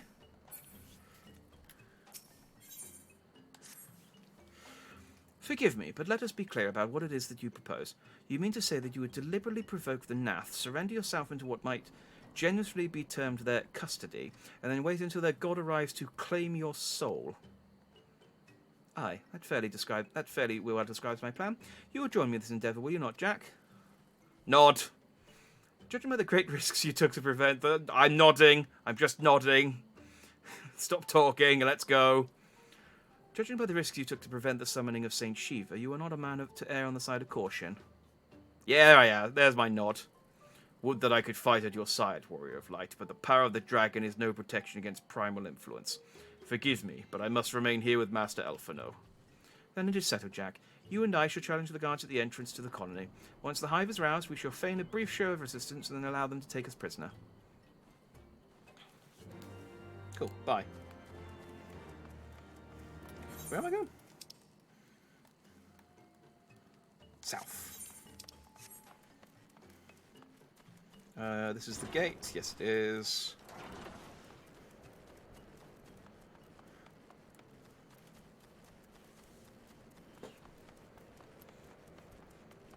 Oh, and Shadowbringers, you build a tank.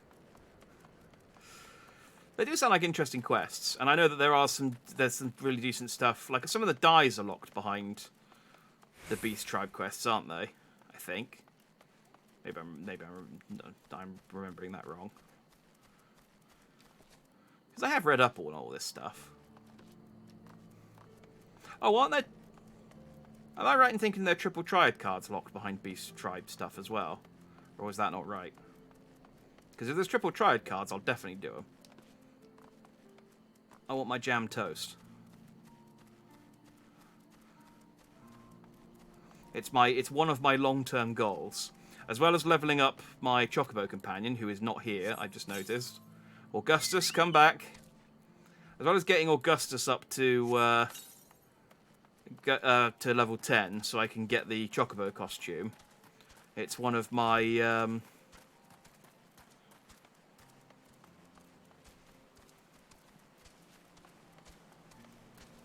long-term goals.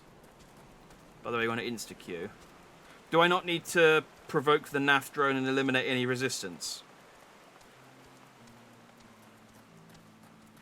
I mean, I assume that there'll be a trial room to do the actual primal bit, but I assumed I had to do at least the formality stuff beforehand. Happy to party up and queue, though, once I've unlocked the actual primal quest, though. Unless that is this.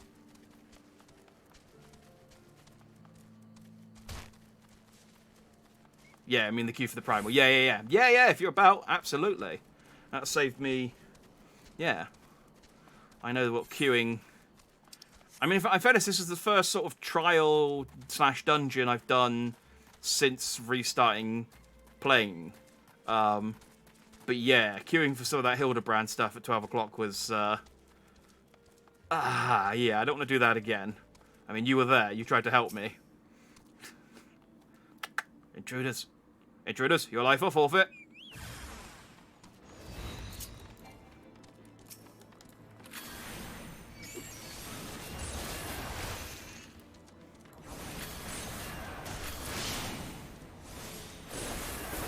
See, if I'd realised they were bee people, I would have given them probably like a nasally accent and made them sound more like meh.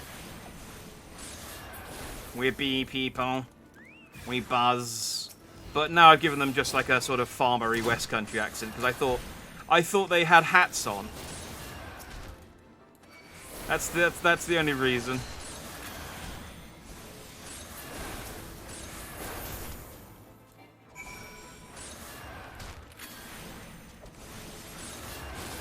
Where's Ice Heart? I thought she was supposed to be helping me.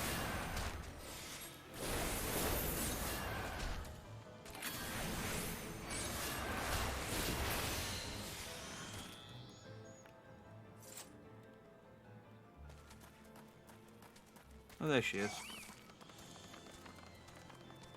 You can get a Nath hat and Nath armor. Ah, I bet I can't wear that with my rank, though. The Overmind must be now aware of our instruction. Let us press onto the hive and ensure that we have our host's undivided attention. Stop hitting my Chocobo. And Chocobo, you can fight back if you want to. If you're like actually like actively taking damage.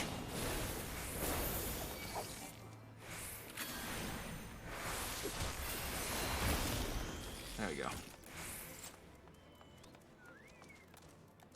Howdy. Hang on.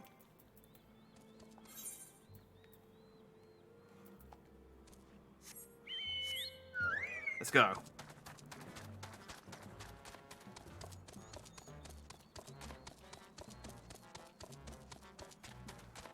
Into battle!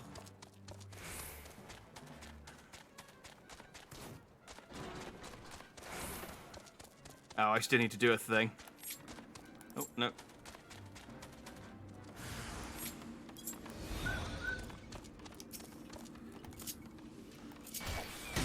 Let's do that.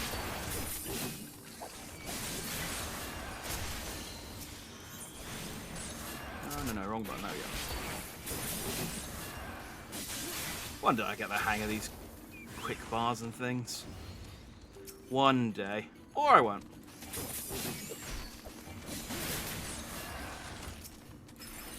Or I won't.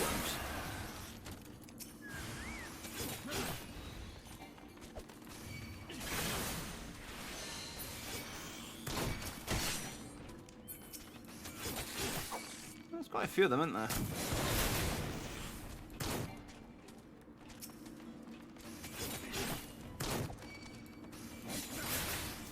But I am still, again, vastly over-leveled, so... Alright, now I have to... What am I doing? Do I want to go down or do I want to go around? It's not clear. Let's go around, because getting back up seems like it might be...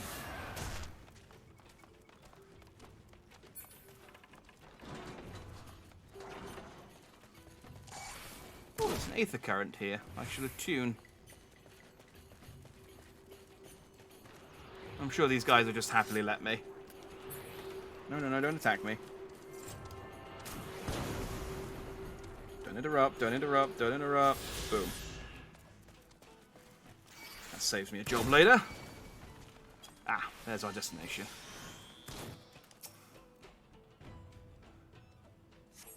Good, they didn't interrupt my waiting.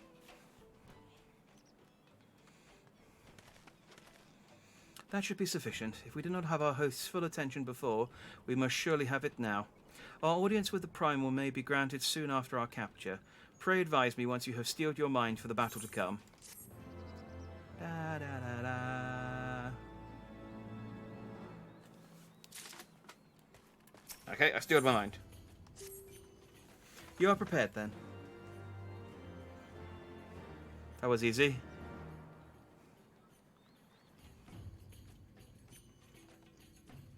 I guess we'll get a cutscene. Will there be voices? Just looking at me like, what are you doing? You look like an idiot. Hold here, Jack. When next to the Nath come, we offer no resistance.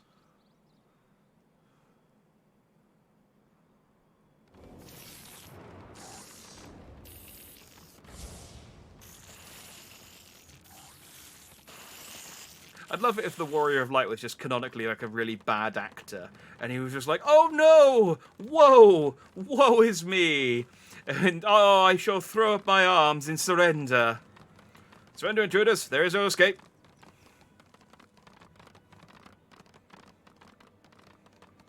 It's like he's hamming it up quite a bit, but he appears to have surrendered.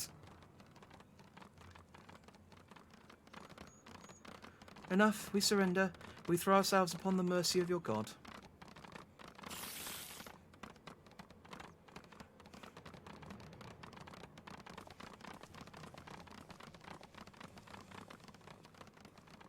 Ah, can they fly? They look like they've got little beetle backs that open up to expose their wings. I bet they can fly. Oh no, there's weak enemies I can kill thousands of, but now 5 of them. Whatever do I do? Exactly. Cutscene enemies are always just like elms stronger than regular enemies. You can't defeat a cutscene enemy if the cutscene enemy is undefeatable. They seem eager to proceed. Good. When they take us before their lord, pray leave matters to me. If what I know of summoning rituals holds true, I shall be well placed to act. Mark the sound of the river rushing through the ravine behind us. Passing loud, is it not? I imagine the noise would serve to mask our escape should we need to withdraw temporarily. But you are prepared, are you not?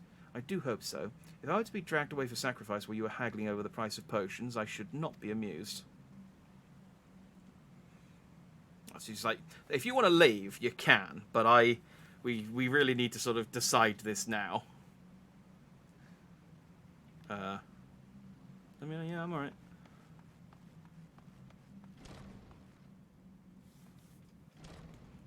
Exactly, the plottiest of armor. Tick tack, tick tack, tick tack, tick tack, tick tack, tick tack, tick tack, tick tack.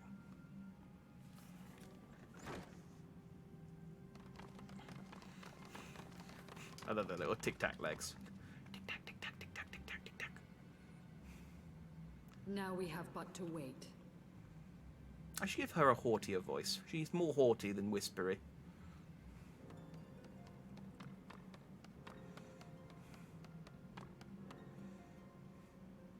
Just looks up and shouts, God! Just a really casual god. He's like, yeah! He's like, come on down, there's some sacrifice. He's like, okay! The sacred blades, wrath of the colony, conqueror of the world, hear our prayer. Oh, that doesn't sound anything like the voice I gave them. That's just that one. He just sounds like Pray that. grant unto your devoted children the gift of your divine presence. Yeah, that's just the priest. The rest of them sound like the voice I've been giving them.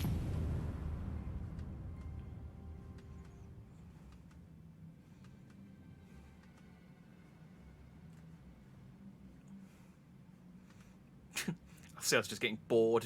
So I drifted off for a second there. Alright, Auron.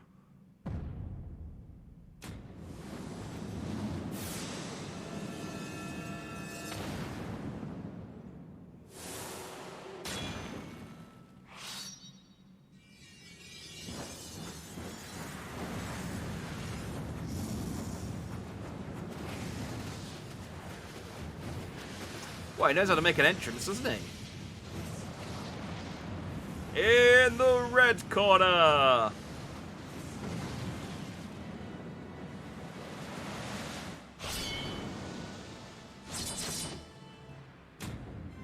Oh, he's like a cool insect man sword thing. Oh, I bet Estinian would like the look of this guy. He looks cool. All Estinian would just be like... to the colony.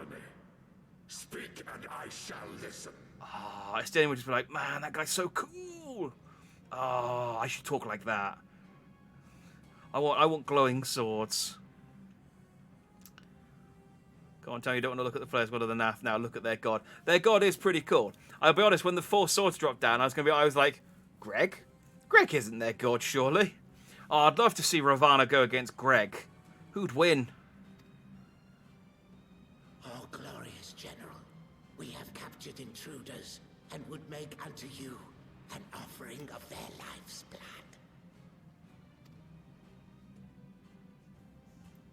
These feeble fleshlings dared to invade Natlands. Hi. Hear me, Lord Ravana. My companion and I did not come to contest your children's territory. We wished only to learn the reason you wage war against the dragons.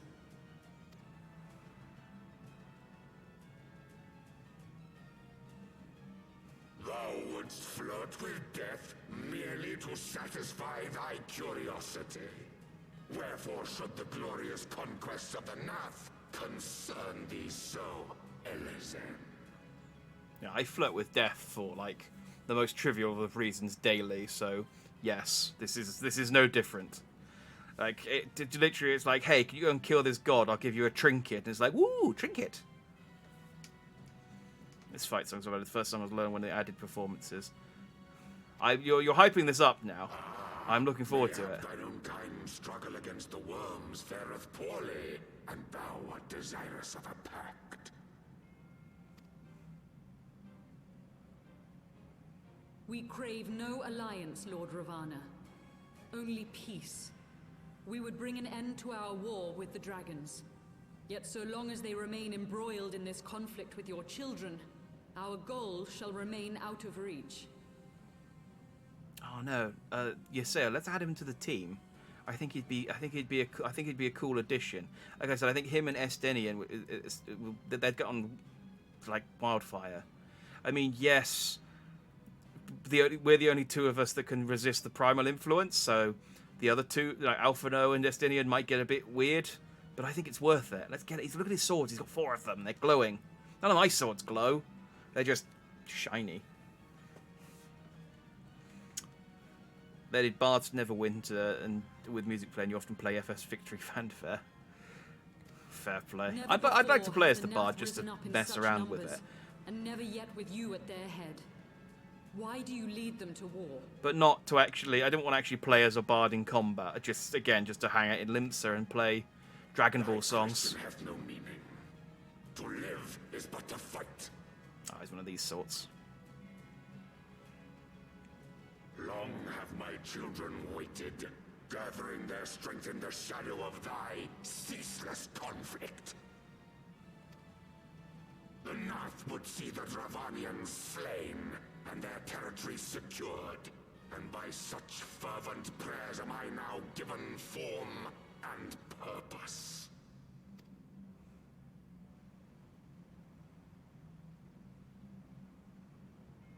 As I feared, your very existence is an obstacle to our goal. Since you are so fond of fighting, we challenge you, Lord of the Nath. Yeah. Let me just go and quickly get 4 of my friends. 3 of my friends. Maybe 7. I don't know. And should we emerge the victors, I would have you swear to withdraw your soldiers from Dravanian soil. It's been a while since I killed a Primal. Do you reckon this would have given me a Chaos Emerald? Thou art bold indeed to risk thy fleshy hide so readily. Very well. I, Ravana, 4-fold Master of the Blade, do accept thy challenge. Ah, the Yontoru. I'm familiar. But should I emerge the victor, I would have thee swear to serve in mine army till thy last breath is spent. Do you accept? If by that you mean, I will let you try again until you win, yes, I accept. Have you considered putting one of the swords in your mouth for the Gotoryu? Consider it. You mean 5 swords is stronger than 4 swords, after all. We know this. You do need to learn ventriloquism, but... I do. And I believe the first bout is mine. Oh, is she gonna magical girl transform?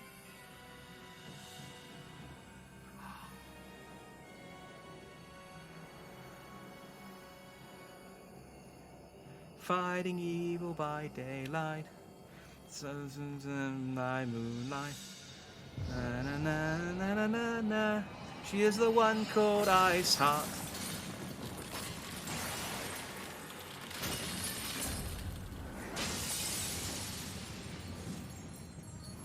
Do you need me? Like, I feel like this is probably she's probably got this.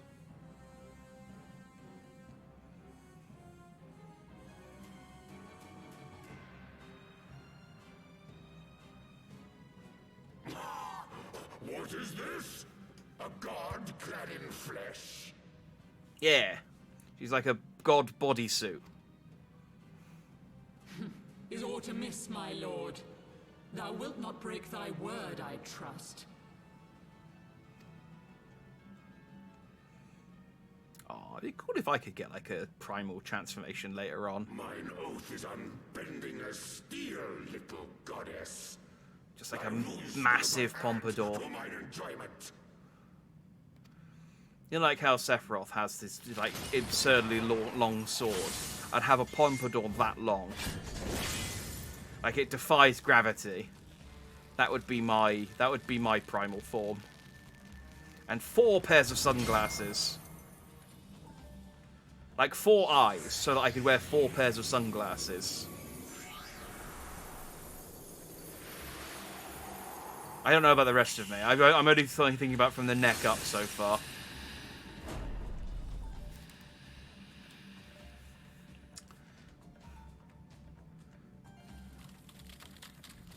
It would be interesting if just Shiva killed him in a cutscene, and it's just like, well, I mean, okay, I guess we won't fight him then. Like, I guess she's gonna lose.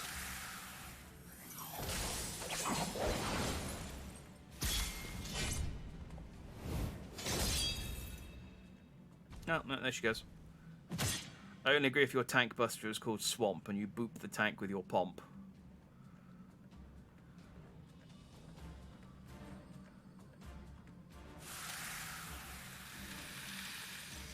I can deal with that. Or maybe like I whip the pompadour around. Like, have you ever seen giraffes fight? You know how like giraffes whip their neck around. I do that. I just whip my pompadour around like a giraffe neck.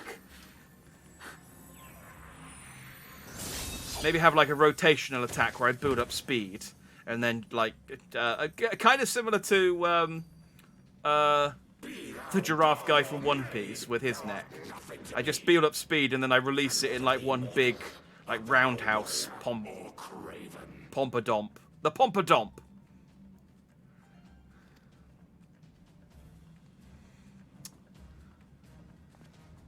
Yeah, I can't turn into a primal yet, but I do have the power of friendship. A warrior, then.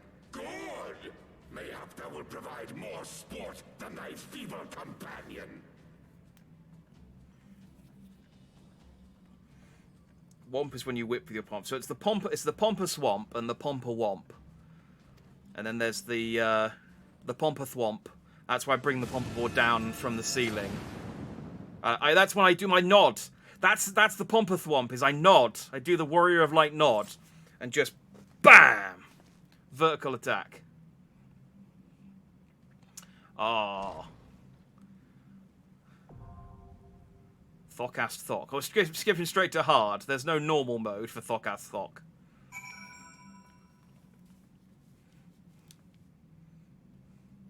You're right, Yasel. Forgive me. I was overconfident. Yeah.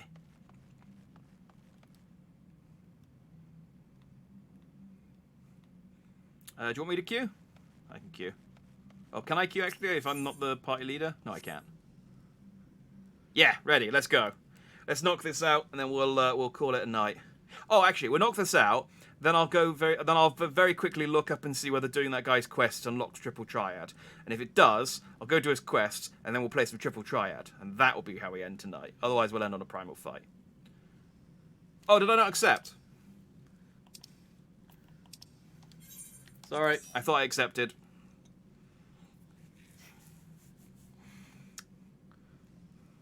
I instinct just pressed circle and backed out. Oh, because I talked... Oh, that's what it was. I talked to Yassil. I wanted to see what she said. The god is undefeated. Victory to the Nath. Alright, well, I'm just going to go back over here now. So hopefully there's... I mean, it's only midnight. There's hopefully... Oh, we do need a full party of 8 for this one. Okay. Let's have a look at... While we're waiting. I don't normally look up the thing. I just play it by ear. But considering sometimes that's gotten me killed immediately, I might as well have a quick look.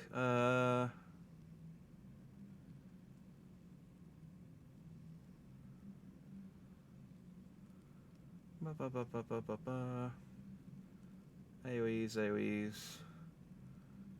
Oh, he's got an attack called Atma Ligma.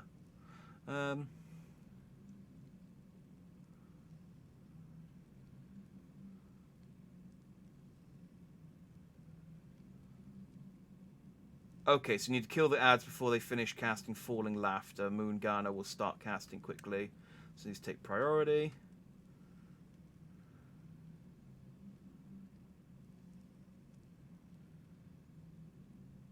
Oh, after the ultimate, areas of the wall around the edge will crumble. You can be knocked off the arena by the pillars of heaven. Make sure you get knocked back into the wall. Okay. Okay.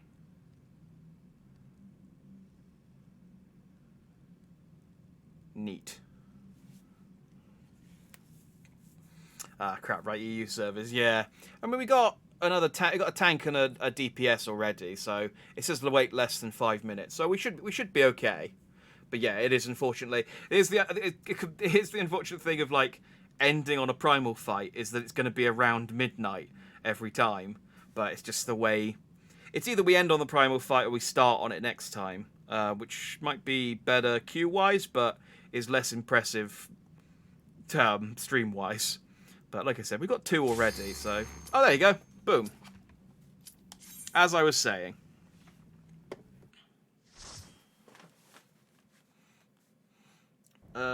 Players with orbs should separate from each other and take the damage from the orbs themselves to avoid unnecessary AoE damage and debuffing everyone. Okay. So if I get an orb, I should run away.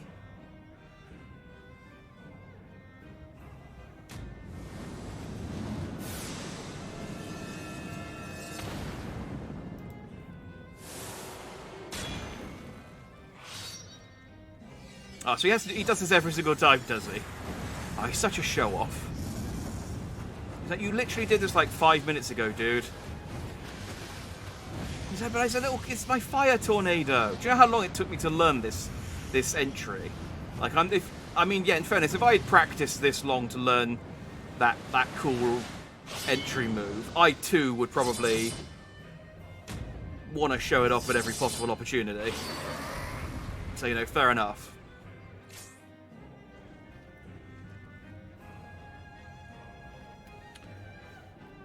At some points he breaks the walls to stay away.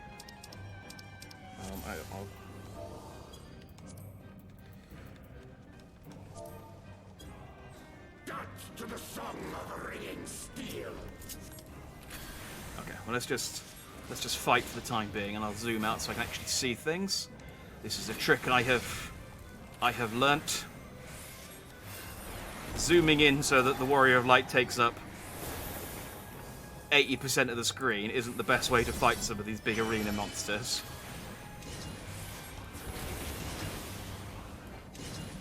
Crazily, I know. It's insane.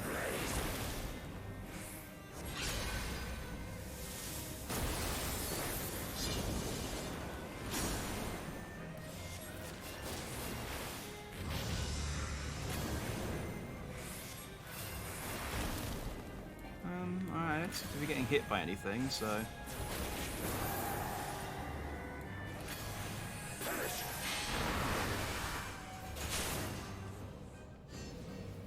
Oh, out of that.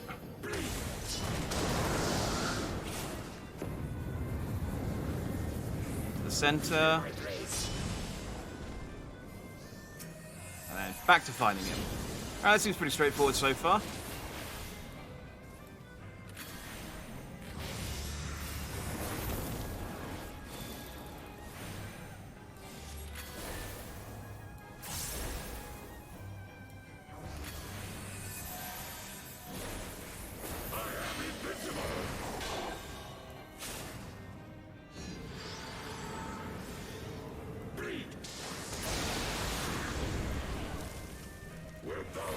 Oh, those are the orbs on him, I see.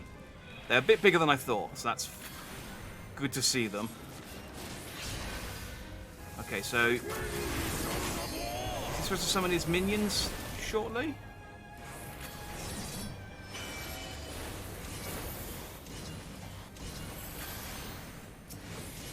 Oh, there's some Spirit Garner.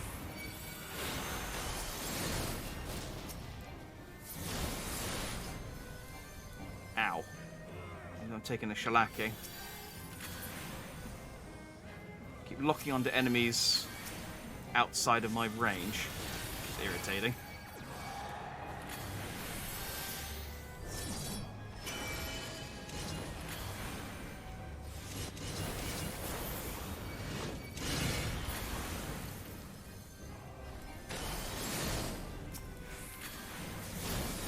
Well, they keep killing stuff before I can... I mean, I suppose it's good that they kill it, but at the same time, I'm charging my spells.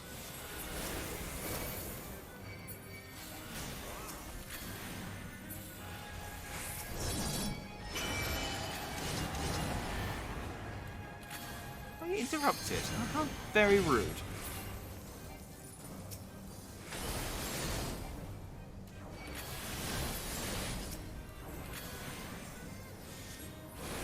Oh, did we kill all the ads? He hasn't even done his special move yet. That's embarrassing for him.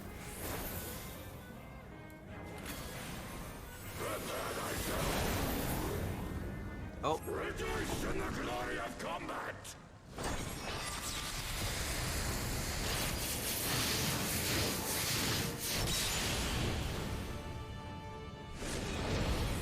Okay. Unyielding of the earth!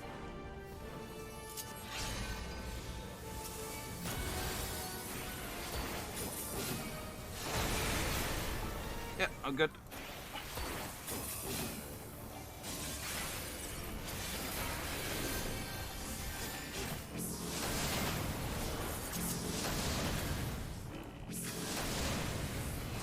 I can sort of hear them. I'm trying to listen to the music because you hyped it up so much, and I'm like, I can hear the singing now, but unfortunately the combat's sort of ruining the music.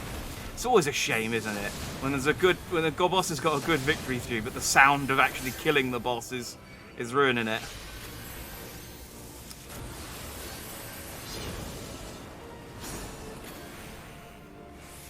Almost got a 3-bar limit break charged up as well. Oh, I should probably move out of the way of that.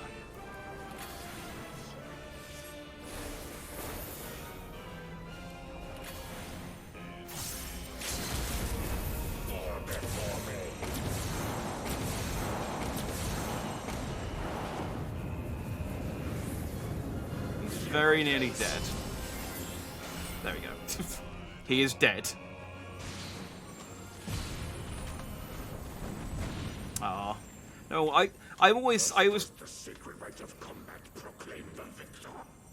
I lay my blades at thy feet, child of man. Oh, they're way too big for me. Sorry, dudes.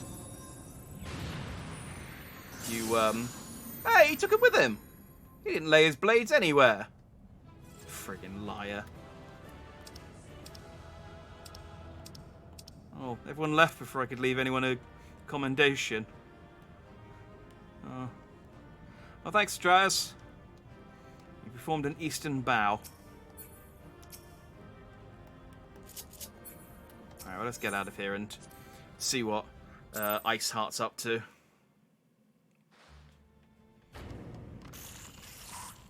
Like, oh crap! That didn't go as planned. I'm just sat there adding another notch to my belt. That's 7. I'm the best at killing primals.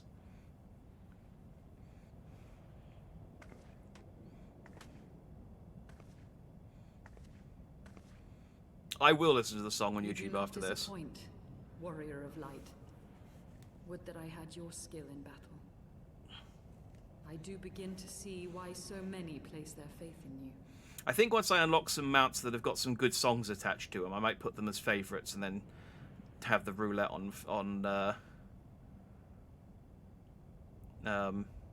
have the roulette, because I assume that his mount from the extreme version of that trial has the song in it like the other mounts do. So I'll have to start building a collection of mounts with cool songs.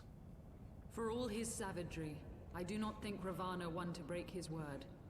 Provided the dragons do not trespass upon Nath lands, they should have little to fear of the primals' biting blades. We have done well, have we not? Come, let us return to Vidofnir and share these glad tidings. Not.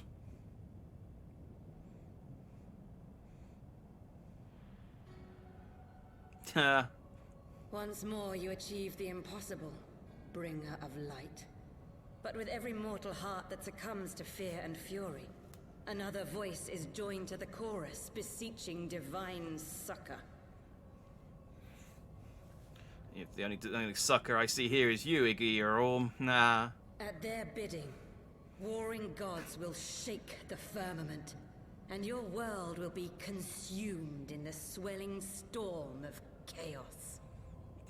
I just love that. I think these guys, they constantly show the Ascadians. What are they called? These guys, the immortal ghost men, standing like looking over arenas and then talking. I just love for it to cut back to me and just be like looking up, and I just hear, and he's like, "What? I think that's an Aesian. What are you saying?" Just mumbling to themselves and looking down, trying to look cool. Everyone's such an edgelord. To be fair, I think every man on Earth is looking for divine suckers. Ayo. That's why they keep summoning the primals. They just hope it's one of the hot ones, and then they get an insecty one, and they're like, "Ah, dang it!" So, is it just the wind one and Shiva that are the only two good-looking ones? I mean, and Ifrit, obviously. And Odin. And, what was Gilgamesh's chicken called? All of them. Never since we first fought have I seen you draw upon the full extent of your power, and never from afar to this day. You were a marvel to behold, Jack. Yeah, I'm pretty nifty. Well, 'tis time we rejoined our companions. They will be eager to hear the tale and to continue our journey. Please leave out the bit where I jobbed really hard. We'll just tell them about the bit where you killed them. We'll just skip to that bit if that's okay. It's, why are you smiling? Please don't tell them. It's really embarrassing. Oh, and Siren, yeah. There's a few of them that would offer divine succor. I think Ramu probably, if you asked him nicely enough, gave him a good reason for it. Maybe took him to a library first. Enkidu, yeah, the chicken. The big chicken. I spoke of not taught you anything, and it being an insect does not stop humans from looting them. That's a good point. That is a good point. It would not surprise me to find Rule 34 of every single one of the Final Fantasy XIV primals. As they say, there is something for everyone. Even Titan. Like, I've seen Titan's taint, and let me tell you, it's ripe for Rule 34ing.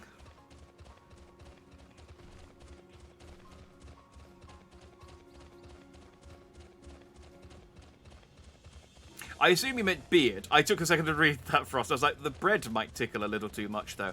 I assume you meant the beard, but yeah, I got what you meant. I was literally like, the bread? Hang on, did Enkidu have a loaf of bread with him as part of his thing? The beard, yes. Yeah. Well, no, that just adds to the effect. That's part of the experience. Like that's why people have beards. That's why I've got mine.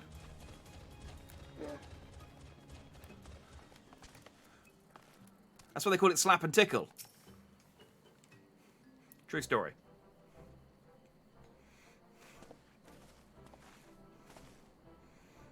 Oh, thank God you're back. This child has been boring me with stories about his sister for the last 3 hours. And I've been too polite to interrupt. I didn't want to go and talk with any of the insect people. They kept just asking me to go get some fish. Jack, Lady Yaseo, thank the 12.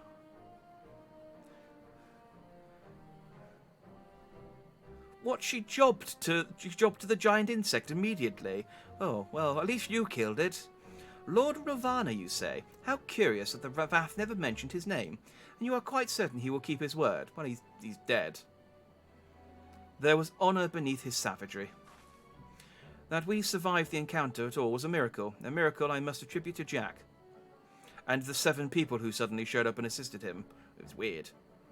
Never did I doubt you, Warrior of Light. Unlike some, you were gone so long that Master Alphino would nigh lost his wits with worry, fretting like a maid for her sweetheart he was. Estinian, was that truly necessary? Ha ha ha! Not truly necessary, but certainly true. I'm a prick. Yeah. Oh, Alphino, we couldn't see Alphino's face, but I'm sure he had the blush lines under his eyes, being the anime protagonist that he is. What matters is that the Primal is banished and our promise fulfilled. We should return to Vidofnir without delay. Lest you forget that this was a means to secure an alliance with the worm Hraelsvelger. Nidhogg's minions will not be halted by idle chatter. Come, now, we must make every moment count. You are unkind, Estinian. For all his experience and intellect, Alphino is still but a boy. Yeah, he's a child. We gave him a military at one point, but he's still a child. Why did we think giving the 15-year-old a personal army would be okay? Why did no one question this at any point in the 10 hours after Ram Reborn that we built up that personal army for him without question? I feel like we should have questioned that at some point. Oh well, lesson learned.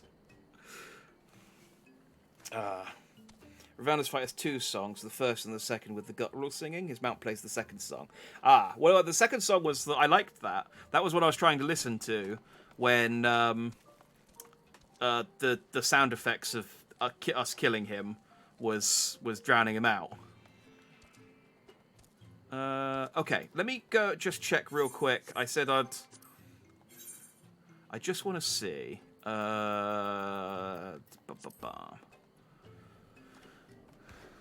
How do I get... Right. How do I unlock his triple triad quest? Gift for the outcasts.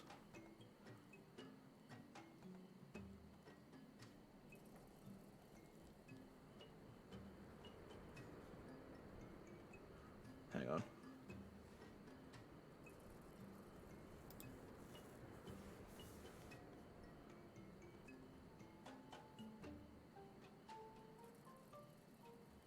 Oh, I've done that quest.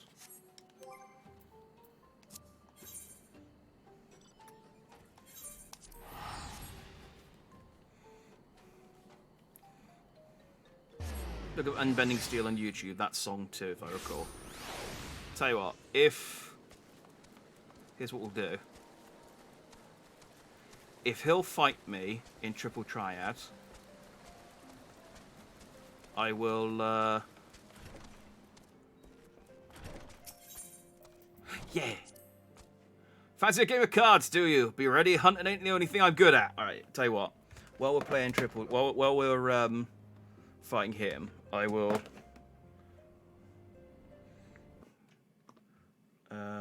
let's do this.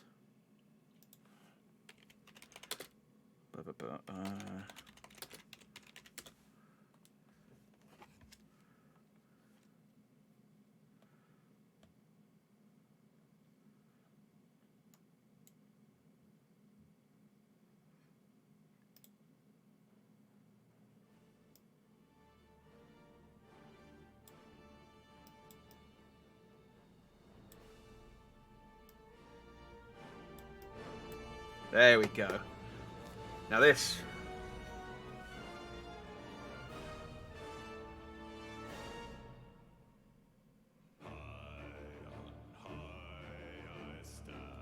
Yeah, this is the song to play Triple Triad to.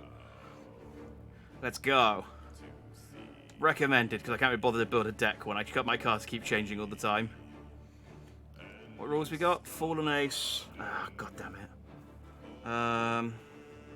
Lower numbers flip higher numbers. Oh, really? Why do we need Fallen Ace and Reverse? Cards play two or more sides of the touching card, the sum of the ranks on the touching side. Okay.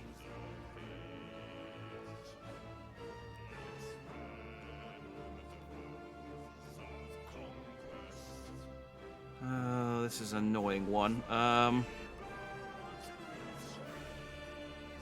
All my cards, dang it, my cards aren't built for this. Alright, well I can't beat that, so let's stick that there. Really a 1?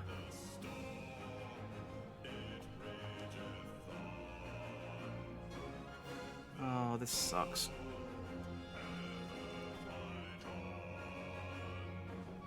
Oh, I can't... Oh, hang on, I can... Right, I formed to a draw. Rematch. Oh, I should really have a deck set for reverse, but...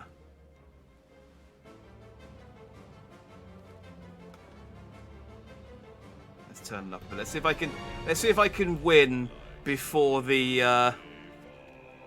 Let's just slap that in the middle since it's useless in this format. Let's see if I can win before...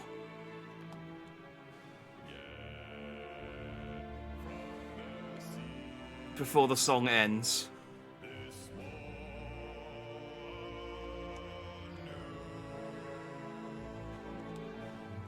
Dang it, another draw. I really don't want to have to build a deck. I just want to go with the recommended. But it just keeps giving me high cards.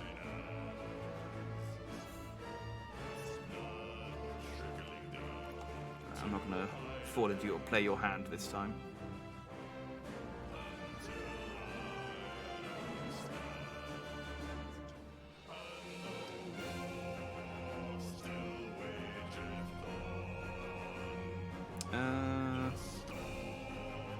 Dang it. I'm in a bad place either way I go, aren't I?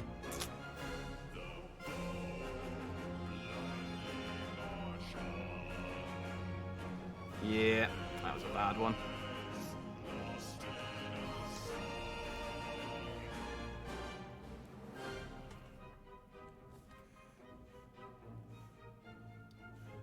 We're about halfway. 3.5 minutes.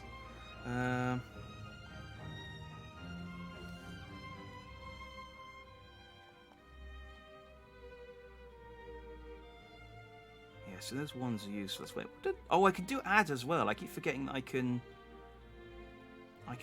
do that one as well. Oh, rank A will flip a 1. Oh, I should have read that properly. So my ace actually is quite useful there.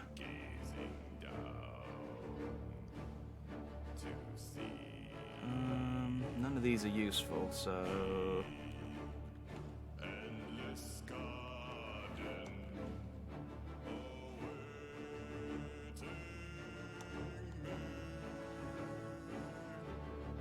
There, one. Did get his card though, so I gotta keep going. But I did get a win, so I'm 1 win, 1 loss, 2 draws. It's going well.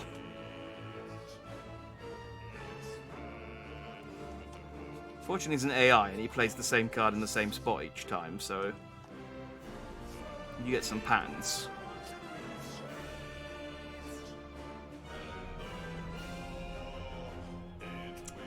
Yeah. but... Ha! No card. Once more.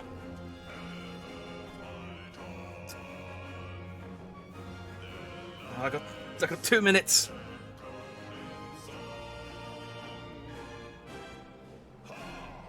Ooh, he changed up his strategy a little bit.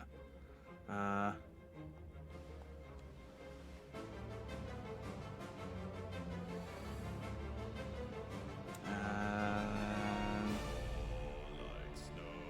don't have an ad that I can work anywhere. That one's not going to work. Alright, let's block that ace then at least, so I can't get fallen aced. Yeah, there we go.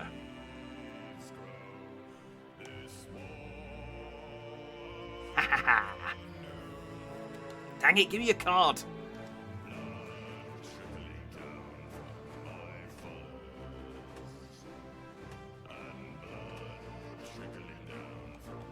He's doing something different now.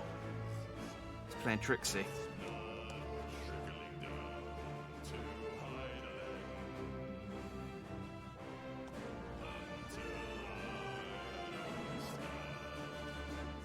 This is pretty cool music. I kind of wish I was listening to the lyrics a bit more than I am.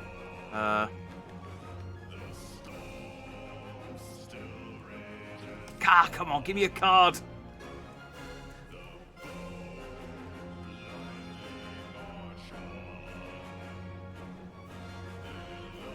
That's not as useless as I thought. That one's useful. That one's more useless. Oh, it does have a 1 on it, actually. It's not that useless.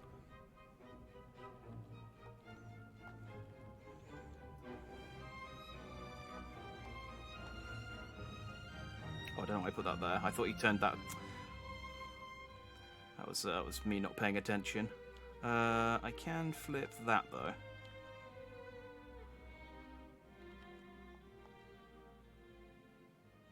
Oh, I plussed into a draw. As in, yes, I knew that was going to happen. Oh, the song ended. I mean, that was just the... no, I don't need a Monster Hunter relaxing music combo. That was... I've started a game, though, so I'll finish. But yeah, that's a cool song. If I could get the mount that's got that playing all the time, I'd happily run around... happily run around on that all the time.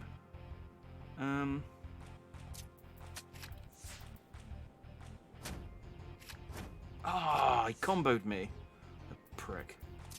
Alright, well, let's fall and ace you. Okay, well, he Uno reversed me there. I don't have a lot going for me at the moment. Oh, and he plussed me, and I can't... Oh. Yeah, he properly swept me. Come on, I gotta get this card. I gotta finish on a win. I failed to get a card. I mean, I got a win, but I failed to get the card before the song ended.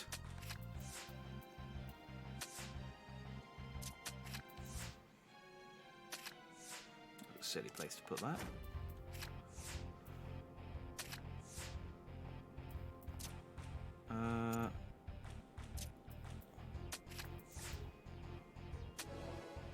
Yeah. Dang it. Well, I got 5,000 MGP for the challenge though. Next Moogle Tome event, if the Rose Lanner is there, that's the amount. Good thing to know. I like the name of it as well, the Rose Lanner. In fact, what does that look like? Is it just a name, or does it actually have roses? Oh, it's a big red bird. Oh, doubly good then. Look at that boy. Oh, it's a big red eagle. Ah, so I get to fly around on a big red bird, which is, as I've mentioned, the macaw is my bird of choice. I mean, it's not a macaw, but it's clearly a hawk. But still, that plays cool throat singing.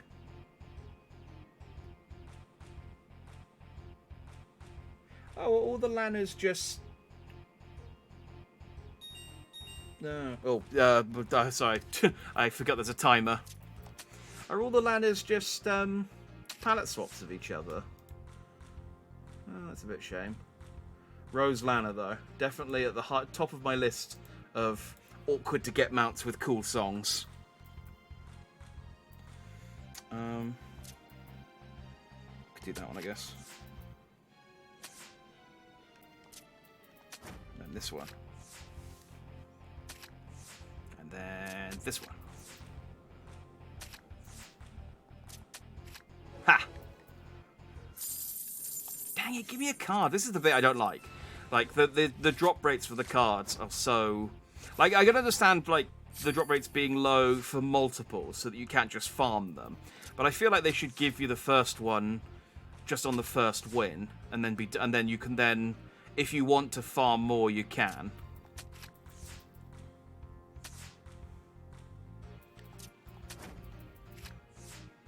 Oh, yes, as intended. Oh, well, he flipped it, so that's a moot point. Well, I might as well get that card. Oh! He comboed me. Dang it. Thought I had that safe.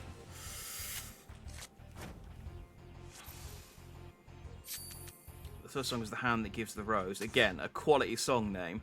I'm all about roses. The Heavens or Parameters will give falcons, which is kind of lame, but getting every falcon gives you a phoenix. Ooh. I do like a good phoenix.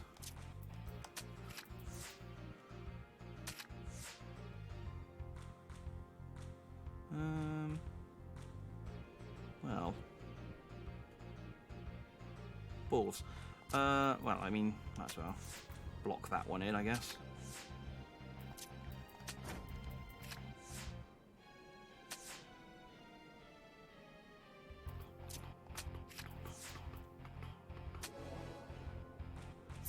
Hooray. Oh, give me a card!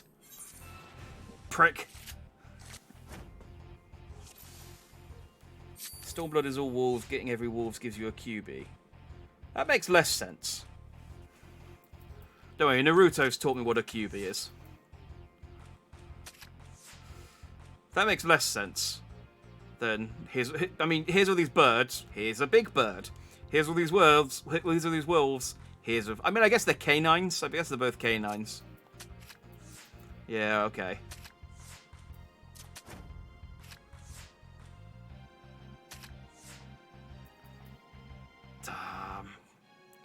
Making a pig's ear of this.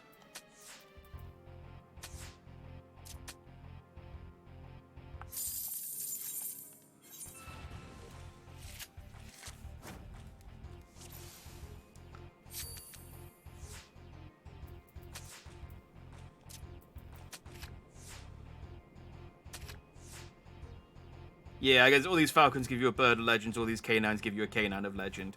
Yeah, no, I guess it makes sense, but it doesn't make as much sense.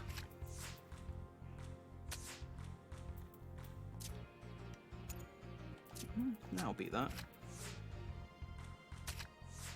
Oh, but that'll beat that. But this will beat that. Haha! Dang it! Give me my freaking card! This could take hours.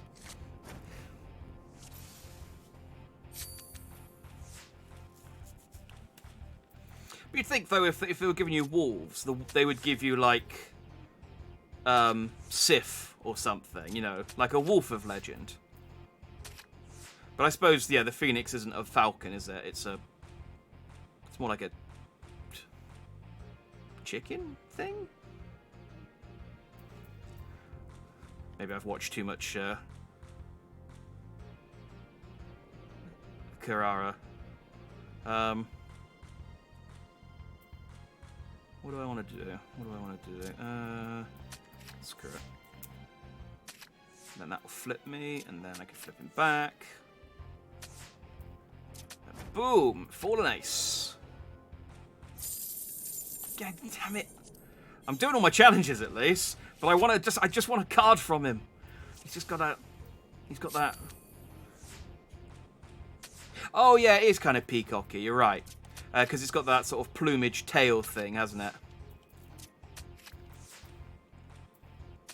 Exactly. The proprietor of KFP herself. Okay. Let's do that one then, because I can flip this one back again.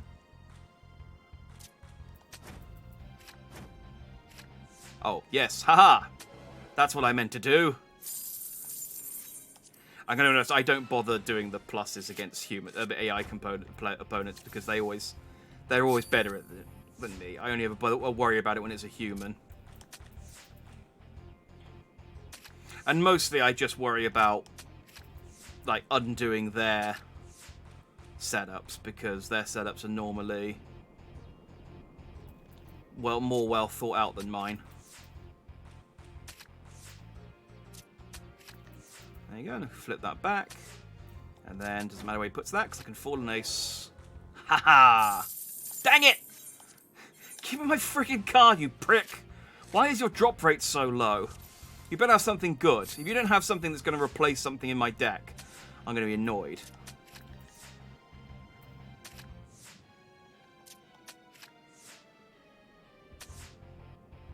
KFP always makes it laugh because KFC in French is PFK. So KFP thinks my backwards makes me think backwards KFC. I mean, it basically is, isn't it? Because it's... Well, it's not a forwards KFC, at the very least. Alright. He's probably going to flip that one, but I can't do anything about that. But I can flip that. And I still win. Yes! Oh, it's a Ysayle card! God damn it, you got a Hunter Instincts, I'll give you that much. Ysayle, I should say, not Ysayle. I keep pronouncing the Y.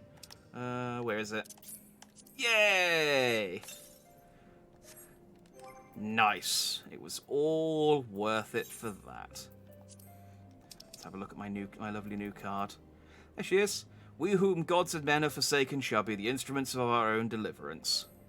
Ah, she's a 3-star. She is not highly valued. I feel like she should be worth more than a 3-star. Like Hildebrand is a 5-star. Where's Shiva? I've got Shiva, haven't I?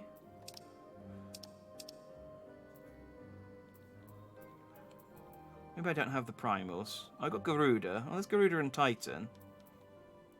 Ultimate Odin, Ram, Leviathan. There's Shiva. Shiva's a 4-star. Okay, I guess it wouldn't make sense for her to be higher ranked than Shiva. Cool. Yay.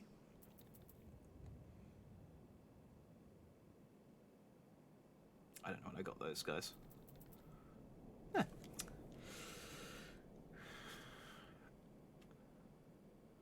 I did activate my new barding. My Chocobo's wearing it. I was talking about how he's clearly carrying my the Warrior of Light's love letters and fan mail.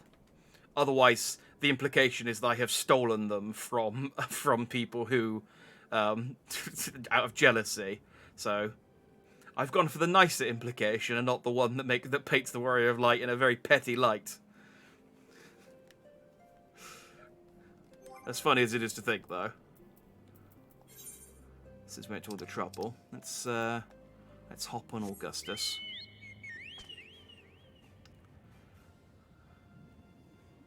Oh, look at my fine steed, and it's nighttime out, so we can't even get a good shot. Well, that's fine. But hey, I got to play some. We killed a primal, and I got to play some triple triad. That's an accomplished evening if ever I saw. And we did an event as well. That's an accomplished evening if ever I had one. So you said she got slapped by Ravana. Yeah, fair enough. Fair enough. He just lined up his 1 against her 3. But you know, it's just the way the cards play sometimes. Right. Let's stop there because it's 1 AM. I didn't think. I can't believe I didn't think to play Triple Triad getting the card from him would take that long, but he was a prick, and it's been a while since I've actually fought a Triple Triad AI person that wasn't just one of the weak people in the battle hall for the weekly challenges. So I forgot how stingy the drop rates are on actual AI companions. It's Yeah, this is new. This didn't look like this before.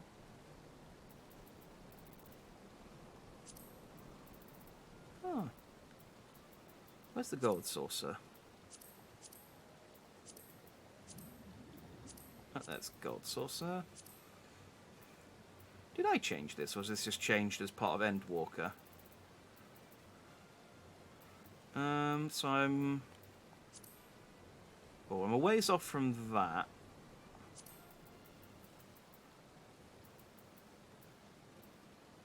That's the one that I want, though. That's the one that gives me my shiny, my jam toast. Ah, one more away from my Horsefon card, though. Or one more unique NPC. I can taste it. I can taste the Horsefon. I reckon there's someone in one of these areas I've unlocked that will give me it. I can't believe 50 doesn't give you anything. That's stingy. And 60 gives you Heavensward Y'shtola, which is, yes, kind of a spoiler. But I mean, it's Y'shtola. She's going to be... there's no way she would be fine. Wouldn't be fine. Lyse, Ardbert, Vitra. I don't know who these people are. I mean, 300 triple triad roulette matches for Varn.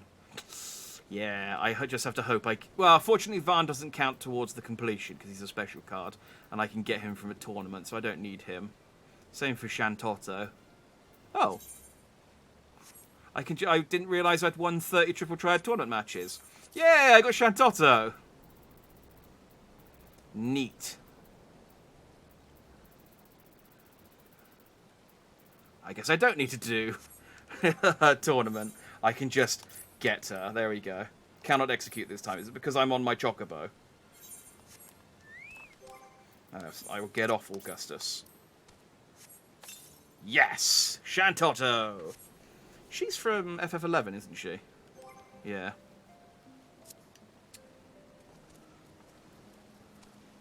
But before you end, come see my room. You made that weird. Okay, what's the easiest way of me doing that? I will in turn show you my terrible room. You can get Shantotto's staff as a cosmetic in game. I get called. Is it Shantotto or Shantotto? Yeah. Yeah, I've been tempted because you can. It's in the friends list, is it? You can get a Bring Arts Shantotto with a chocobo, but you can also get the chocobo on its own. And I've been... Is it a state teleportation? There we go. I've been tempted to just buy the chocobo so that I could have a chocobo. Oh, so you've got an actual house.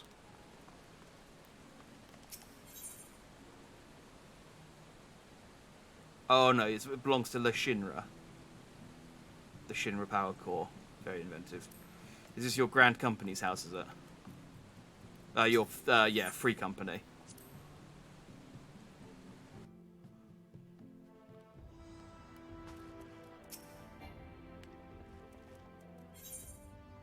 Move to specified private chambers.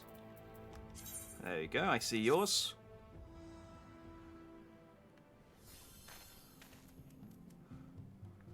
Oh, this is nice. Oh. Please don't embrace me the moment I enter your bedroom. That's incredibly forward of you, Sotratus. I love that you're just sat down. I think you need more flowers on your desk. I don't think you've got quite enough flowers. I think you could probably squeeze in a few more vases. I'm liking the tiger prints, though. And the grassy floor, very, Oh, no, shiny... Oh, it's a, carbuncle, isn't it? I heard you like flowers. It took 24 hours to make each. Oh, they're very impressive. I like the roses. I mean, I like all of them. Yeah, I got the tiger print from the New Year event in my room as well. I'll have to show you my room. I think you'll admit mine's probably the better crafted room of the two. But yours is really nice. Yours is nice. I like the carbuncle decorations. I like the long cat. I got the chair that you've got going on here. This is lovely. This is gonna sit in your long cat chair. Oh, this is delightful. You can see how at ease I am sitting in your chair, just awkwardly with my hands on my knees. Look at its little face. I mean, you can't because I'm in the way, but there it is. That's where you serenade your flowers, is it? Oh, yeah, there you go. I do see your 2 planters. Yes. Oh, it's lovely. It's very, very earthy. I like it. I like this hedge divider you've got so that you can sleep in your futon and then have a separate office working space. It's delightful. Like I said, though, I think you'll agree that mine is the superior apartment when you see it.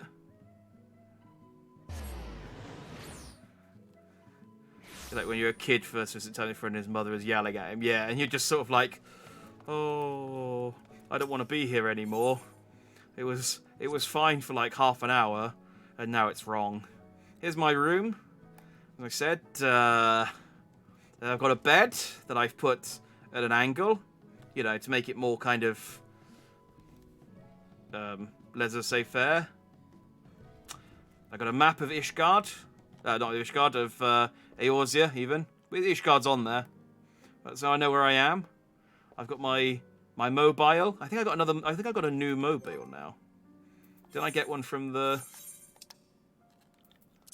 Yes. I always forget how to do the friggin' housing stuff. It's in one of these options, isn't it?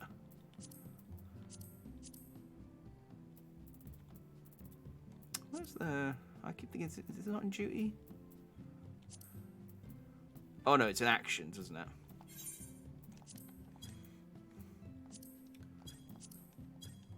There we go. I don't do this very often, so I haven't bothered to hotbar it. Indoor furnishings. Place. Yep. That can go. I can go here. There we go. There you go. That's my Valentine's Day mobile. My Christmas mobile. A table. It's my my tiger thing. What's the word? Yes, exactly. It's minimalist. I have my chair, so I can sit and look at my map. And then I've got my 2 plant pots as well, so that I can grow chocobo feed, which is the only reason I own this place. I will eventually invest money in actually making this look decent, but for the time being, I have 160,000 zenny, gil. That's the one. That's the currency of this, made-up currency of this game. I have 160,000 gil, and it's that doesn't get you very far, unfortunately. One day I will actually craft a decent, you know, I'll get a portrait of Hildebrand and some of the cool. I'll get some roses and things like that to decorate it. It'll be fun. But I need war funds before I can decorate. Easy to clean. You have any idea how dirty having a house with grass floor is? Well, I mean, at least you don't have to hoover. You do have to mow the carpet occasionally, which I suppose is its own complication. But yeah, I do have some more furniture, but I just haven't bothered to get it out of. I think my retainer has it, and I can't be bothered to go and get it off of her. So yeah. With flower pots, you can grow flowers, which you can then craft into hair ornaments, earrings, necklace. You can have a rose in your hair.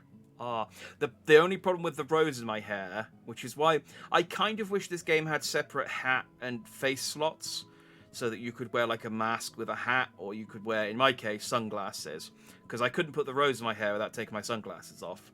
And given the choice, sunglasses will always take priority. Mostly because I don't really like Dandy's eyes in this game, but it's the eyes that come with this face, so I'm stuck with them. So yeah, given a choice, sunglasses will always take top billing. But if they ever separate the head slots or make it so that you can have sunglasses and a rose in your hair, absolutely. But if I can get like rose earrings or a rose necklace or something, that'd be nice. That would be, dare I say it,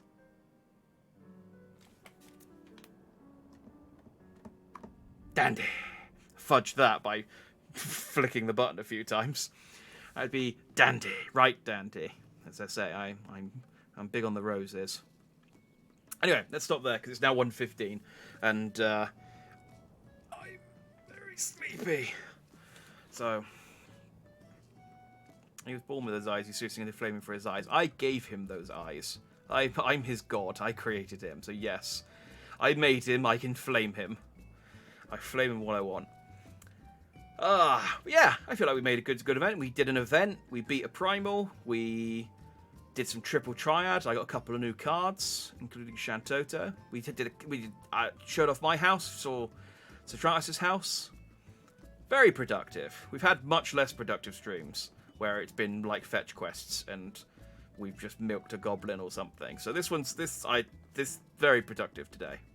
So next time we shall go and speak to the dragon with one of the silly names and tell them that we've defeated their primal problem, and she shall give us passage through to the other dragon with the silly name, and we can then ask him to tell the other dragon with a less silly name to stop being the angry dragon, which I'm sure will be fine and straightforward and won't require lots of deviation.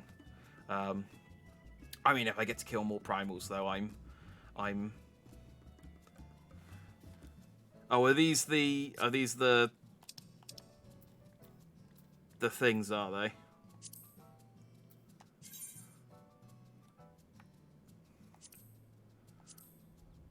See, I can't wear it with a long sleeve, but it looks okay.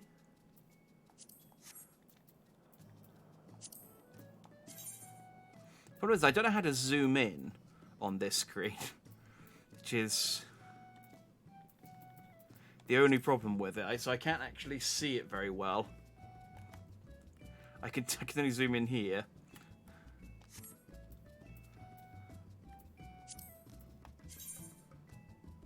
Yeah, it takes off the sunglasses. It's the only problem. That's a wrist one as well. I like the earrings, potentially.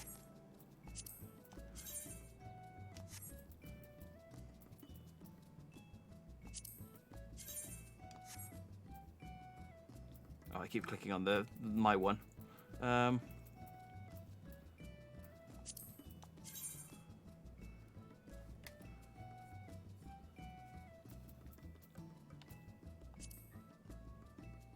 Oh, well, well, that's a place for it to zoom in on, I suppose. Oh yeah, a rose version of that, ideal. I could glamour my my Endwalker earrings that I've got. It'd last for a while. Maybe a project to work on. At some point, I need to sort of decide on a final form for Dandy. No rose, but there are others.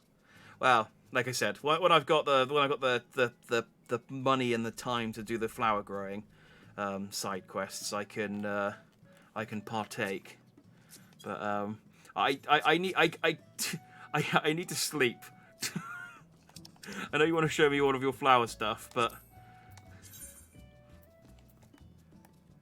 damn it, why was on the junk? Why is that the center of his axis? Oh, yeah. Oh, wait, does the earrings... Oh, yeah, no, there we go. Yeah, see, I'm still a cool dude. I'm still a cool dude with my flower in my earring. Yeah, but the corsage is okay. Wait, where is it? Oh, is that an earring as well?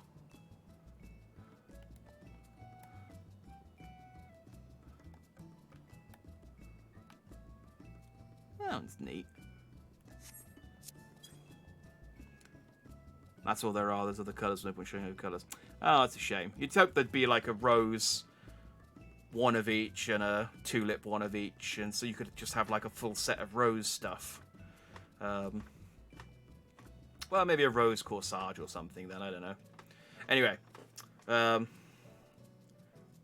when in doubt, that is cosmetic mods are a thing.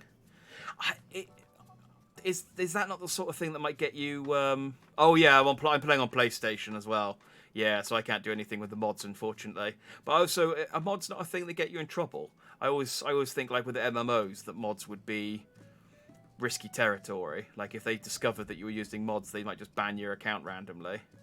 It could get you banned. Yes, cool. Yeah, as much as I like as much as I want to look dandy and look rosy, not that much. So, but yeah, as I said, I'm on PlayStation, so don't even have the option. Anyway, right, for real now, we're stopping because it's 1:25 and almost, and I'm sleepy. So, thanks for watching. If you did, next stream's tomorrow. We're gonna hopefully finish Pokemon Legends Arceus. I'm gonna spend most of tomorrow trying to fill the Pokedex because to do the final boss fight, you need to have a full Pokedex, and I'd really like to end on the final boss fight. So I'm gonna try and catch as many as I can, and then we'll do the story quests and then see what we've got time left for after that. So hopefully we'll catch a god tomorrow, but otherwise we'll just catch some lesser legendary Pokemon. I don't think they ban people with mod for cosmetics. It's technically against TOS. Yeah, it's one of those things where it's like, I don't really want to risk it. Everyone don't talk about the mods for 14. They loosened up a bit for 14. If you use DPS meters, don't talk about bad people. That will get you banned. Oh, I have heard that. I think I saw that on the Reddit. Someone complaining about like a DPS not doing enough damage or something, and they were like, "How do you know?" And it said, "I used I got a tool that tracks damage," and it's like, okay, well, banned. So I have read that, yes. But yes, I'm going to throw my balls at. I'm going to drag my balls right across God's face if I can help it tomorrow. So 6 p.m. GMT tomorrow. If I see you then, I see you then. Otherwise, I will see you when I see you. Thanks for watching. I've been Jack Dandy. You have been Just Dandy, and I am going to go and sleep, and maybe Google what the frick those Dravanian families things were, because it's still bugging me. Good night. I need to press the button. There we go.